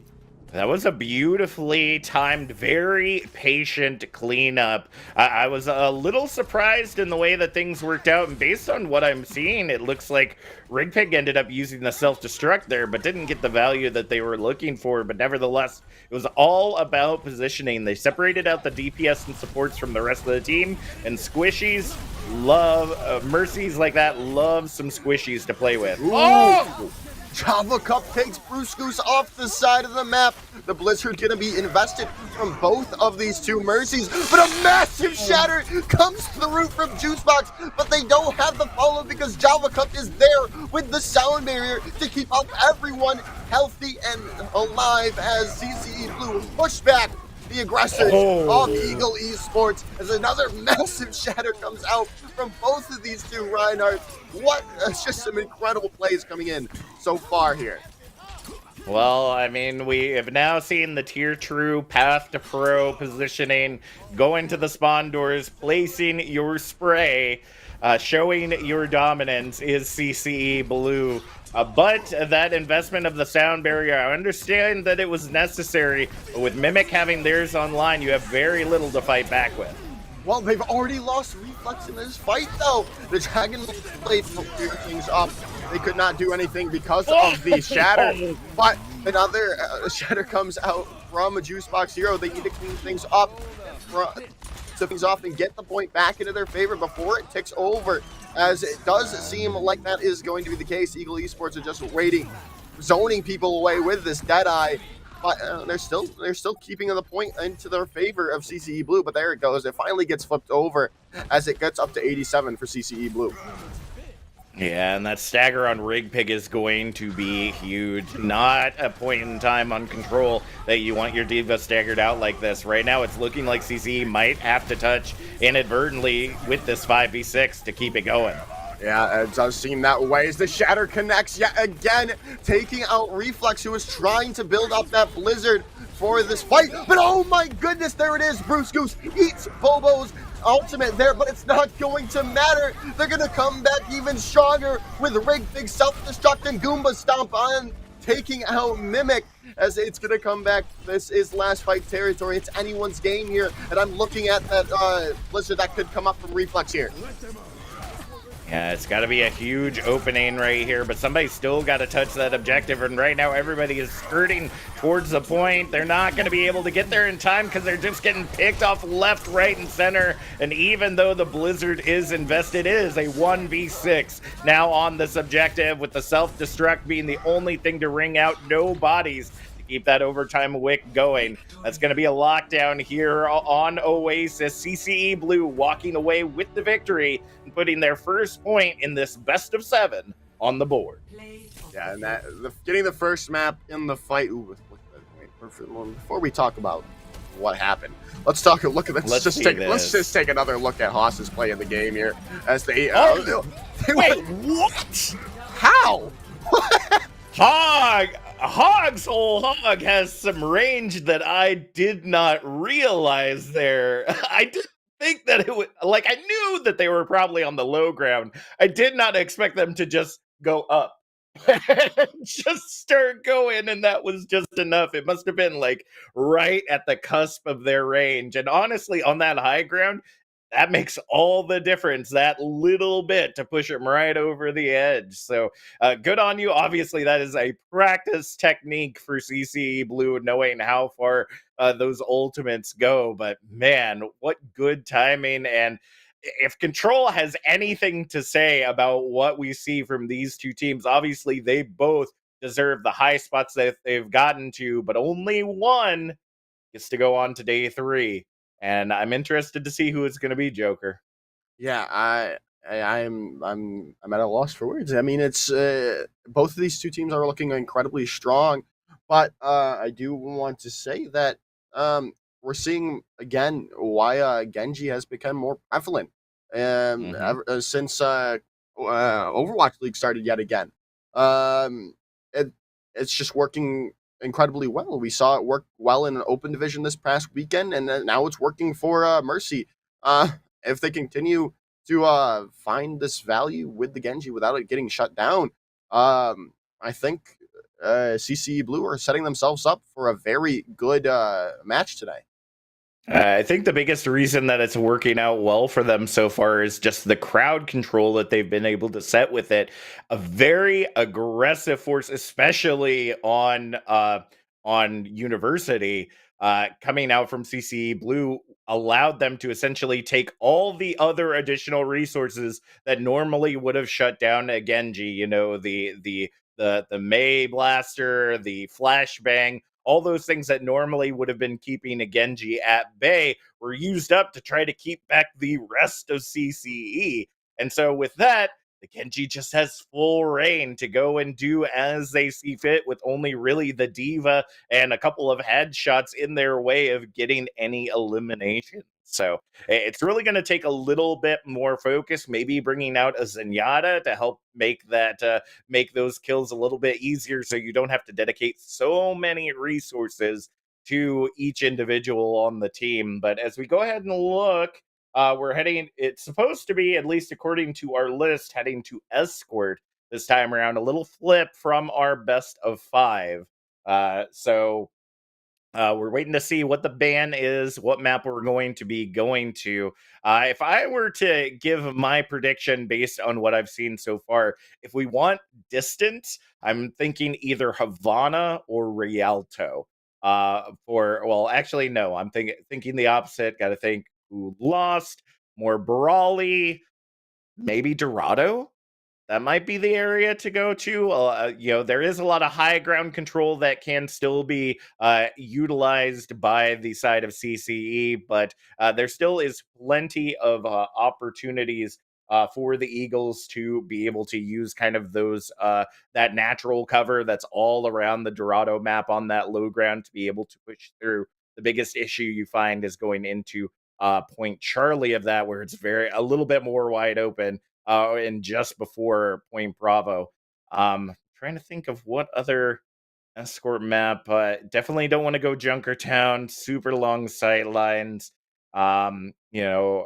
Rialto possibly could be a good idea if you're looking to get more of those, kind of close the gap and send them into the drink eliminations. But it's definitely a gamble because, again, lots of long sight lines. That open courtyard, especially in the first area of the map, makes things a little bit difficult, especially if we see that Sigma Hog come back out once again. So I don't know, Joker. What's kind of rattling around in your brain? What do you think that we might be seeing coming out from the Eagles as their choice, depending on what gets banned, of course? Well, Jack, I do know what is going to be Oh, banned and what you is do, going to be actually. picked. So here is my big brain saying they're going to ban Rialto, and they're going to be going to Havana to take things. I do like. I think it is a very good brawl map, specifically these first 2 points.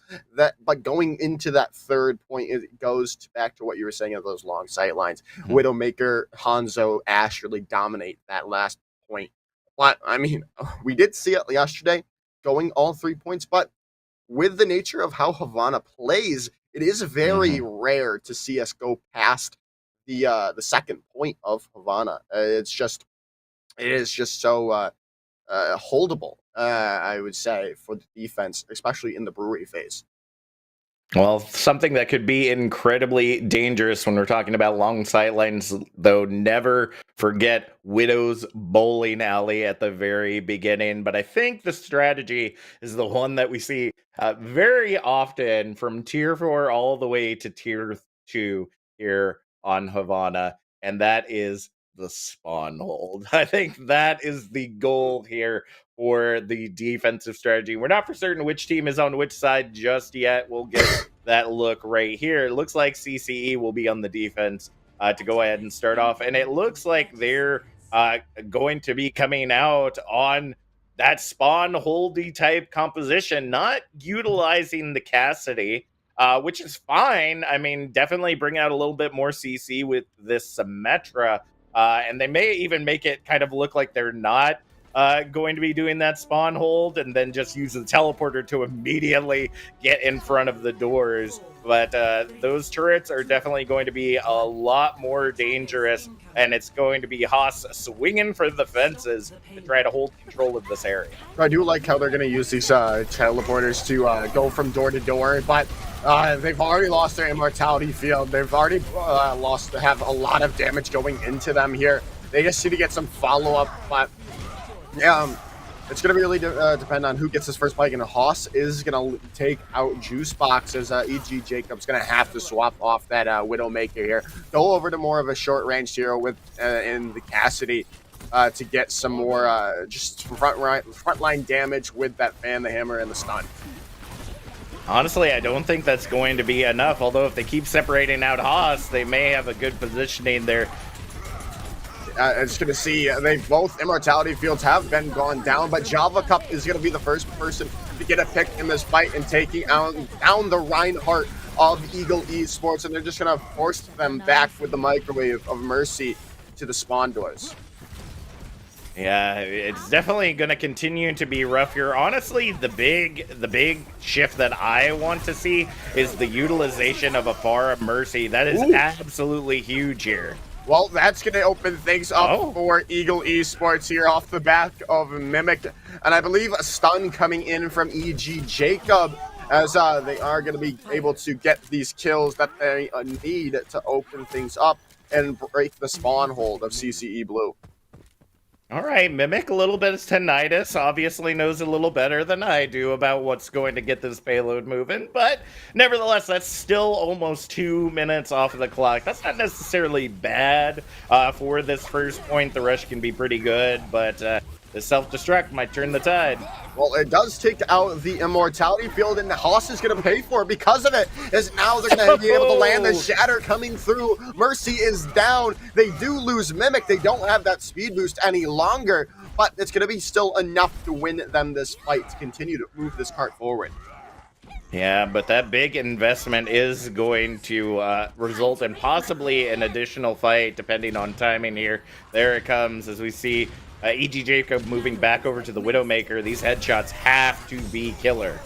Well, they're going to be popping the nano boost onto Juicebox, and another eat comes in from Bruce Goose, taking away the Blizzard from Bobo XXL. That is going to bode a first point capture, most likely for this Eagle Esports squad. Getting the DMAC there on to Rig Pig, as it's just a couple of people left on the point, as EG Jacob clears off Mercy, as that is going to be Eagle Esports taking this point.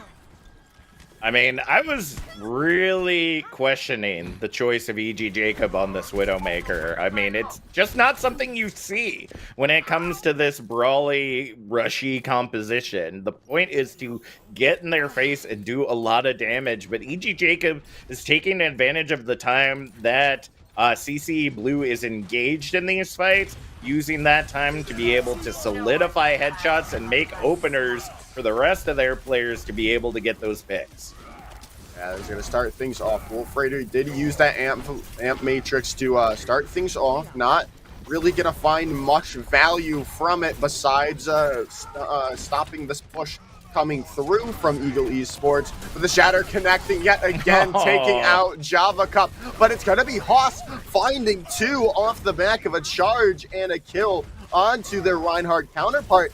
That solidifies this defense for CCE Blue here. Yeah, that puts them in a really good position here on the high ground. I was a little worried about where Haas was, getting frozen a couple of times there by Bobo just because they were separated out from the rest of the team. But everybody's got to be together as these ultimates come online. Ooh, the self-destruct comes through. That was almost a perfect one. It gets taken away as, oh my goodness, Bruce Goose is hungry and very hungry. I don't know how that works out, but Haas takes out two with their shatter. But what happened? I'm so confused. I am also confused because it's not like we ended up seeing Mercy use the Dragon Blade. So why was it the Dragon Blade picture? There must have been something massive reflected off of Mercy, and then Bruce Goose still ate it up. That's the only thing that I can think of. But man, sometimes the skill feed can be pretty nutty. I think Reflex used their Blizzard. It got deflected, and then Bruce Goose still ate the Blizzard. Oh my gosh. That is incredible. That's massive. Stuff. Incredible stuff. The Shatter coming now out from Juicebox, trying to follow things up. The Immortality Field is going to counter out most of it for the time being. They still have these walls up. The infra site is out there for EG Jacob to know the positioning of everything. And but now we're going to see as Bruce Goose still a bit hungry here, Jack, is the question. Well, the big thing that EG Jacob is looking out for right now is Mercy on the Genji. That's really the one that's looking to cut that sight line as quickly as possible, making essentially the entire fight 5v5 with this fight. the Blizzard comes out, we're looking at a big opener. That first pick is going to make all the difference. It definitely is, and it could be off the shatter from Haas there, but it's not going to be. It's going to be Mercy taking out EG Jacob with a nice dash through. Riot trying to keep up everyone healthy with this Baptiste, but it's still going to be Mercy finding another pick. They're going to try to flip this with the Blizzard to come through, but Mercy has found 4 picks in this fight. No, they found all 6! That is massive. The dash through's perfectly timed, and the Dragon Blade now online to be unleashed. EG Jacob now swapping over to that Cassidy. I gotta say, I think it's a little bit too late in one opener. Yeah, that is an amazing plays coming in from CCE Blue. Mercy just finding so much value with this Genji, Captain Jack. They need to do something to Eagle Esports, or they're just gonna be they're gonna be left to slaughter just because of Mercy's Genji. Yeah, I think that's one of the surprising parts of this. And like you've already mentioned, we haven't seen a lot of Genji play in the recent, let's be honest, years of Overwatch play. So seeing Genji not only come out during national competition here in the collegiate scene, but also used to such a high level that even when almost fully countered is still getting a heck of a ton of value. I mean, that is just making all the difference right now. Eagle Esports have to think of another strategy right now. They're locking in this double shield as a possibility. Brusque's having the ability to use that accretion to try to keep Mercy away from their supports and DPS. And it looks like they're possibly even going for the spawn hold with the Sigma. I'm not 100% certain if that's the call here, but it looks like Bobo, if they don't swap things over, I think something tells me they're going to be swapping back over to that Bastion really soon if they want to be cutting through this spawn hold that we're getting ready to see. Yeah, and I did have confirmation that May ults got deflected then eaten from our amazing observer there. Goodness. So yeah, that is what happened. But we're gonna start things off with this fight. Let's see. Some immortality fields being used, but no picks coming out yet, as they're going to be rotating around. Maywall's coming out looking for these first picks, as it is going to be a nice freeze onto Haas to start things off, but an even nicer anti-nade comes through from Java Cup there, as Mercy is going to come through, take out Juicebox. They're going to have to push back now. The spawn hold does seem to be broken for the time being by CCE Esports, or CCE, yeah, CCE Blue is what combine both of their names there, as it finally is CCE Blue getting the upper hand in this fight. Yeah, opening that up, it just was a matter of time as soon as Juicebox Hero ended up falling. But look at the ultimates that are online for either side. The big thing that I am worried about right now is the fact that Java Cup swapped over to the Ana. You know that Nano Blade is going straight onto Mercy's Blade, and it is going to be up to Brusque to get that Gravitic Flux online as quickly as possible. Well, there comes the Blizzard out. The Shatter is going to take down Reflex, as Mercy now has this Dragon Blade with the Nano Boost. The Nano Blade only finds Brusque, however. CG Jacob uses that does no avail, really. Juicebox gets stunned. The main tank experience is real for Juicebox Hero there, as they are going to be taken down in the end, as CCE Blue continue to push this cart through. Well, I mean, there were picks on either side, but the bigger picks came in for Mercy. Taking your off tank out of the fight means that you are much less protected. You and your supports that will keep you up and engaged in the fight. So Eagle Esports maybe have one additional fight to be able to try to turn this tide. I'm a little surprised we're seeing the Gravitic come out now. Yeah, as especially since Juicebox Hero has already been dealt with, as the side of CCE Blue are continuing to just dominate this Havana map. Yeah, I mean, I'm going to be completely honest with you here, Joker. I'm having a really difficult time figuring out how CCE Blue lost a single match, not only during the regular season, but then during the group stage. It must have been some heavy dealing with Mercy, but right now it looks like Eagle Esports are going to have a hard time. Mercy finds 3 there as they're going to look to get this DMAC Diva as well. Going to be Bobo getting it, but no one is going to be able to touch as the cart is going to just glide in and take CCE Blue up 2-0 in the series. All I gotta say is that even though this was a loss for Eagle Esports, if I do not see the clip after all this is done of the reflected Blizzard Eaton, beautiful work there by the Diva player, but Mercy is just, I mean, head over heels right now in the way that they are played. There just seems to be nothing that can stop them based on what we're seeing come out from Eagle Esports. And I believe since we're in a best of 7, we're going to hold off break until the end of map 3. So we're going to keep pushing forward, which means we're heading to hybrid. Now, if they're going to slow that momentum, it has to be now. They cannot wait for halftime, because at that point, their backs are against the wall. I know that we said that this is a best of 7 series, but really, terminology-wise, it's first to 4. The first team that gets to 4 wins during their matchup takes the victory, moves on to the next round. And so if they want to shut down that momentum, keep Mercy from being such a thorn in their side, the pick that they make going for this next map, obviously depending on the ban coming out from CCE, has to be perfect in order to shut down the momentum of the blue team. Well, it's gonna be the ban is gonna be Hollywood here as Interesting. Yeah, interesting indeed. Oh. The ban, I guess, because I have a feeling I know where they're going. yeah, I mean, it has to be It's King's hybrid. Rock. Yeah.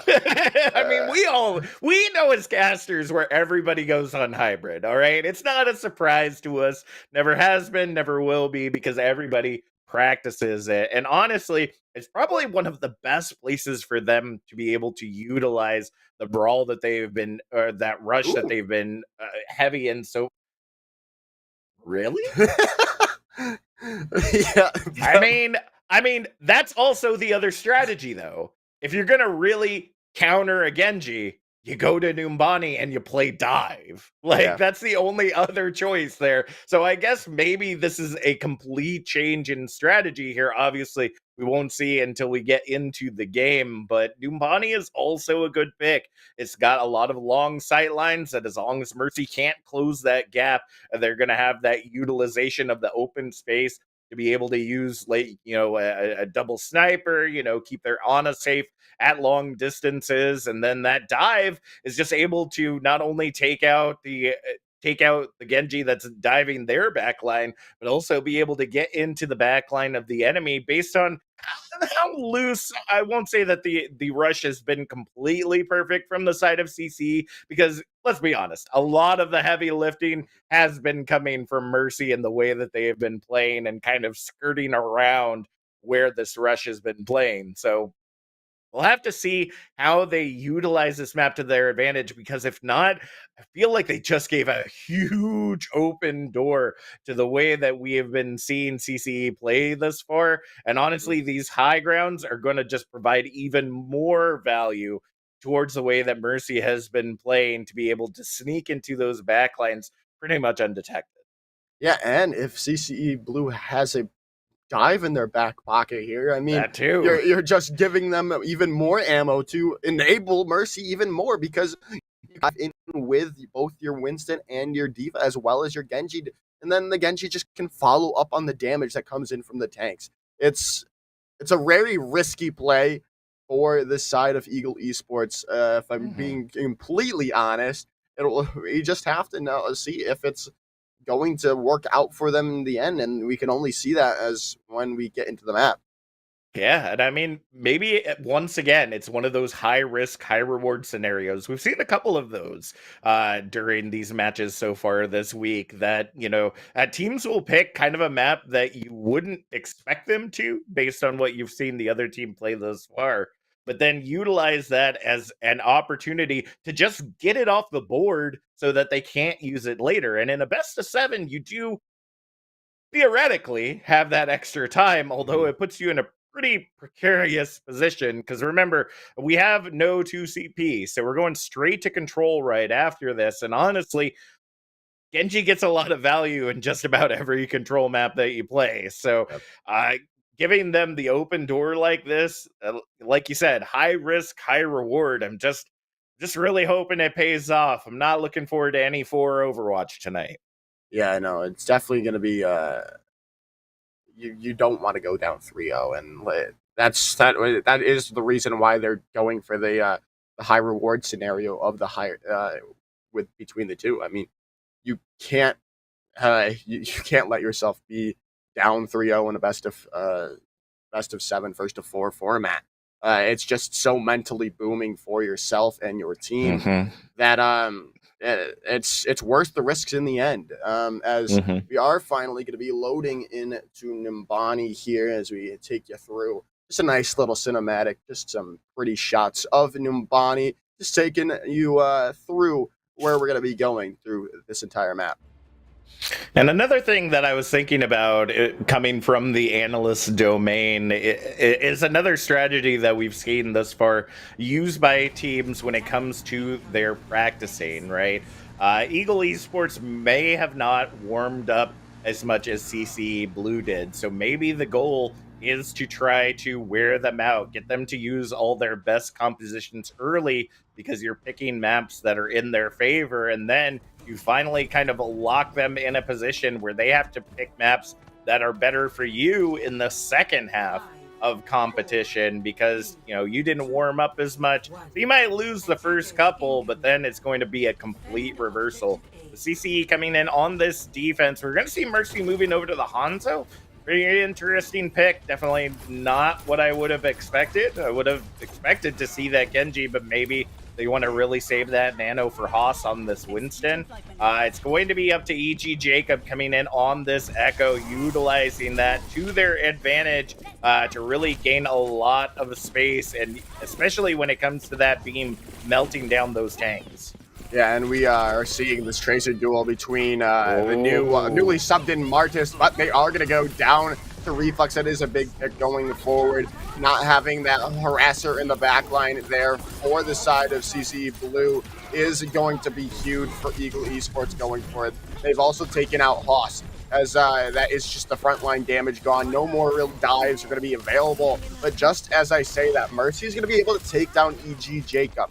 That is a huge pick. That is a massive amount of damage gone. And now Mercy's taken aim and taken down Wonelli there as well, as they're still going to be able to take out Martis. But Mercy's already built up Dragon Strikes, as Reflex is trying to do as much as they possibly can. But off the back, yet again, of Mercy, is the hold going to come through strong for CCE Blue.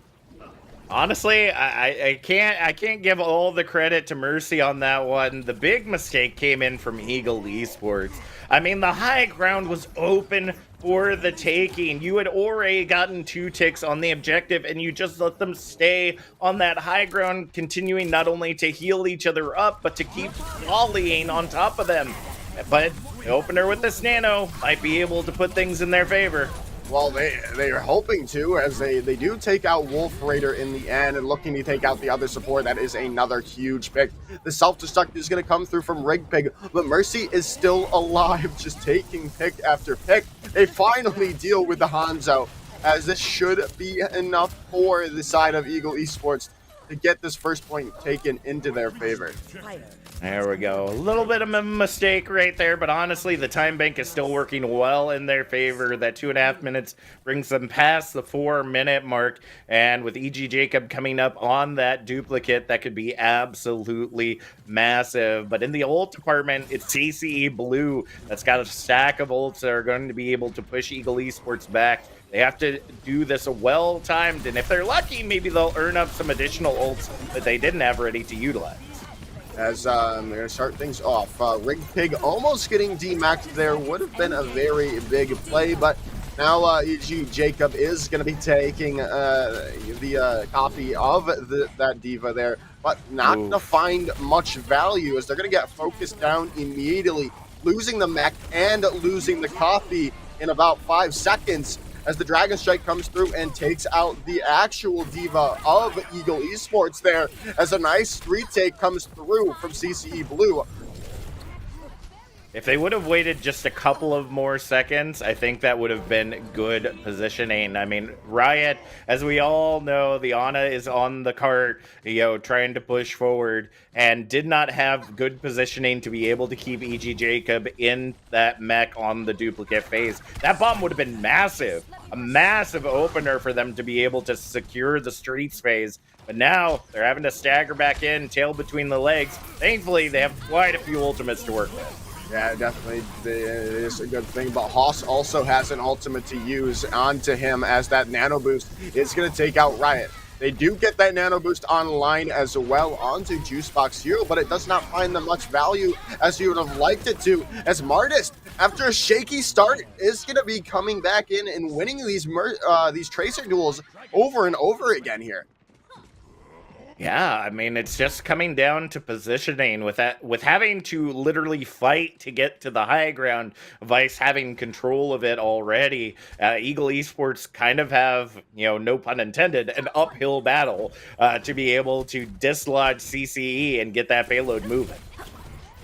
We'll see how this works out. A big pulse bomb can turn this fight into the favor for Eagle Esports here.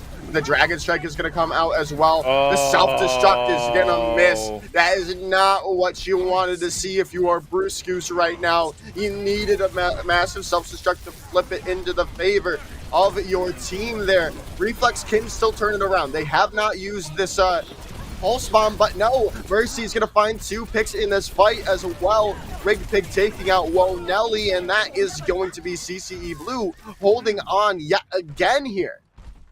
Yeah, I mean, that was unfortunate there. I would have loved to see the rotation of Bruce Goose going to back to where the payload was on the street to throw that self-destruct, because again, it's one of those high risk, high reward scenarios. You try to do those tricks where it goes up against the angle of the door, slows down a little bit, but then continues going forward. Ended up going straight into the stairs, not giving them at all the value they were looking for. Ooh, as Rig Pig is going to start things off with a self-destruct kill onto EG Jacob. There is more time off the clock. They are going to have the res from Nelly there to keep it in the fight going, which is desperately needed. There's down to 40 seconds here, Jack. They're going to try to copy this Hanzo. They've got it. They're almost up to the Dragon Strike. They've taken out Wolf Raider as well. But Martis has taken out Nelly there, as Reflex's pulse bomb is going to get eaten up, and it's still in the favor of CCE Blue right now as they continue to get these picks, and they're going to be able to hold on. They are going to be moving the cart a little bit, but it's just as Baby Diva on the point. The Dragon Strike's going to come out. They're trying to force people away. It needs to be a big primal coming through from Juicebox to keep people up and away from this point to move it as far as they possibly can here, Jet. Yeah, I mean, initially I thought that Dragon Strike went in the direction of the payload, but it ended up going backwards trying to grab Reflex. What a waste, but the raid boss is online.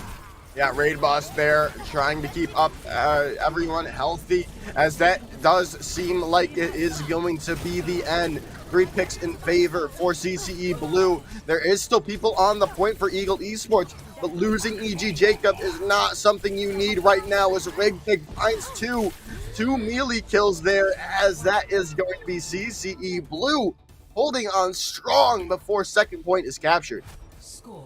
That was a daring use of the ultimate. Seeing the Dragon Strike essentially thrown away like that when it could have easily grabbed the objective. Could have been a very costly mistake there from Mercy. I'm not for certain if maybe they got flailed into that opposite direction, or they really were focusing on trying to hit Reflex with the dragon arrow itself as they were trying to take them out. I'm honestly not 100% certain. Could have been a misclick too. There's definitely a lot of different scenarios that it could have worked out for. But thankfully, having that Nano online, Java Cup coming in as the raid boss to be able to push everyone away, at least give it a little bit of additional time for them to work. And now coming in on the attack, we see CCE Blue playing around once again with this Sigma Hog composition that has worked out very well for them in the past. And I gotta tell you, if Mercy's Echo is anything like we've seen their Genji and Hanzo thus far, I mean, Echo is kind of the most broken hero in the game right now. It is going to take everything from the hit scans of Eagle Esports to be able to keep this power player at bay.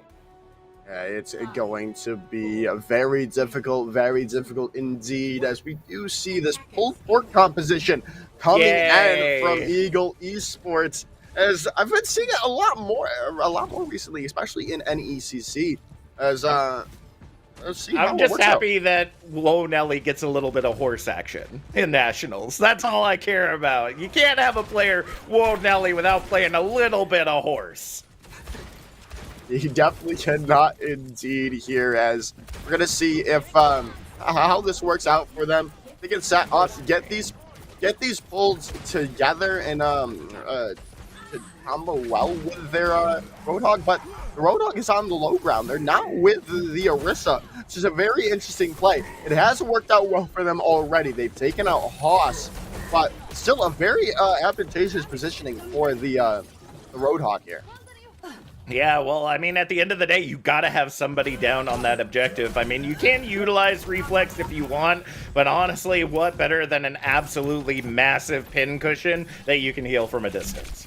Yeah, as they almost did pick up. Ooh, a nice hook comes in from Juicebox there. They are going to be found out immediately afterwards, but that was a huge pick coming on to Mercy there, as this is going to be E.G. Jacob just cleaning house after getting a nice dynamite chip damage, trying to build up to that Bob to really stabilize this point if need be. The Dragon Strike is going to be used here, and they're going to be able to take out Java Cup, as this should be Eagle Esports point for the time being, as Wolf Raider's a little bit stuck there. Yeah, Wolf Raider's looking for escape. You gotta catch those cheeks, though. Reflex living up to the name with the quick arrow to make sure Wolf Raider gets staggered out, along with Haas. So it's gonna be a little bit longer. 2 minutes remain on the clock. They do have a tick, though, so that makes things a little bit easier. This Gravitic Flux could be absolutely huge if timed right. Yeah, it definitely could be, with only really the immortality field to stop the deaths of any of their players for Eagle Esports at the moment. If they can get it up before, or if they can counter out that, take away that immortality field, maybe Martis gets into the back line, has to use that immortality field. That's a huge engagement coming in from Rig Pig.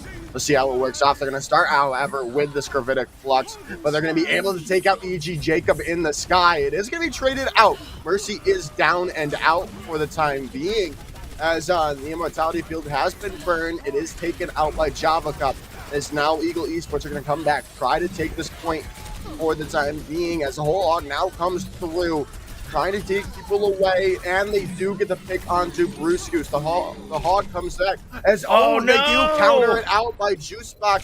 Juicebox's whole hog gets countered out there by Haas, and they do pay for their life. But the Bob is on the point, just going to be able to do a lot of damage, as well as this Dragon Strike taking out Haas. It is even all around, but Mercy with the copy on to the Ash is going to get a Bob up for themselves. But it's still looking good for either of these two teams. It is a 1v2 situation, but the Discord Orb is going to be a massive advantage for CCE Blue in the long run. Yeah, that Discord Orb provided a lot of damage, and I don't know if this has been coined yet, so I'm going to throw it out there. This is now, with the combination of the Echo diving in on the Gravitic Flux, It's not Sigma 9, it's Sigma Dive. There we go. I've said my piece. Let's get back into the action. Let's get right back into the action here as Martis is getting, speaking of action, Martis is taking out Juice Box Hero there as the senior getting some work done here before their graduation ceremony comes through in a little bit. Going on from the collegiate scene into the real world, being being a real person, not a real person, an actual, an adult, I should say. I feel, that's what feels more nice way to put it. I don't really know how to put it. But the side of CC Blue are continuing to get some card progress here. The Gritic Flux is going to come out from Rig Pig. They're going to earn the Immortality Field because of it, as E.G. Jacob goes down to a nice pulse bomb from Martis yet again, trying to show up for their team in the last couple of games they will ever play for CCE Blue. That is something to think about if you are them. It's definitely probably motivating them to do their absolute best currently, as it is going to be a last fight territory here. Jack, as Haas takes out Juice Box. This is the beginning of the end, it does seem here, as both tanks are now down, as it's going to be all blue in this kill feed, Jack, as that's going to be it. CCE Blue take a commanding series lead, 3-0. Yeah, I'm not for certain about the, as much as I love seeing the horse, I'm not for certain if that was the perfect composition to go with. It was working well on the first objective, but I was looking out for that Gravitic Flux. I knew, without any preventative ults, I would have maybe liked to have seen a Zenyatta on their side as well. That probably could have helped out those eliminations. But the biggest thing was not having that transcendence, because you anticipate it, right? The Gravitic Flux lifts up, and when you only got a Baptiste, the Immortality Field goes down. So when's the best time to catch them? When they're in the middle of the sky, where Mercy on the Echo can just beam down anything into oblivion. That was a huge opener for them, and then it ended up just continuing, allowing them to take control of the objective despite the pushback that we saw. But we're going to head to a quick break. We're seeing the Eagles completely backs against the wall, possibly not to take flight again in the spring season. When we come back, we'll see if the brooms come out of the closet and the reverse sweep is possible.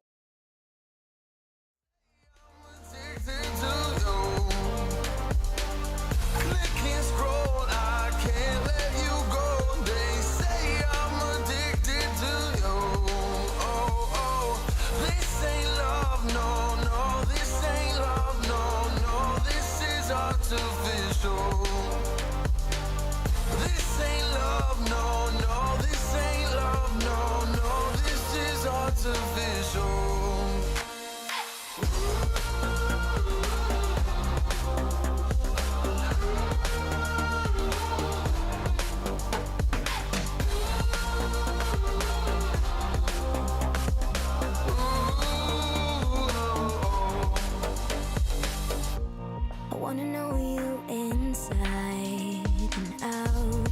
Wanna know what's behind the light.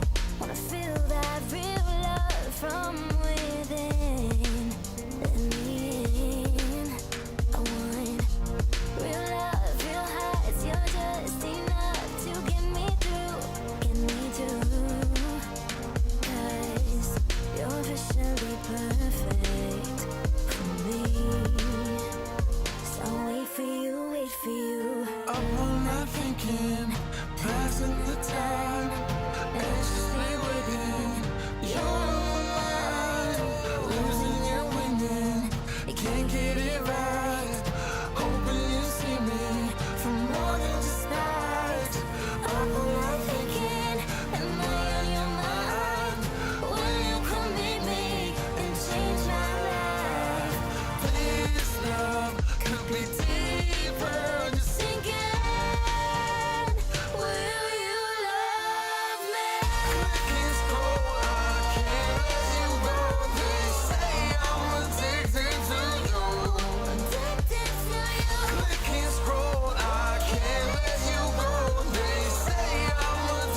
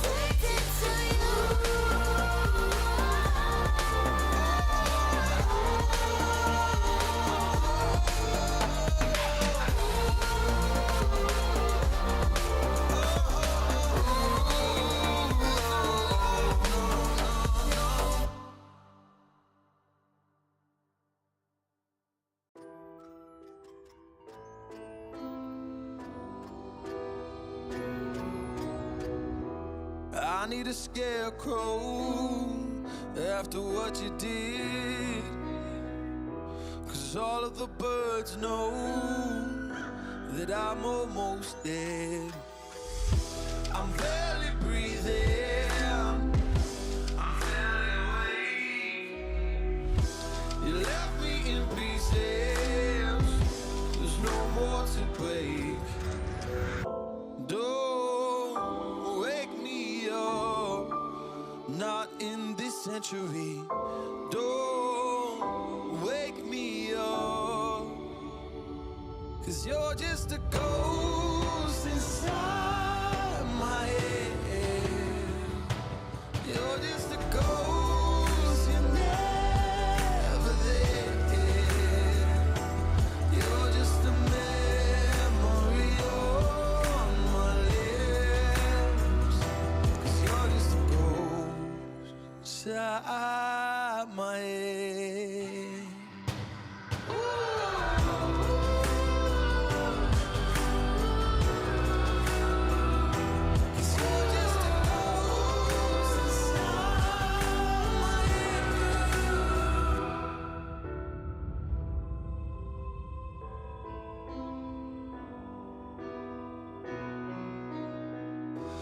I need an angel after what you did. 'Cause you were the devil, you mess with my head. You lied to my mother. Welcome back, everyone. It is time for map number 4 as Eagle Esports have their backs against the wall here, Jack. They're down 3-0, and they're heading back to another escort here as it's looking very tough. They're heading into Watchpoint Gibraltar. Yeah, I thought they were already going to have a hard enough time with control, but thankfully they get a little bit of a breather. But I won't say that Watchpoint Gibraltar is a good position for them to be in. At this high level of play, dive is primary on Watchpoint Gibraltar. It is the go-to composition. Maybe double bubble, maybe. But most of the time you see that dive coming in, utilizing all that high ground space, especially going into that bunker. So I'm not for certain what the strategy is for the side of the Eagles to see what USM can do to kind of unlock the scenario that they've put themselves in. But this is their last chance, you know, as the old adage goes, as many of the songs of my youth start going into the oldies section. Mom Spaghetti is now getting ready to be spilled completely on the floor, and it's going to be taking quite a miracle, or in the Eagles' case, quite an updraft to keep them from crashing straight into the ground. But I will always say that from the legendary Yogi Berra, it is not over. It's not over till it's over, Captain Jack. So they still have an opportunity. They just need to to tighten things up, and really, I mean, we've said it throughout this entire series. They need to be able to shut down Mercy. Yep. And I mean, it's I won't say that it's completely Mercy. Mercy is definitely a massive thorn in the claw of Eagle Esports right now. But I mean, honestly, the entire team is playing at a very high level. Even when Mercy gets taken out of play, the supports are doing incredible on the rotation. Java Cup on this Brigitte has been absolutely massive when they swapped over to the Zenyatta. Made massive plays on Numbani, and Mercy, now you're just being mean. Coming out on the Swedish engineer, the Thorbjorn, coming into the battle. Oh, goodness. Not only do you have the exact aim that we've been seeing from Mercy thus far, because for those of you that don't know, those rivets, if you aim really well, can get quite the distance, but then you also have a 7th man on the field in the form of that turret, and with Haas bringing in the Orisa to be able to keep that turret defended, it's at least going to stay up for quite a bit.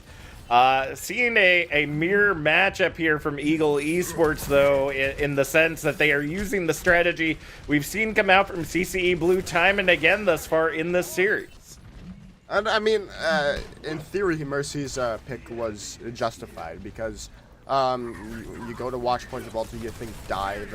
You didn't end up seeing it from them, but it's still going to be a lot of damage coming out from the side of CCE Blue that can, in the end, it can also deny reflex on this Tracer that they are opting to run here, as they aren't really doing any harassing of the back lanes right now. They're opting to push this cart as far as they can.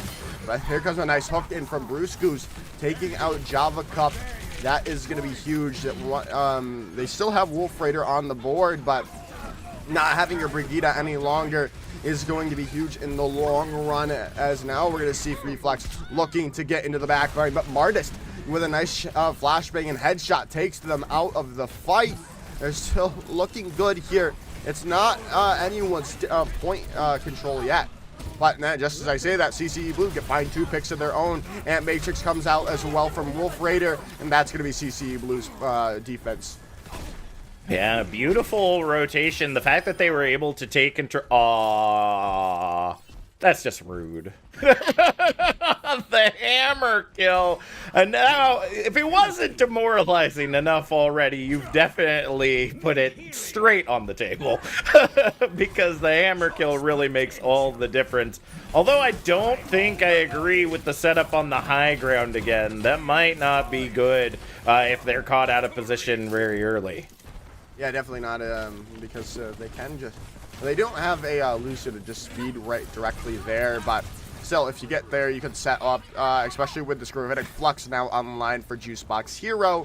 We'll see how it works out. They're going to pop it now, but the self-destruct is going to come out from over the top. They're going to be able to dodge it, but Bruce Goose is not. They're going to fall down. The Molten Core are going to be stopping any real advance from Eagle Esports for the time being, as Mercy yet again finding a pick in this to start things off, taking down EG Jacob, as they are going to collapse here, take out Rig Pig from their mech with a nice volley from Riot, taking away the Baby Diva as well. But it's not looking good. They need an all-out fight win, do Eagle Esports right now. That is true. As we go ahead and see the fight continue on, we see that stun coming in to shut down the whole hog, but that Transcendence was massive. Yeah, it was indeed, as you see Juicebox Hero lighting up the kill feed with 3 picks of their own. Java Cup does take down Wo Nelly, but it's not going to be enough to flip the fight in the favor of CCE Blue. I do love the swap of E.G. Jacob over to that soldier. It can be difficult with the supports that they have. Like, typically in a dive composition, because the fights happen so quickly, it's not bad having the Brig and the Zen. But they are going for damage potential. So having that extra little bit of healing that E.G. Jacob can rely on, not only for themselves, but for the rest of their team, puts them in a good position to help push that cart forward. Yeah, as they're going to set up here in the aircraft carrier, try to take away the high ground, as now they're going to be rotating, looking to get some straws. As the Gravitic Flux comes out, does not find anyone, but they do get a nice high ground advantage now, does Juicebox. As the Molten Core now out on the floor, but with the midst of all this fighting on the high ground, they've been able to push the Sicart as far as they possibly can until they do notice it just before it gets down to that little nitty-gritty where you see that the meters ticking away. Yeah, very interesting positioning right there. Oh, as we see them coming into this fight, it looks like I'm having some Discord issues, so I'm not exactly for certain what's being said right now. But as we see them coming in, we'll see how things change up going into this next fight. As it is an even fight at the moment, as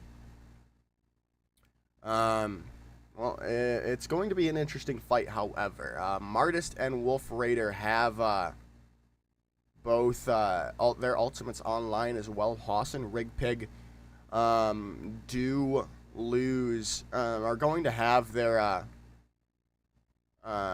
ultimates up in the middle of the fight, I believe, as well. Going forward, Eagle Esports are going to have 4 ultimates as well to go into this next fight. It's going to be there he is. Jack is back now. But it's going to be the war of who can get more value out of their ultimates going forward. But we shall see. Jack, welcome back. Thank you. That was 2 days in a row that's happened mid broadcast. Not for certain if you can hear me in chat just yet. You got me? Okay. Yep. But yeah, it seems that the Discord issue went to more than just myself this time around, hence the pause that we saw on the field. So hopefully that should be clearing up relatively shortly. It just, the issue with technology, sometimes that's the way that it is here in esports. But based on the momentum right now, it is definitely sitting in the Eagles' favor. As we see CCE kind of with the late rotation there, I don't know if the Molten Core that was going out there at the end, I don't know if it was meant to try to stop the payload from going forward, and they just didn't realize that it had already gone past that point, or if they were trying to lay out the red carpet so when they pushed back the Eagles, they would run right into it. I'm not for certain what the strategy was there, but at the end of the day, they kind of got caught a little bit with their pants down, and might have been a little bit connected to the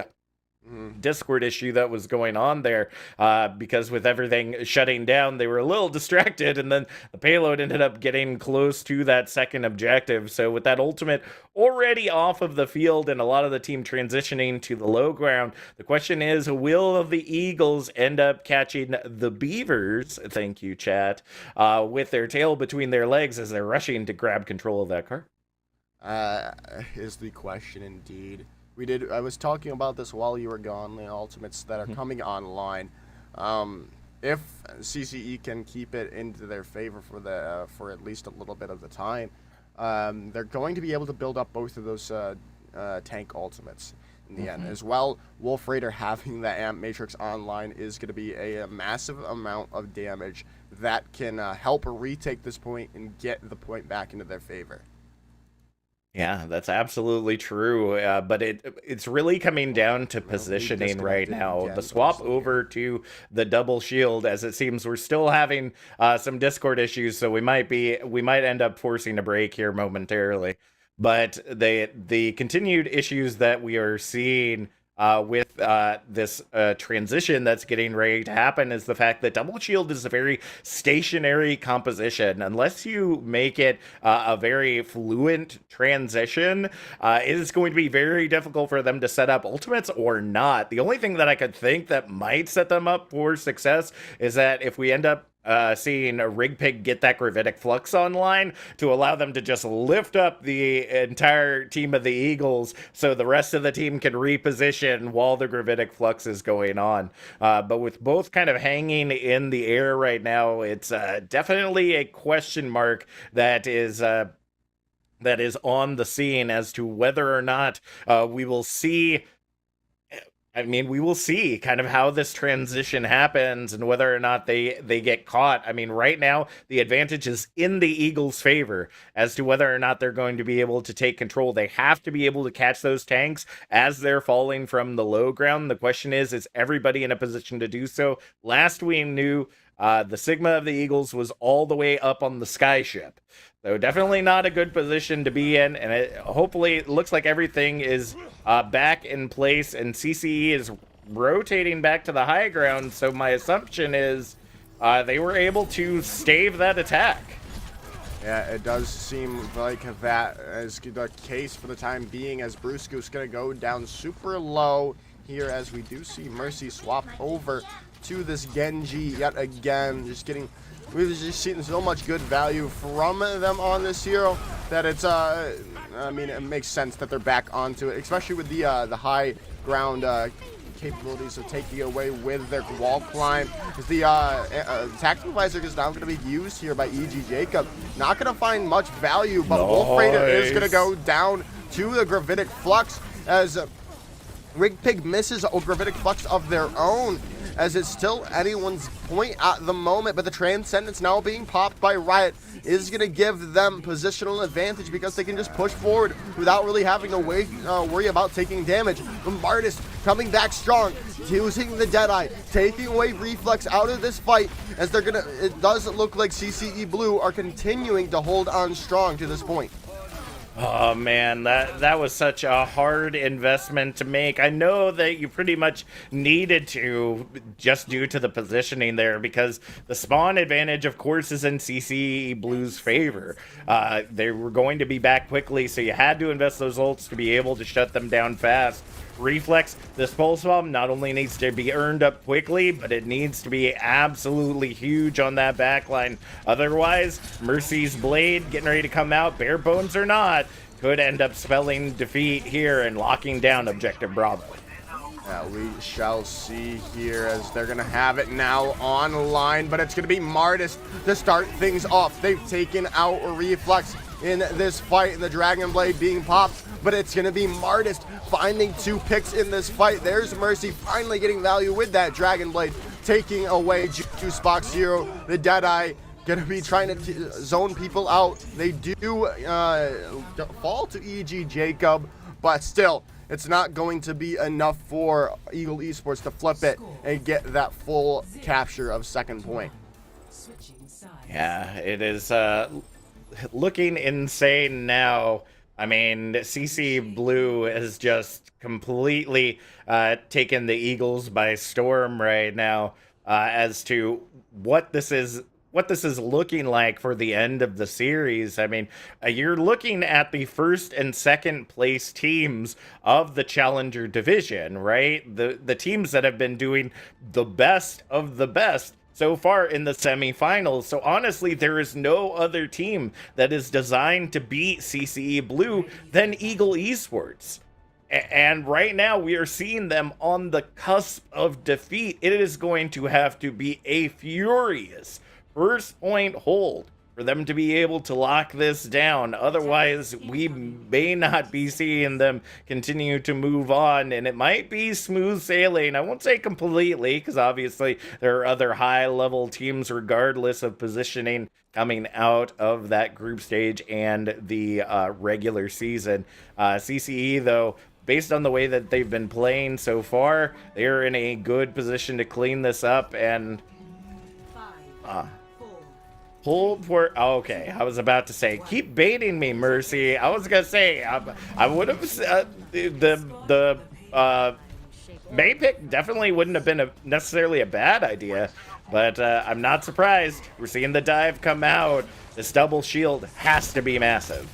It has to be indeed, and they don't really have many of the anti-dive heroes that we were seeing from CCE Blue. They do have that Brigitte, and they have stun abilities on from their tank line, but not having that Torbjorn could hold all the difference for between winning this map and losing this map for for Eagle Esports right now, as they're taking away this high ground. They're pushing them already back as they're gonna get this cart through the underpass here, Jack.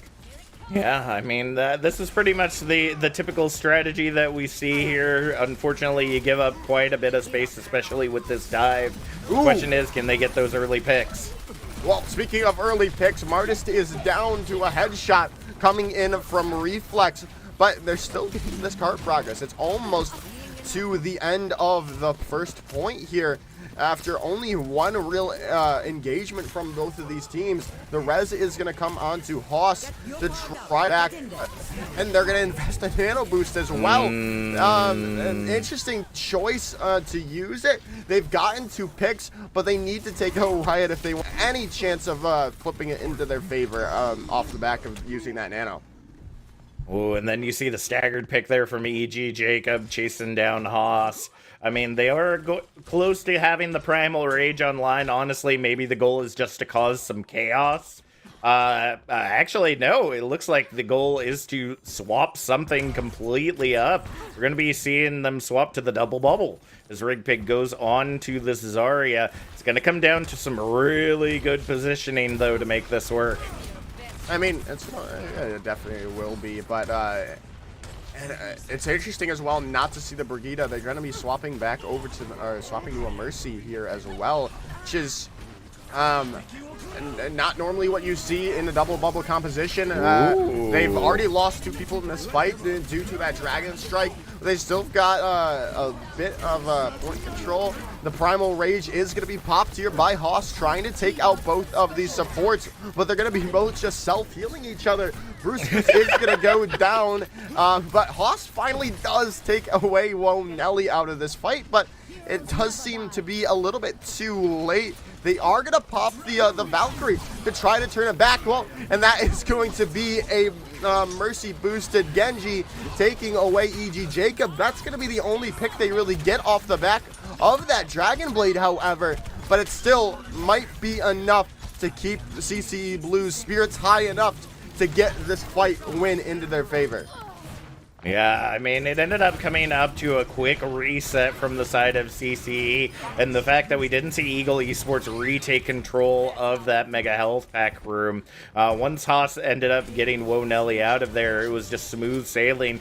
Time Bank is not really in CCE Blues' favor. They only ended up completing that with about a minute and a half remaining, but based on the way that they've been playing, it's literally going to take one grab Dragon Blade, especially based on how these nanos have been building up. We're going to probably see a grab Nano Blade coming into this final fight, and Eagle Esports have got to find a way to prepare. Well, Mercy is down out of that fight, but again, they're not going to need that extra damage from the Dragon Blade. They found all the picks they really need. They do lose a Rig Pig in the end, but yet again, it's still, Mercy is going to be using that Dragon Blade of their own. They're almost in the spawn of Eagle Esports there, as this could be all but over in a few short fights.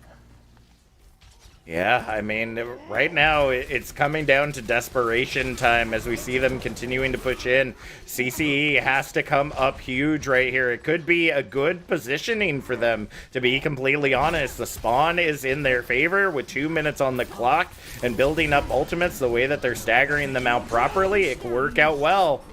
Well, but losing Bruce Goose early on in this fight is not what you need, as they're going to try to turn this back, but there's just so much damage coming out from the CCE Blue squad with this double bubble composition, and it's going to be the end. This is it, Jack. It's just the Wrecking Ball left. They're going to get slept up and antied. They just need to be dealt with, and that's going to be it. CCE Blue take the map and the series and proceed forward in NECC Nationals.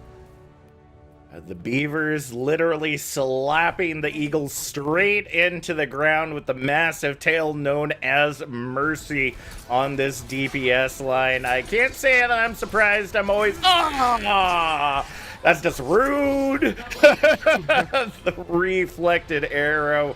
You hate to see it. But, I mean, it couldn't have ended any other way. Honestly, though, I'm seeing in the chat there definitely seems to be some disappointment on the side of the Eagles, saying that, oh, like, you know, this is not how they normally play. Like, you know, they do usually do so much better than this. Well, I mean, that's the hard part about where we are in the season, right? When it comes to playoffs, nerves are heavy. That emotional state can really put a lot of weight on how a team would normally participate, and based on the way that we're seeing CCE deal with it from the compared to the side of the Eagles, it seems like the Eagles, whether nervous, unfocused, you know, a little bit of anxiety getting to you, I'm not for certain what it was, but CCE came in clear-headed, said we have a job to do, we know how we're going to make it happen, and here we are, 4-0 as they move on into the championship match. Yeah, and I mean, not only is it playoff time, it's also the crunch time for all these college students. So they also have that on their mind as well. So, I mean, playoffs and finals and graduating and moving on, maybe getting packed up to go back home. It's a lot to weigh on your mind. And sometimes it's a little bit too much, but still a very good games all around. It's just CCE was just a little bit better in the long run. Absolutely true. We're going to send it to a quick break while we get our interviewee from CCE to come in. Don't go anywhere. We'll be back with a little bit more NECC action in just a few moments.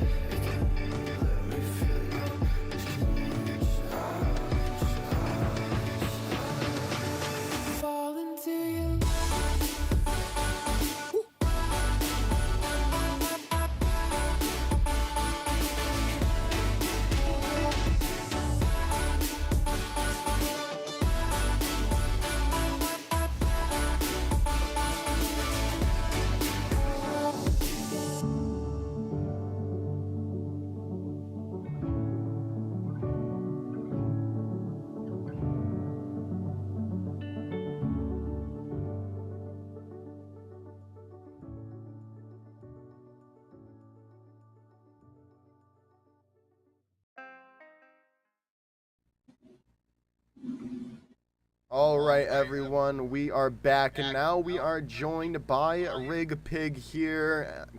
Before we start off the questions, or congratulations, moving on towards the grand finals here. And, well, I do want to start things off. You have a senior on your squad, Martist. What is it? What have you guys been talking about? Obviously, not going to be with you next year. Have you guys been? Are you gonna throw a celebration for him after the end of nationals? Well, he actually didn't play with us for all of NECC this semester because he actually Oh. graduated last semester. But I think Oh, NECC has rules for like last semester people can play the nationals, right? So yeah, he graduated last semester, Oh, and okay. it's great having him on the team for nationals. It gives us a lot more flexibility when we want to run the tracer. He pretty much he was our tracer specialist for this. Most part, like on Kings Row, we subbed him in for the tracer. mhm. Um, I forget what else he played on, but yeah, we're definitely gonna celebrate with him. Awesome. Well, that's absolutely incredible that they got a chance to kind of come back. I know that especially in the collegiate scene, depending on how degrees are, you get done early, stuff like Yeah, that. It can be rough to leave the team kind of mid-season, so to speak. yeah. So good to see that. Good to see that come around. But let's talk about preparation for today's matchup. I mean, you only knew as of yesterday that you were essentially facing the second seed of the season, y'all first seed, so you might not have been nearly as worried as I would be thinking that you would be. But what did that look like in the 24 hours or so that you had to kind of get your head in the game and be prepared for facing off against the Eagles? So we did a lot of scouting for Eagles. We knew sort of what comps they like to run. I think when we scouted, we knew that they like to play a lot of ball comp. Hmm. We knew that we thought they would play more six man, which was weird that they didn't pull that out. But from yesterday, when we lost to St. Ambrose yesterday, we pretty much just got out brawled. And I feel like that's why we lost yesterday. So with the 24 hours, we really looked at like sort of the macro fundamentals of brawl. And I'm pretty sure Eagle did some scouting too because they wanted to bring us to those brawl maps. They wanted to bring us to Kings. They wanted to bring us to Havana. So I think they saw how much our brawl struggled yesterday, and they tried to bring us to those maps. But, I think the team came together the past 24 hours, and we sort of scrapped our brawl together, and I think we really Yeah. pulled it out. That's actually a really good question that I want to get to next, because what a very odd brawl you all Yeah. have with Mercy on that Genji. Yeah, First off, where does that even come from? Because I'm sure that you've been playing in Overwatch and been seeing high level competition over the last couple yeah. of years. No one runs Genji Genji. has been non-existent. Yeah. Nowhere to be found most of the time. What was the forethought on that? Was Mercy just like in it, so confident that I'm gonna be Mercy there, I'm gonna make things happen? Mercy's kind of our designated pop-off guy. Okay. I mean, like we structure team Very comps with obvious. specific hero picks, but like if he wants to swap something, we kind of let him do it because like we know that if Okay. he's feeling himself with a certain hero, he can just dominate the other team with it. I think Genji's probably one of his best heroes. He's just such a stellar Genji, so we really love to Oh. run him in the brawl. Um, yeah, I think we prefer it over his cast definitely. Oh, well, I mean, it definitely paid off in dividends today. And I mean, I know for a fact that you have to be giving some major props uh to your off tank, because man, wow, or actually sorry, I'm thinking about that I do from the I do other give side. props to myself though. Well, you definitely should. You definitely should give it props to yourself. But did it kind of did it throw you all like it threw us on Havana? Oh. Point to the Eaton reflected Yeah. blizzard. We were talking about that. I didn't know what Whoa. happened. Mercy, Either. he called Us the either. he called the deflect in comms, and I thought he got the deflect, but I didn't see it. And I've never even seen that that Yeah. icon for the Eaton. Yeah. I've never seen that in my life. I've been playing That- Overwatch for like so long. I've never seen that in my life. But Yeah, I mean, Um, we've definitely seen the reflected blizzard before, Yeah. but seeing essentially the reflect since technically the reflect was an ultimate, it was reflected by Genji. So I guess in the code, the only thing they could think of was like, Diva ate the Dragon Blade. It's like, what? So that was. It's good to know that we weren't the only ones that was totally like mind blown when it came to that situation. But as we're looking to the future now, you all have got to be getting that preparation for the championships. I know you just took out the second seed, but I mean, you can't let your guard down going into these finals, especially when we get into these best of sevens, first to fours. Those are long haul matches sometimes, and especially tomorrow. I think you've got two going, depending on how it works in the tournament, whether you have one or two matches. How are you all feeling yourself? Are there any worries in the teams that you might be seeing tomorrow? I mean, obviously, I have big worries for St. Ambrose. They're a really good team. They prepared for us really well yesterday, and it showed when they beat us. We were able to take a map off them on Dorado yesterday, but they outclassed us. So I am really scared of them. I'm not sure who else we have like to look out for, but I think it's important to remember to just stay tenacious. Since we are in it for the long haul, it is going to be a best of seven. I mean, if we start sort of giving up ground and we start losing some maps or something, I think it's most important to not get boomed, not try not to get tilted, because if we let ourselves shut down and get boomed, we've kind of already lost, right? We got to stay in the fight. We got to keep our tenacity together. Yeah, I think that's the biggest thing to keep in mind. We'll do some prep work tonight, or well, maybe tomorrow as well. But yeah, we're gonna bring our A game, definitely. We're definitely looking forward to it. That's definitely a conversation that we've had on the cast thus far, because when you get into nationals, you know, the nerves get into you. You know, when it's in the regular season, you can make some mistakes. You know, you can be a little loosey-goosey. But especially with everything else going on, you know, you're in college, you know, whether or not, finals have happened already, people moving home in the interim with everything that's going on. If that's happening, you know, it can definitely be a very chaotic time. So trying to navigate around all those, it seems that y'all are doing incredibly well. Joker, that is all I've got. Do you have any further questions for Rigbig? No, I think you summed everything really up pretty well, Jack. I think it's just congratulations. Don't let it go to your head, because you've got two more game. I'm saying in like the best of ways, not like don't let it go to your head. You've still got at least two more matches to play there, and we won't get overzealous. Get overzealous, and buckle down, get ready to keep going forward, and hopefully we see you in the grand finals. Thank you guys, I really appreciate it. No problem. We do want to give you a little bit of time to shout out anyone, you know, family, friends, teammates, whoever that helped you out for your victory tonight. I'm sure we're going to be seeing them going forward. God, I could go on about shout outs all night. I think my mom's watching, so shout out to my mom. Woo! I'll shout out our flex support, Wolf Raider. He took a lot of notes last night on Brawl, sort of Brawl macro fundamentals for us to look over tonight. Since our Brawl struggled yesterday, so shout out to her for putting in that work. Shout out to our main tank, John. Obviously, his improvements have been insane. He's come from being like a plat hog one trick to a Masters main tank who could play really much of anything. He's put in a lot of work over the season, so definitely shout out to him. And obviously the entire team. We've just been playing so well. Awesome. Well, once again, congratulations, Rig Pig, on your victory, and we look forward to seeing you tomorrow. Thank you, guys. I appreciate it. All right. Have a good night. And that is going to be it for us here at NECC Day 3 of Nationals tomorrow, Joker. I mean, I don't want to sleep. I am so excited to see what these high level of competitive play in the collegiate Overwatch scene has to offer on this final day of competition. Yeah, and I'm definitely excited to be able to be there tomorrow as well. I've got a best of 7 I'm doing tomorrow. Make sure to check that out. So be there or be square, as I will say. But that is going to be it for me and Captain Jack on the stream, and, well, the stream in general for tonight.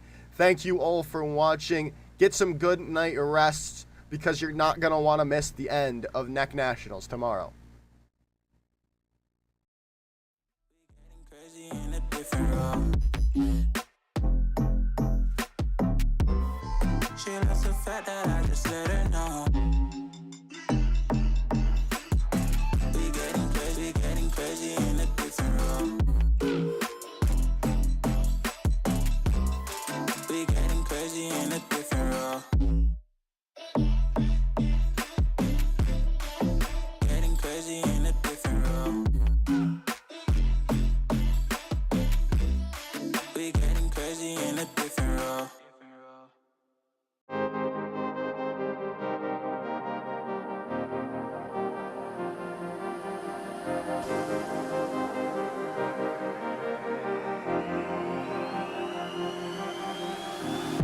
I'm cutting dice. Look at these eyes. They're not here to please you. There was a time you could be mine before all that you put me through. I knew that you were trouble, but I don't think you were bad. I'm living in this bubble and it makes you so mad. You can say hello, but I don't need you to like me. Don't need you to like me. Don't need you to like. You can watch me go, 'cause I don't need you to like me. Don't need you to like me. Don't need you to like. You can say hello, but I don't need you to like me. Don't need you to like me. Don't need you to like. You can watch me go, 'cause I don't need you to like me. Don't need you to like me. Don't need you to like me.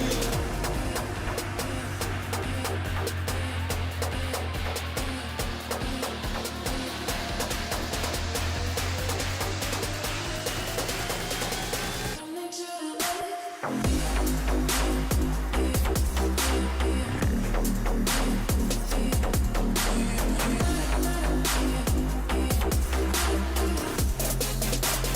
Don't need you to like. Don't need you to like.